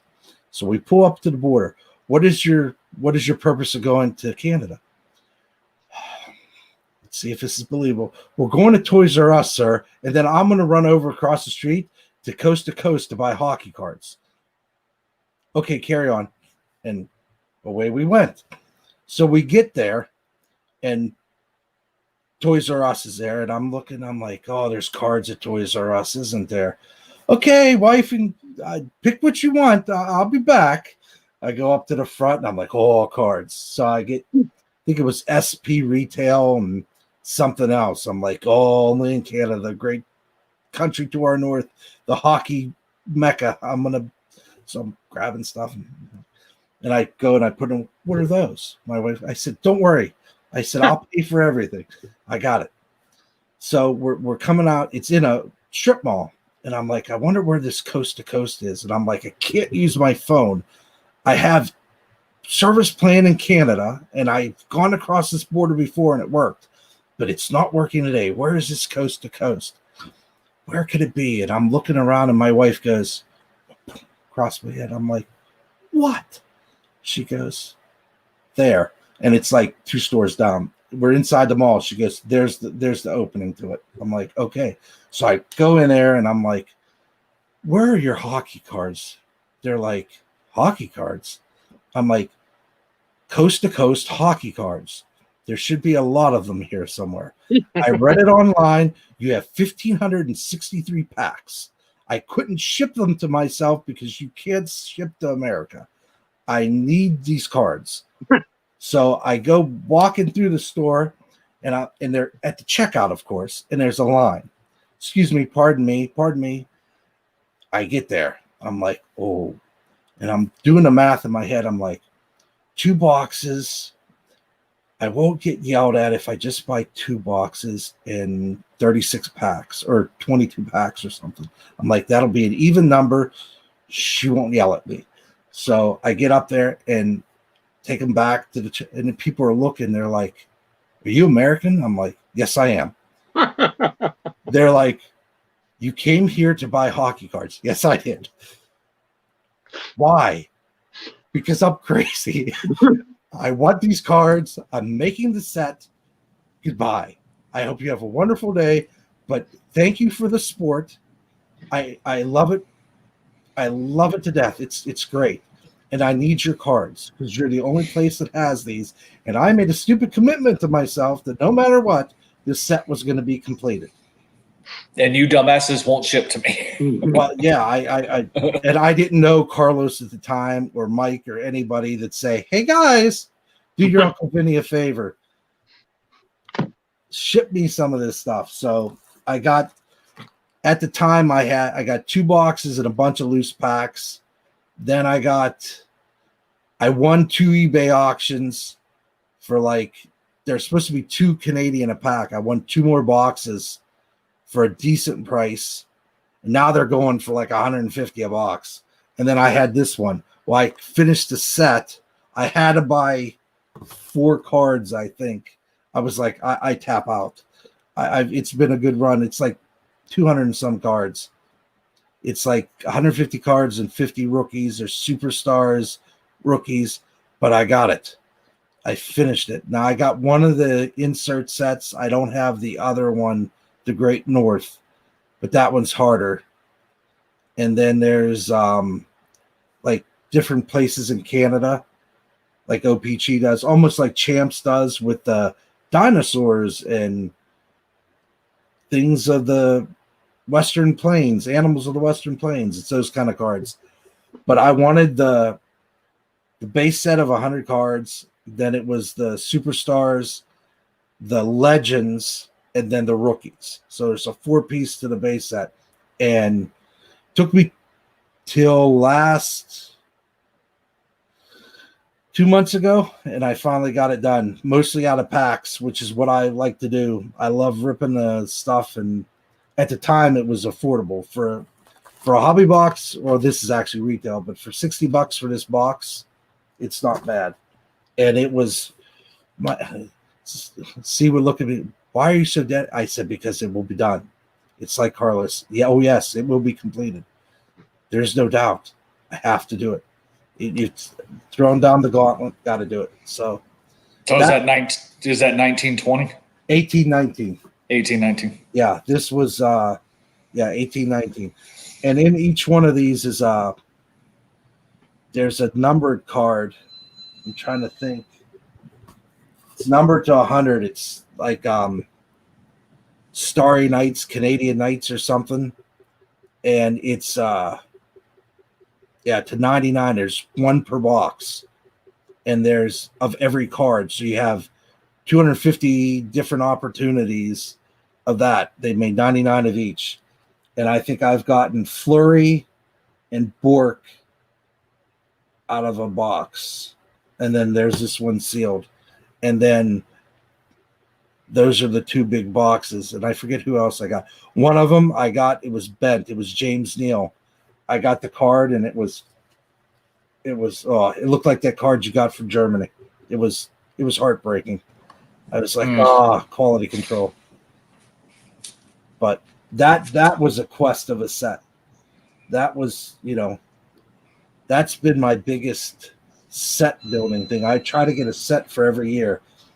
I don't think they're doing it for 1920. I never saw it come out, probably because of all the stuff that went on. But if they do it again and I could get it, I probably do it again. So when I start making videos, I will showcase it. Now that you've made your debut, you know what to expect. You should feel comfortable doing it. Yeah, this helped. I got to figure out all the make this not the kids and all that stuff. That's the stuff that I want to figure out, and then how to upload and all that. I'll read some tutorials, ask you guys a ton of questions, and then upload's easy. Yeah. I'll film it on my phone or use a camera or something. And yeah, if you use it on your phone, it's super easy. Yeah, that's what I'll probably do. I mean, you just go to your camera, record the video. Then when you go to YouTube, you see like on the top part of it, I think there's like a little camera icon. You tap that, and I think it says either go live or upload. I've seen that. Then you go to upload, and then you pick from your gallery or whatever it is. Boom. And then I think it's the COPA thing or the whatever. Is this video suitable for children or something? And there's like 2 questions. Then you type in the title or whatever you put, and then upload, and then just wait. Gotcha. Yeah, it's for somebody who's not technologically savvy like me. It's simple. I used to be, but sometimes things pass me up because I'm worried about something else. And this that I really want to do and figure out. And I would have probably, I was all jonesed about this a year ago. Then the code thing came out. And I'm sort of like Ray from Philly. I worry about that kind of stuff because it'll be my dumb luck that I'm the guy that algorithm 6.72, Vinny. And then I'm the guy that my wife, they're calling for you. You put some video on YouTube? Of course I did. And that'll be the time that it goes because she loves it. She watches all kinds of stuff on there, educational stuff, kids playing video games, all kinds of stuff. I have to watch the YouTubes with kids. Now she figured out on her own, she's 9, she figures out how to put it on the TV, get everything she wants, but I can't figure this out. But she's 9. She's like, Dad, it's easy. Just go here, this button here.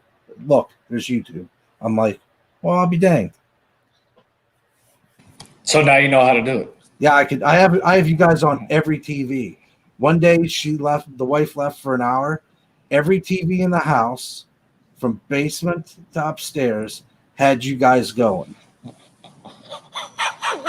And and then the next time I think I had I was trying to find longer videos. So I had Mike O on in one room.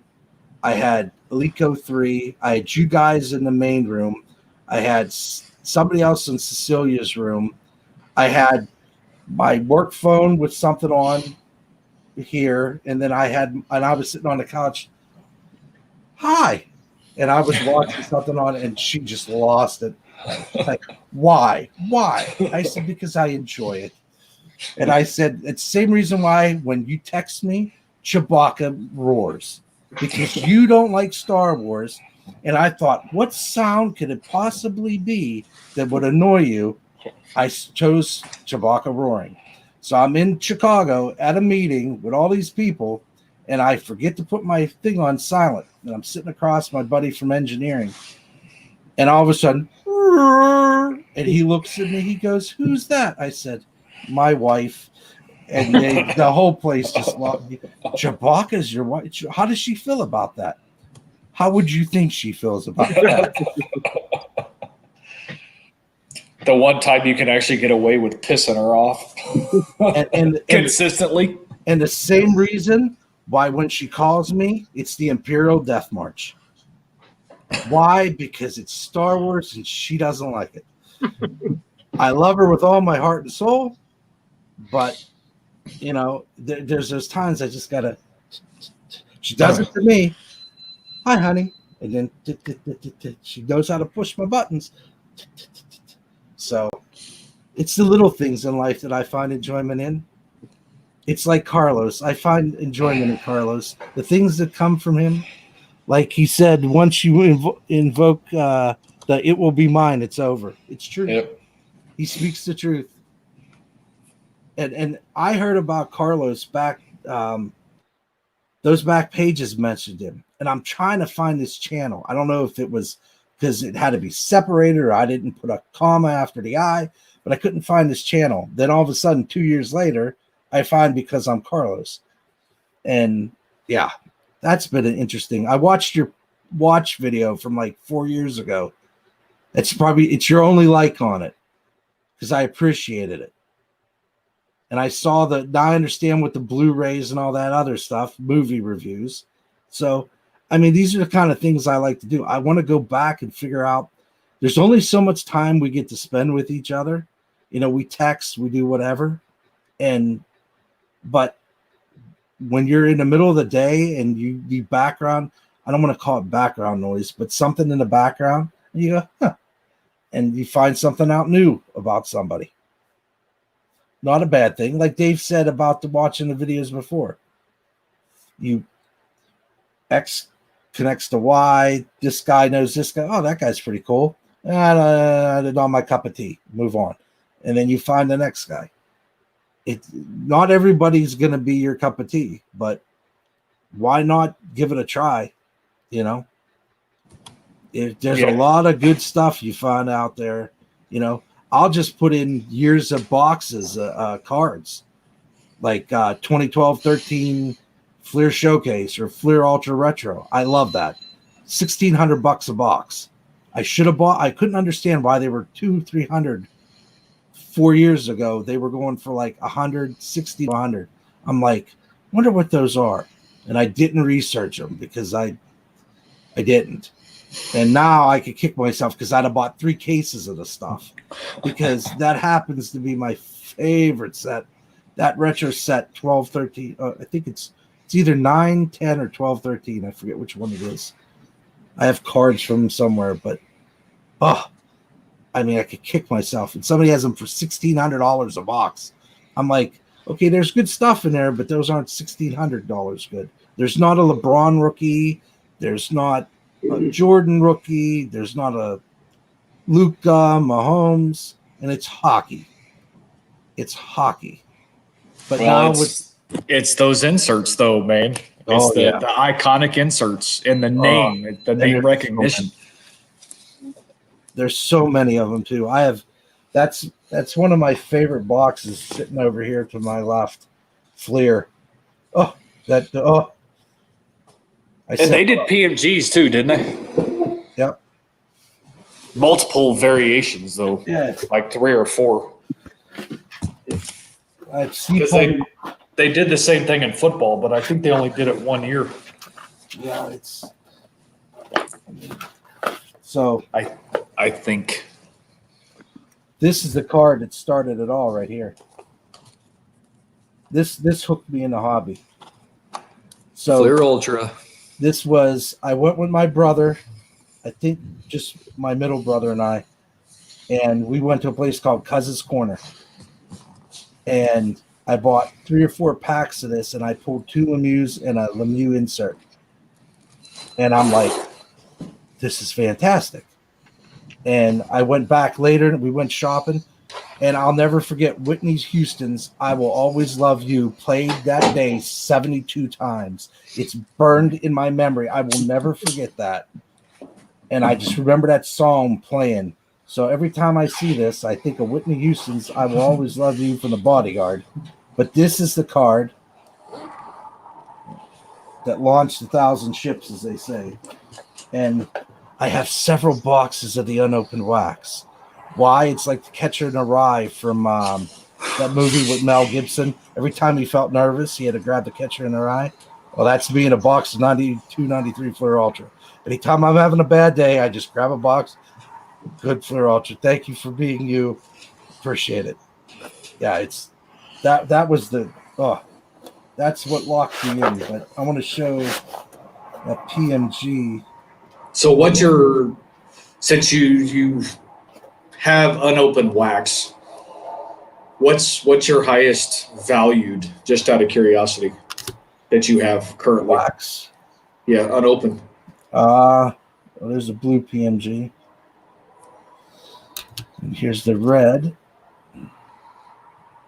So pretty. These $12, $20. Not to talk about prices, but when I got these, and I didn't know what they were. I hadn't gotten my Beckett Bible. I was like, they're pretty, they shine. I like them. I will take them. And I'm like, that seems to be an honest price. I don't know what PMG is, but that's that looks good. Let me try not to hang myself again. I went from wireless to wired, so this is difficult.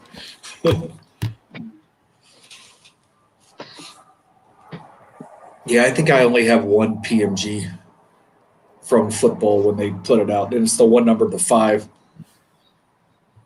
See, I don't know if I've got anything Doug Mart. I might have something that year, but thankfully Amaro wasn't in 14. Dave, are your subcockles ready?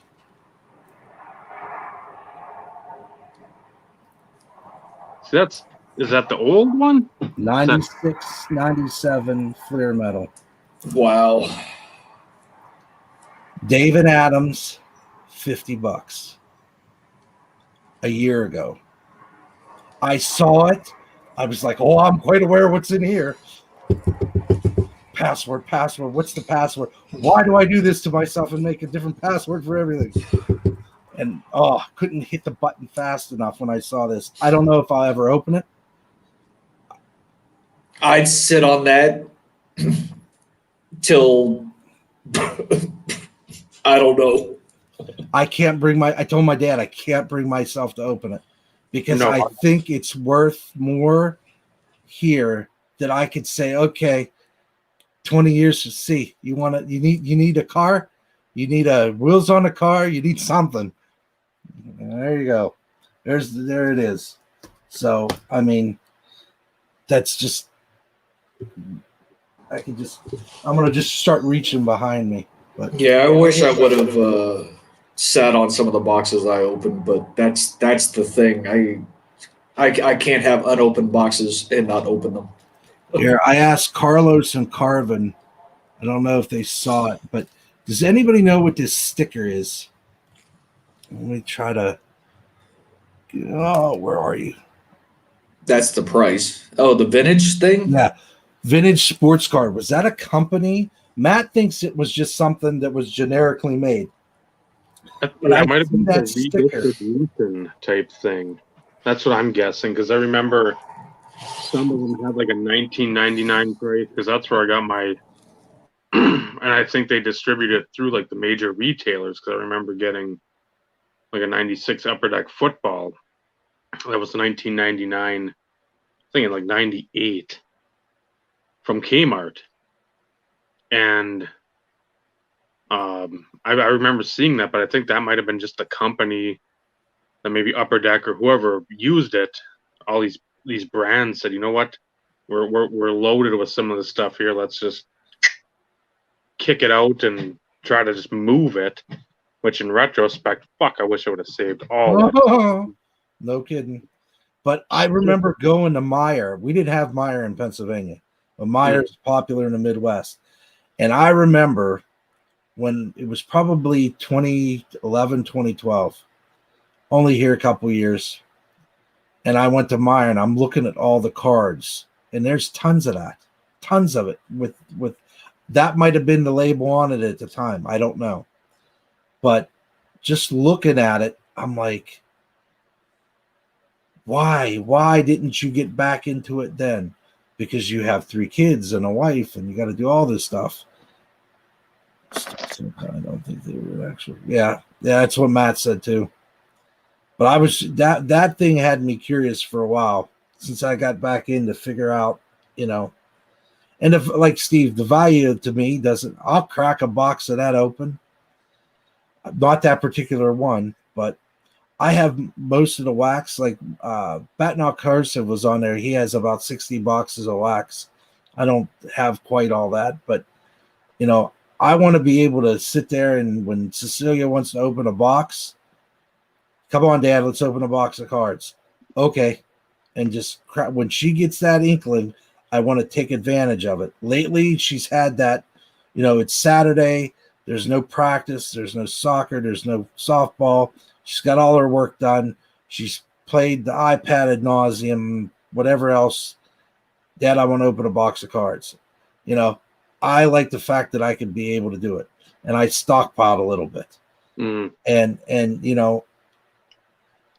I hate to see people not able to do that kind of stuff with their kids. And if I knew somebody was out there that needed it, I'd send them a box, Like I knew Matt was hunting for Tebow, his rookie.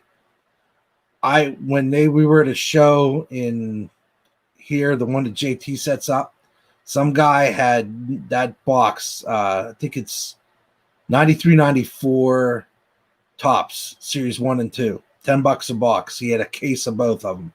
I said, what would you do for both cases? He said $100. I'm like, there, give me them.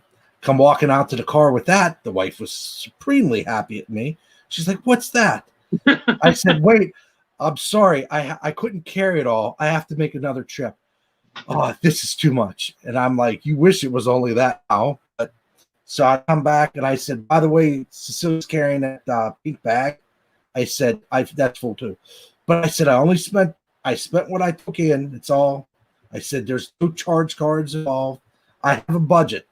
I set a budget for a month, and I've watched cards go by. I said no.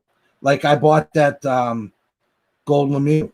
I was like, that's a chunk of the budget. Now you gotta stick to the budget. And wonder if the dryer needs something. And that comes out of my petty cash fund. And that's why I think about it. And that's sometimes I think, what could I sell? I've gone to places and I've had cards with me, and I've traded to get stuff I want. And they're like, "You're really going to trade that for this here?" I'm like, "Yeah, I don't care about." I have a Patrick Mahomes rookie. I have one. I have it, so that's good for me. I have several of them because I saved them. Like I said, cash or card currency. Those 4 Lemieux right there, I don't have. I would like them. And then I would like those 5 boxes of cards because that's what you're going to give me for them. That equals the value. Bada bing, here's your card. Bartering system. Thank you. And that's what I like to do, And those guys think I'm nuts because I'm going to give up a Patrick Mahomes rookie. I'm like, I don't collect him. I want a rookie card of him because I want to have him. I think he's an awesome player. I think he's an awesome human being. But frankly, I don't collect the guy. And I think in this stage of the game, when I get his cards, I keep them. But if somebody said I need that, I'll do it. I'm like, here. I had some Lamar card numbered to 20. I'm like, I walked around and was like, anybody want this? And that's before I knew who JT was, because I'd probably, if he could move it, I know he would do well with it. He'd be the first stop I would make. I'd say, here, what can you do with these? I think they would better serve you making money out there because this is what you do for a living.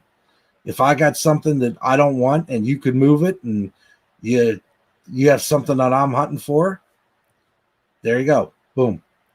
I'd like to see, Brian, B-Raw 6. He's another one that's into this now. If I had something that they could move and I didn't want it, I'd reach out to him and say, here, you think you can move this? We'll split it 50-50 or something of that nature.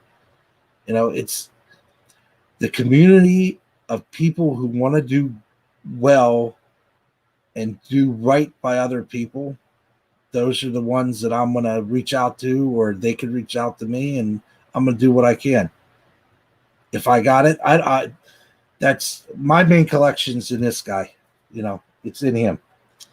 But if I pull a blaster and I get something good and somebody wants it and they could do well with it and I don't need it, I got a duplicate. It's all about, like when I was younger, it's duplication. Get the card to get a couple more, get rid of those to get something else you don't have. It's simple laws of card collecting. Not card investing, card collecting. Move what you can to get what you want. Try to help somebody out, and go from there. No, Vinny's not coming back on anymore. He's not on the hashtag invest. He's done. One and done. Vinny goes hard for 4 hours and 28 minutes, and there he goes. Take it off. Bye.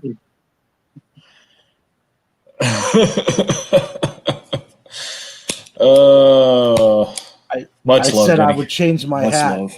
to mark the hours. And I was like, I got through all 5 hats. I said that was my goal.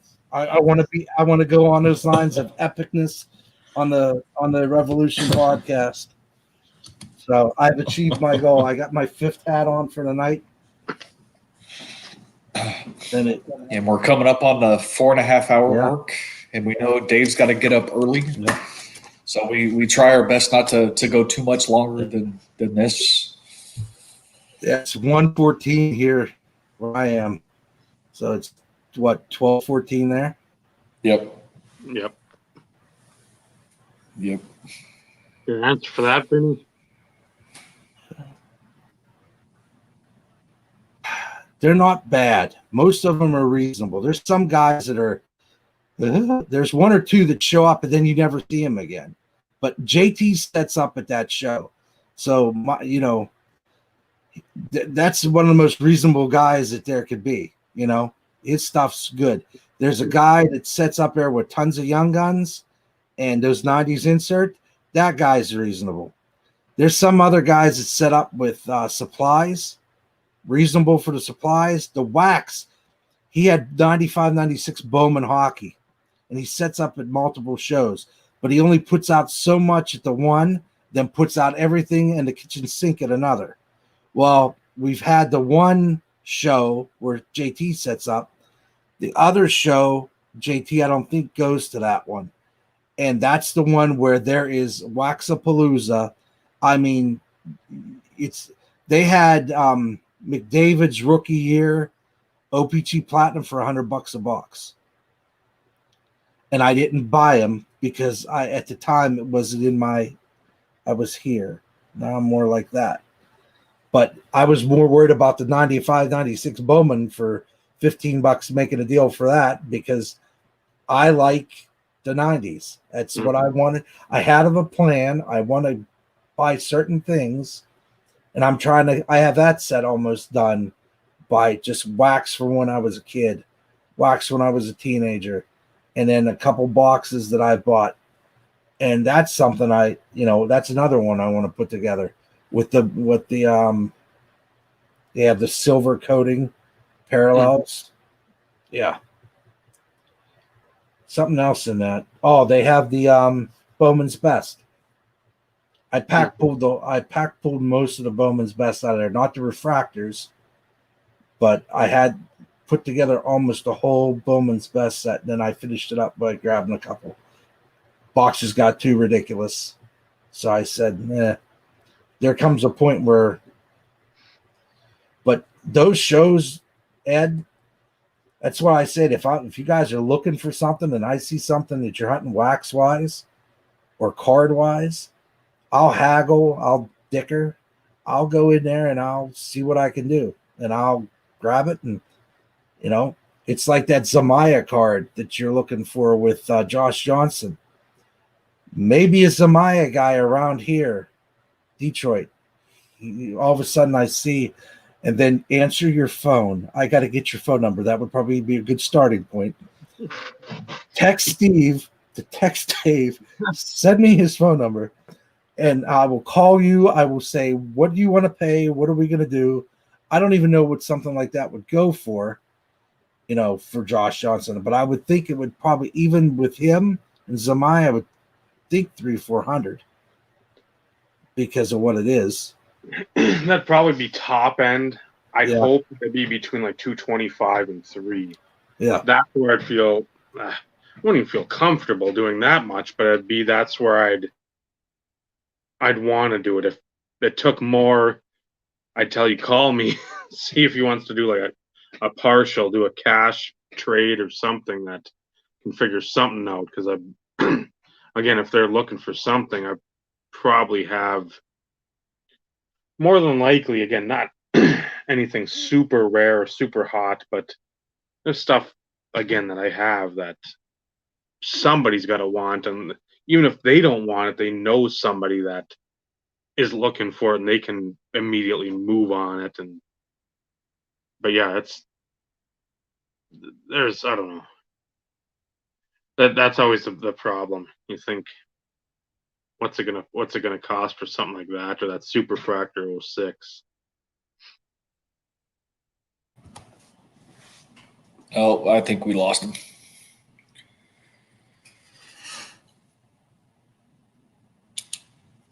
If, with your permission, Dave, I can send Vinny your number if you're good with that. No, don't do that. Mm-hmm. I'm still going to ask permission. I'm not going to ever assume. I know. Yeah, that's fine. We'll give him a few minutes just to see if he can come back real quick so we can actually sign off the correct way, because I'd like to be able to sign off with him on. Because it looked weird while you were talking. All of a sudden, it was like, did he freeze? Like, are you really listening that intently to what I have to say? Ooh, His internet connection must be worse than the Amish. which is shocking. This one hasn't been too bad. I know the time I was on with JT, it was shitty.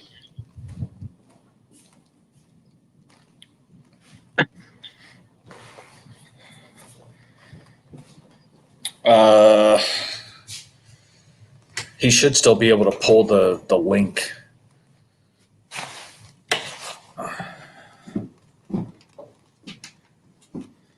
Yeah, there's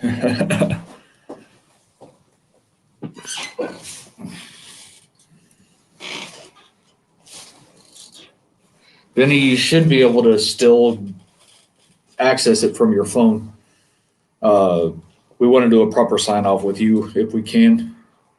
If not, that's fine too. I leave that up to you. yeah, 'cause you use the internet, or even if you went to the link that I sent them on Instagram. and then if you click on that link, and it's like open in new browser, something like that. So you can go there and think. That's what I've had to do for Carlos' show when we've spoken for a moment or two.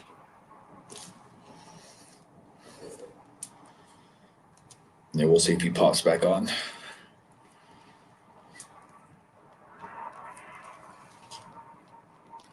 Yeah, the grocery store I work at bought the Shopco building in town, so they're planning a move September of 21. Like, so you're gonna have who move this stuff in the middle of summer when it's busier than shit? No, not to me. I don't get paid enough as it is. I'm not gonna be throwing my back out for the rest of my life because the people that own the place don't want to lift a finger. That's not gonna be happening. Well, if they do ask you, tell them it's going to cost you. Oh, I know that. That'll be And throw some astronomical price out there. There he is. Technology. Well, we won't keep you on too long since we were about to wrap up, but we wanted to do a formal sign off with you actually still being here. Yeah, I have you on the TV up here. I had you on my phone. I had you on a computer over here, and I had you somewhere else. And all of a sudden, boom! Everything's the will of death. I'm like, here we go. Our cable company at night they like to do an update because I have internet, cable, and phone through the same thing. And my wife's like, "Well, have them send a signal." I said, "It's 1 o'clock in the morning." It said, "Who cares about the signal? It'll work out in the morning." But I'm like, okay, take the Wi-Fi off the phone. I'm like, remember your email passwords you set up, and then get on your phone, and hopefully that works. So, sorry about that. well, it's No all worries, man. No need to apologize. We all deal with intermittent issues from time to time. It happens. yeah, technology, as great as it is, at times you want to punch technology in the nuts and say, fuck off. Yep. Yes. So, Vinny, I will send you Dave's cell phone number tomorrow, or I should say today, since we're all three past midnight. Yep. But, Thank you, Chris. I appreciate it. Oh, no, absolutely. absolutely. Thanks for willing to jump out there and making the choice to do your first one with us. I mean, that's, as I told you, man, that really put a smile on my face, knowing that of all people and all options, so to speak, you chose us. So I mean, it's makes me feel good. Wouldn't have it any other way. Like I said, Dave and Matt were the first guys to talk to me that paid more attention to me than 5 seconds. And once I found a place, I was in. I'm like that stray cat. I never go away. I'm gonna follow you around. Hey Dave. Hey Dave. Hey Dave. Oh, Steve. Nothing. Hi, Steve. Nothing wrong with that. Nothing wrong with that. So, same thing we always do, Dave. I'm going to steal your thunder a little bit, but Vinny, anything you have in closing? Just like Caesar says, love the hobby. Love the hobby. Love the people in the hobby. Collect. Make some money if you can. Help somebody out if you can. Say something nice. Be cool to each other. Be righteous. Be like Bill and Ted's Excellent Adventure. Just be cool. This is a great hobby. I've been around it for almost 44 years. It's been a good place then, and I hope it's going to be a great place now. I want my kid to enjoy this. So, and I hope I hope 20 years from now, I'm sitting on here with Dave talking about chicken sandwiches, and you finally found the Terrell Davis barbecue sauce you've been hunting. It's what I want to see.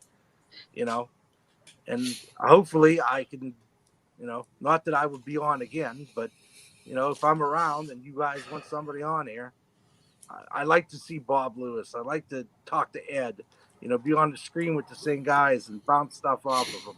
It'd be cool. Carlos, maybe I'll end up on his pod with a meat. Holy Lord. The both of us together, I have my meat sheet back there. I have to cover stuff from work. I have my meat sheet. He covers stuff up. And I was gonna say that's gonna be the new hashtag, a meat sheet. Yeah. But I mean, there's people. Carlos. I wouldn't think of what would it be without it.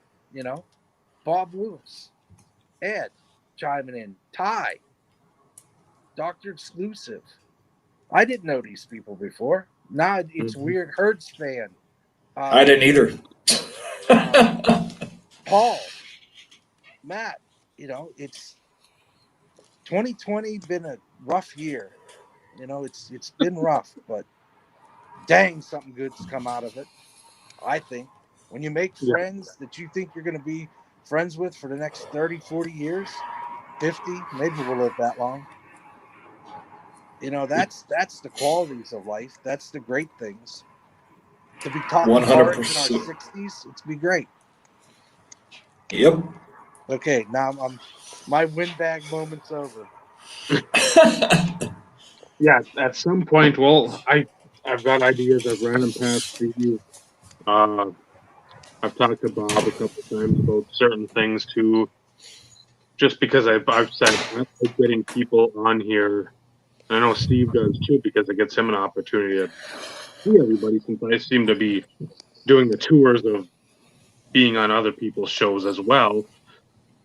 But I mean, just when you have, let's say you're on here, Steve's on here, then you get Bob, then you get Ed, then you get like Joe. You have people that may not be too familiar with each other. You see other people posting or commenting or whatever, but now you can sit there and interact, and then it feels like, okay, this is from like, okay, a level of commenting, a level of watching videos. Now we're interacting all together real time, so it just feels, I won't say natural, but it feels more real. So I like doing that. I mean, I'm open to having, and I think Steve would be the same way, or he'd agree with me, hoping to have anyone that wants to be on here that loves the hobby. I mean, even if we have differences, I've said it before, I'll say it again, even if Mike, baseball collector, I said, hey, you want to be on? We'll get a few other people on. Just talk hobby. I don't care. Hobby talk, you don't all have to have the same opinion. We've always said the opinion of forcing an opinion is the bad part. You want to discuss opinions and you just want to leave it at that. I'll talk to anybody in the hobby because I want to hear it. I want to hear whatever side you're on. I want to hear it just so I can hear it. Maybe I haven't thought of it from that vantage point. Absolutely. So, yeah. I want to hear knowledge. Yeah. Everybody's going to bring something to the table. Yeah. Ray from Philly's putting that 100 card set together. I love watching that. There's a guy, lived on the other state from me, never knew existed because, don't know what what he'd be like, but I'd shoot the breeze with him. Why not? Yeah. It's nice. It's just nice to talk hobby. It's nice to talk about chicken sandwiches, dogs, everything. Well, that's why we discuss stuff and things, or things and stuff. Yeah, it's nice to just forget the world for a while. You hear enough bad news out there. You don't need to hear more. Take a chunk of your Tuesday out and put a smile on somebody's face. Well, it's like we've always said, and I've said it multiple times. Opinions are like assholes. Everybody's got one, and Dave and I don't always agree on everything. That's not what this is about. This is not about kissing ass, brown nosing, anything along those lines. It's all about being respectful when you're addressing your opinion, whether it be the same or different from somebody else's. I do my best to treat everybody the same way I want to be treated, even if I disagree with them. I can be an ass. I can be a dick, but it's going to be ultimately if somebody puts me in that position to be that way. I'm not that way by nature. Dave may disagree with that because of some of our conversations, but that's because of the topics of conversation at the time. But that's not who I am. And I surround my people who have varying opinions because that's what makes those discussions fun. Because I don't want somebody who's consistently always agreeing with my opinion. That defeats the purpose. So we've had multiple conversations. The more people we can bring together to have these conversations, to me, the more interesting things come out of the discussions. Mm-hmm. And that's ultimately what this is about. We're here to have fun. We're here to talk hobby. We're here to talk chicken sandwiches, cards, comics, toys, dogs. That's just what gummy bears. I expect that in my package, Dave. And all the notes you gave me about hockey, they all worked well. I think it worked out well. I was happy. Yep. Well, just remember to sign the check. I'll get right on that. I'll ask my wife if she has the checkbook. I'm sure she'll send you a check. Yeah. Well, at least there's open conversation and not just send it to collections. Well, now that she's been on with you guys, in theory, she pulled a Vinny and was in the comments. Maybe she'll be here every week, and I can convince her we can watch it together. It'll be a family affair. Oh, that's a long watch, man. But it's all in good fun. It's always in good fun. And I like I always say, I really do enjoy these. Even if I have a shitty day at work, I look forward to these, the interactions, the laughs. This really does make my week, even when I'm dying the next day. I'm not having to get up as early as Dave, but it still makes for a long day. Well worth it. That it is. So, Dave? So with that, I want to thank you, Vinny, for coming on. Appreciate it. Thank you. Glad we broke you out of your shell. Got your debut.